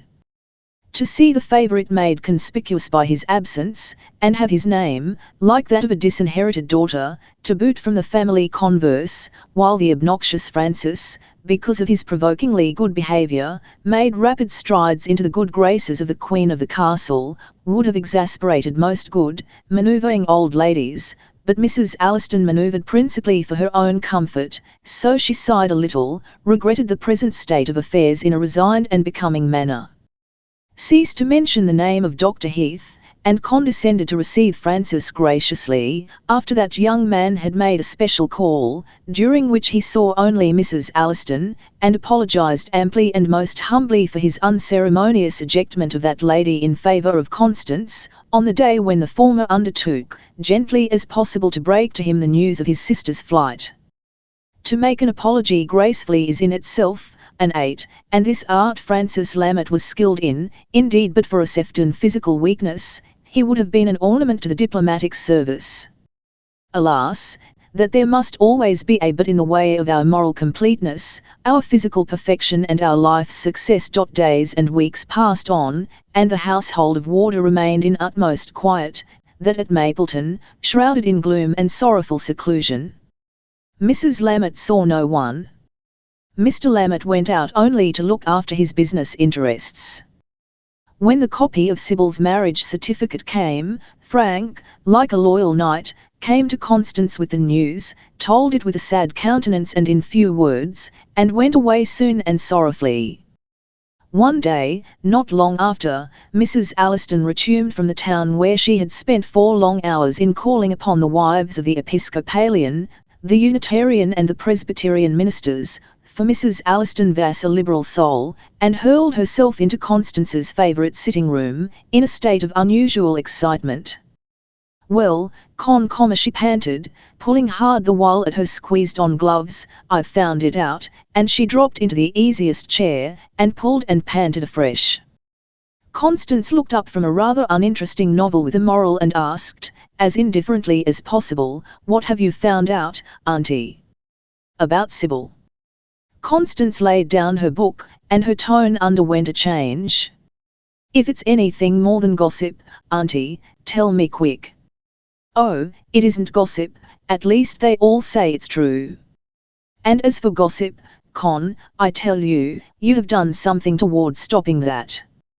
Con laughed like one who is conscious of her power. "Yes, indeed," rattled on Mrs. Alliston. "Mrs. Worcester says, and if she is a Unitarian she is certainly a very good and truthful woman, that she has heard from various ones that you have openly declared against the handling of poor Sybil's name among the people who have called themselves her friends, and accepted so often her mother's hospitality. And she said, these are her very words, Con. L was delighted, dear Mrs. Alliston, for we all know that these gossip lovers, every one of them, will deny themselves the luxury of tearing Sybil to pieces, knowing that she has a champion in Miss Wardour. So much for influence, Con." "Bah," retorted Con, wise in her generation. "So much for money, and how do I know that I have not lost my prestige along with my diamonds?" "Auntie, you have lost the thread of your discourse, you always do." "So you always tell me," laughed the elderly chatterbox. "Well, Con, they say that Sybil has sacrificed herself. Do they? Said Con, sarcastically, the wise heads. I hope that conclusion has not exhausted their keen intellects, whoever they may be. As if the sacrifice were not patent on the face of the thing. Con. You talk like a stump orator. Do I? Well, I'm glad of it. It would not be so bad to be a stump orator or any other sort of male animal, for the older I grow the more I incline to the belief that women are fools. But go on, Auntie, I believe I get riled every time I hear Sybil's name. What else do they say? You don't deserve to be told, you are so impatient, but I will tell you this once. I was about to add that it seems to be an accepted fact that Sybil sacrificed herself to save Evan from some sort of exposure and disgrace. And they say that some of those rough men in a saloon threw the thing in Evan's teeth, and that he replied in his odd way. Yes, she did it for my sake, and now the first man of you that mentions my sister's name in my hearing will go under. You know they are afraid of Evan in his rages. Constance opened her mouth impulsively, but she choked back the words that rushed forward for utterance, and closing her lips tightly, sat staring straight before her, a strange expression creeping into her face. She seemed to hear and knew Evan's words, do your part, I will do mine. I, Evan Lammet, worthless, black sheep, sot, I will find a reason that will not be questioned, and that will spare Sybil. And he had found a reason. The black sheep was offered up a sacrifice. Evan Lammet had flung away his last rag of respectability for his sister's sake. Henceforth he would appear in the eyes of the people doubly blackened, doubly degraded, the destroyer of his sister's happiness, the blight upon her life, and yet, he was innocent of this, he was a martyr, he the ne'er-do-well, the inebriate. Constance was strangely moved by this self-sacrifice, coming from one who was so morally weak, if it had been Frank, but here her lip curled contemptuously. Instinctively she knew that such self-sacrifice was not in Frank's nature, any more than was such self-abandonment to weakness. Constance began to wonder if Frank and his parents knew the truth. If they had permitted the weakest shoulders to bear the burden, or, if Evan had deceived them too, and then she murmured, almost in the language of the tramp detective, it's a thing for time to unravel. It's a play just begun. It's a hard knot. And, then and there, she took Sybil and Evan to her generous Helt of Hearts, and mentally resolved to be their champion and friend to the uttermost, while she would judge their parents and their brother according as these dealt by the unfortunates. It was many days before she saw Evan, for, although in TNLE woman fashion, she longed to scold him first for so sacrificing himself, and praise him after for his generous TNLE heftedness, she knew that he would only be distressed by such an interview, and would obey a summons from her reluctantly if at all. But one day, just as she was driving her ponies out through the gates of Warder Place, she saw a horseman riding furiously up the road, and a nearer view revealed Frank Lammet's fine horse and mounted by Evan. His eyes were flaming with excitement, and there was a burning spot of red on either cheek as he reined up his horse beside her, and Constance saw at a glance that, again, he was perfectly sober. "Connie," he cried breathlessly, "it has come. Connie, it has come." "What has come, Evan?" "The day we hoped for, we have heard from Sybil. A letter." "Oh, Evan, tell me all about it." "I can't, there is no time, only, Con, it's your turn now. It's your time to strike for Sybil. They are holding council over the letter, and can't decide whether the old gentleman shall go at once and see Sybil, whether they shall bring her back and swallow the burial, for, it seems he must be swallowed, and what society will think about it, are the questions that they are agitating. Mother says that Sybil must and shall come back, Father says he will go and see her, and Frank, he broke off abruptly and bent down to look at his saddle-gilth. And Frank, what does he say, Evan?" "Frank is a fool," snapped Evan irrelevantly. "What he says is no matter, only, Connie, now is your time, if you will only have faith in what I say. You are out with your ponies, drive straight to Mapleton, and don't mention me. You will be admitted to Mother. Father is there, and Frank, give them the least chance, and they will tell you about Sybil, and then you can manage the rest. Tell them to bring her back, even with that beastly encumbrance. They will listen to you, they won't to me. If you fail me here, then your sacrifice goes for nothing. 01-1, Evan, did you think I would not understand that? You have wronged yourself for Sybil's sake. But you shall have a tithe of your reward. And, dear boy, you should not have done this thing, we might have found another way. Nonsense, Connie. It was the only way. And what is my life worth, or my reputation, either? It can't hurt a poor devil like me. Con, will you go? I will go straight to Mapleton, Evan. You shall see that I have faith in you. I will do just as you direct, and all will go well. Then I'm off. I stole Frank's horse.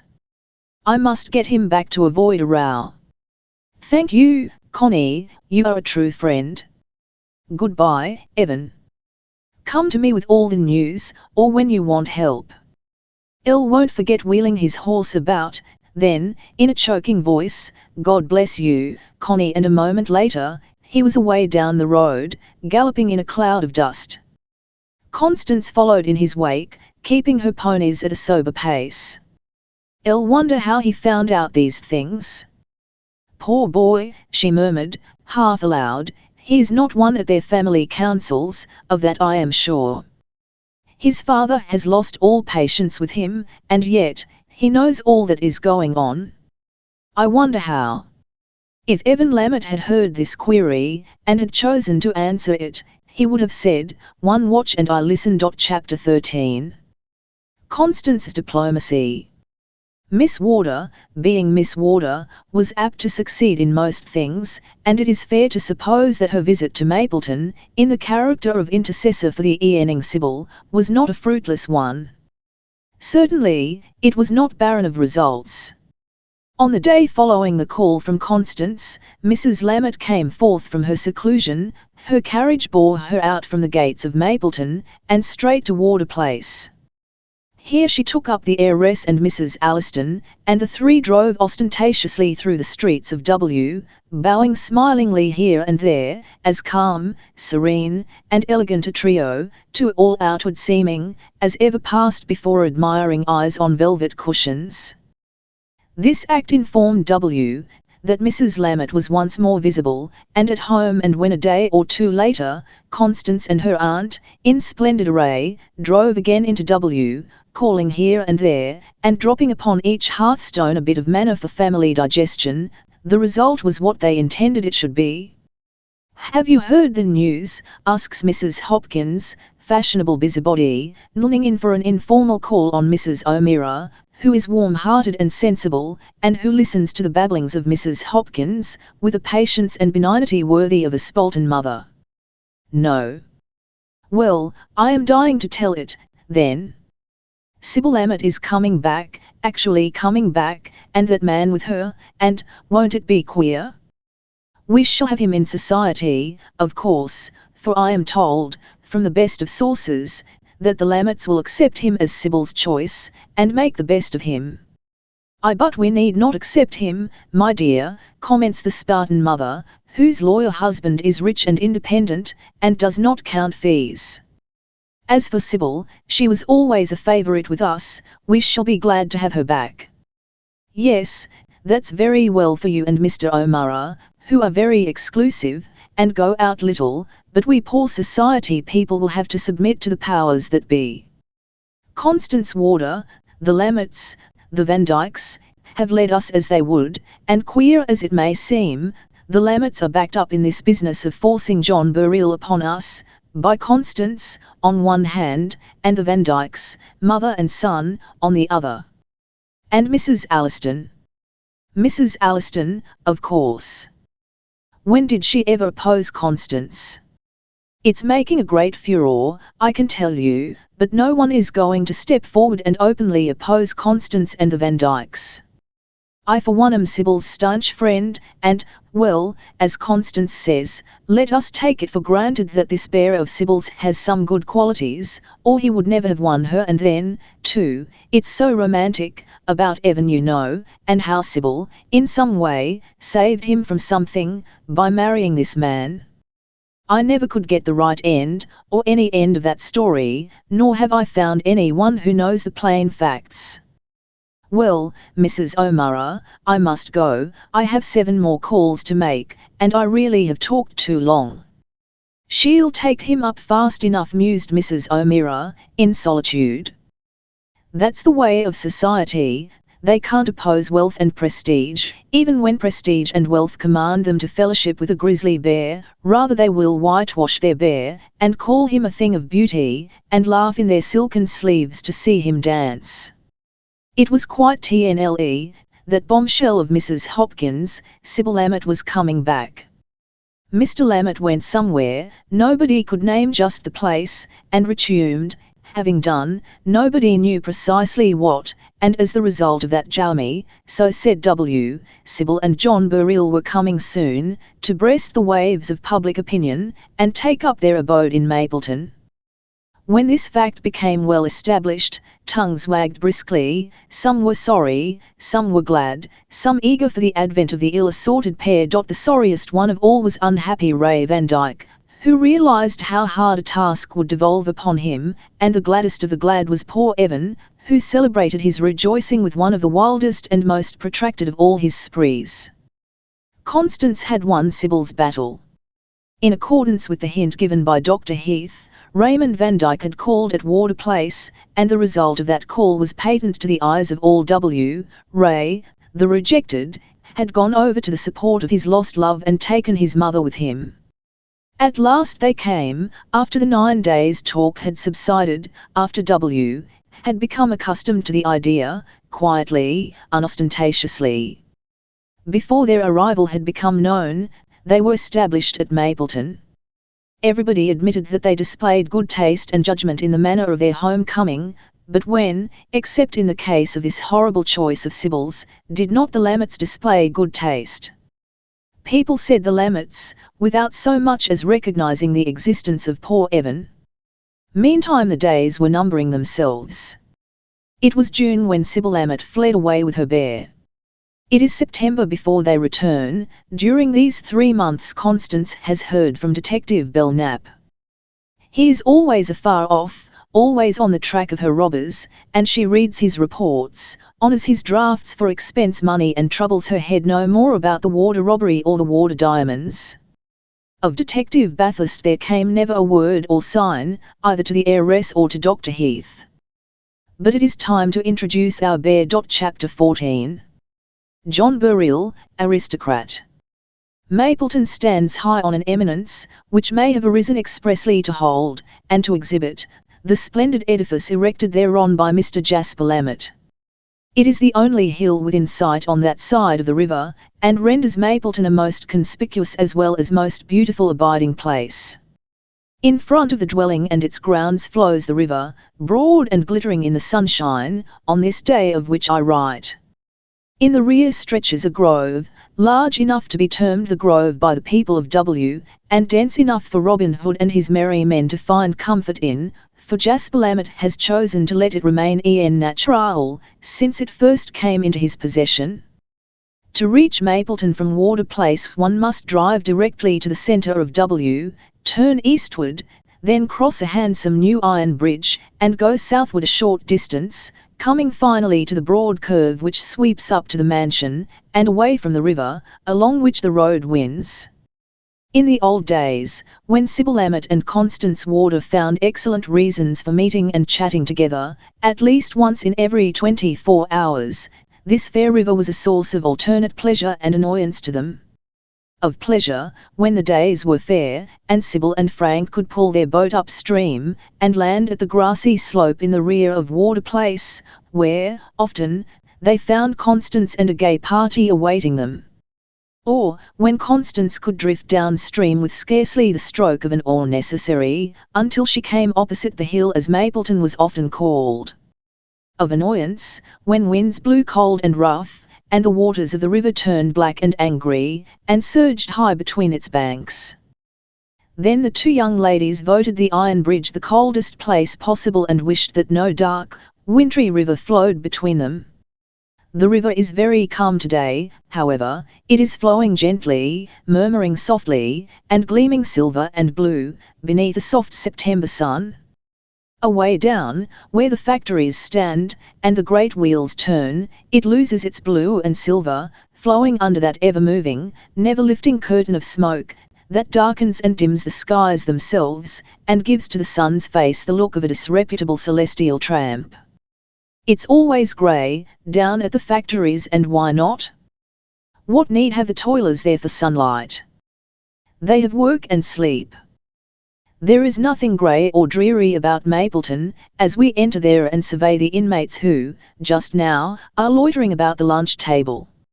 Nothing grey, if we accept a few silver threads in the hair of Mrs. Lammett, nothing dreary, unless it may be a look which, now and then, and only for an instant, creeps into the eyes of Mrs. John Bunhill.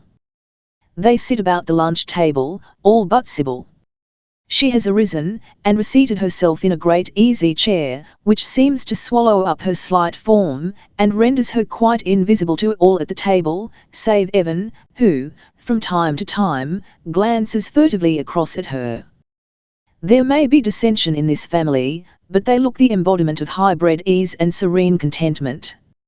Jasper Lammett turns his paper, sips his light wine, speaks suavely, and looks as placid as the sky overhead. Mrs. Lammett speaks slow and seldom, smiles when she does speak, and looks as if nothing ever ruffled the placidity of her mind, or the even tenor of her pleasant existence. She looks all this, sitting directly opposite John Burrill, her reluctantly accepted son-in-law, for what Mrs. Lammett cannot overcome, she ignores, and her proud calm is the result of a long and bitter schooling. Sybil looks paler than is usual for her, but no other expression than one of calmness and ennui can be detected on that lovely, inscrutable face, and the dusky eyes keep well veiled, and tell no secrets. Evan Lammett is sober, and good-humoured, for his sister's sake, and Frank is simply lazy. But John Burrill. There is no contentment equal to his, seated in the easiest of chairs, before a table laden with viands upon which he has just gorged himself. He contemplates his legs and his surroundings with extreme satisfaction, his legs first, because, being stretched directly before him, they come first under his eye, and he is delighted with their size and shape. They are a fine pair, such as would do credit to a bullfighter, or a champion pedestrian, and with the quality and cut of the pantaloons that them. It has not always been his good fortune to sit at a rich man's table, and to wear fashionable clothing, and John Burrill appreciates his marquise. He has feasted his stomach, and John Burrill's stomach comes in for a large share of his consideration, and now he is feasting his senses. This richly appointed room is his room, this splendid stately lady, how he delights to call her mother, varied occasionally by mother-in-law, how he glories in the possession of a pair of aristocratic brothers-in-law, and how he swells with pride when he steps into the carriage, and, sitting beside the rich Mr. Lammett, is driven through W, and to the factories, and last, and best of all, there is his wife, a beauty, a belle, an heiress, possessing a score of lovers, yet won by him. Only one thing troubles John Burrill: he does not quite understand Sybil. He has got the hang, so he thinks, of the other members of the family, but sometimes Sybil's wordless glance operates upon him like a cold shower bath, and Mr. Burrill, like all the gutter bomb, rather fears a shower bath. Coarse in sense and sentiment, plebeian in body and soul, whatever else Sybil Lammett's husband may be, let our story develop. Quitting his place now, he crosses the room, and, taking up a position where his eyes can gloat upon Sybil's face, he rests one elbow upon a mantle, and so, in a comfortable after-dinner attitude, continues his pleasant meditations. Sybil stirs uneasily, but notices his proximity in no other way. Presently her eyes shoot straight past him, and she says to Evan, who has also risen, and stands stretching himself, lazily, with his face to the window, and his back toward the assembly. "Evan, just hand me that book on the mantel." "No, not that one," as he lays his ready hand on the book nearest him, "the other." "Oh," ejaculates Evan, at the same moment laying hand upon a volume directly underneath John Burrill's elbow. "Hoist up your arm, Burrill. My lady's up, and wants her wallum." John Burrill's face reddens slowly. He is an Englishman, and sometimes his H's play him sorry tricks, although he has laboured hard to Americanize himself, and likes to think that he has succeeded. "D.N.it," broke out the man, suddenly losing his after-dinner calm. "You might have asked me for the book, Sybil, it was near enough." Sybil received the book from Evan's hand, opened it, turned a page or two, and then lifting her eyes to his face, replied in a voice, low, clear, and cutting as the north wind, "Evan is my slave, Mr. Burrill, you are my lord and master." Indescribable contempt shone upon him for a moment from her splendid eyes, then she lowered them, and became, apparently, wholly absorbed in her book. John Burrill muttered something very low, and probably very ugly, and dropped back into his former attitude, and the others, never by word or glance, noticed this little passage at arms. Only Evan returned to the window, and standing there with hands in pockets, glowered down upon the frost-touched rose trees and clustered geraniums, savagely and long. Presently, Evan turns from the window, which commands a view of the drive. "Constance is coming," he says, addressing Sybil. She stands up, looking anxious and disturbed. Constance has visited her, and she has driven over once to see Constance, but it has so happened that John Burrill has always been absent, and Sybil has a shuddering horror of this meeting that must be. The announcement seems to galvanize them all into life. Mr. Lammett looks up with a gleam of latent anticipation in his eyes, Frank smiles his pleasure, and John Burrill steals a deprecate 01 glance at a mirror, smooths a wrinkle out of his waistcoat, and outsmiles Frank. Here is another triumph. He is about to be introduced to the richest girl in the country, to meet her on an equal footing, in the character of husband to her dearest friend. Sybil rises and goes to the window, her pale face flushing. There is a rolling of wheels, a sound of swift, firm footsteps without, and then the door opens, and Constance is announced. She follows her name in her usual free, at-home fashion, and in a moment is kissing Sybil, shaking hands with Mrs. Lammett, exchanging smiling salutations with Mr. Lammett, and gay badinage with Francis. And then, while Sybil still hesitates, Evan comes to the rescue.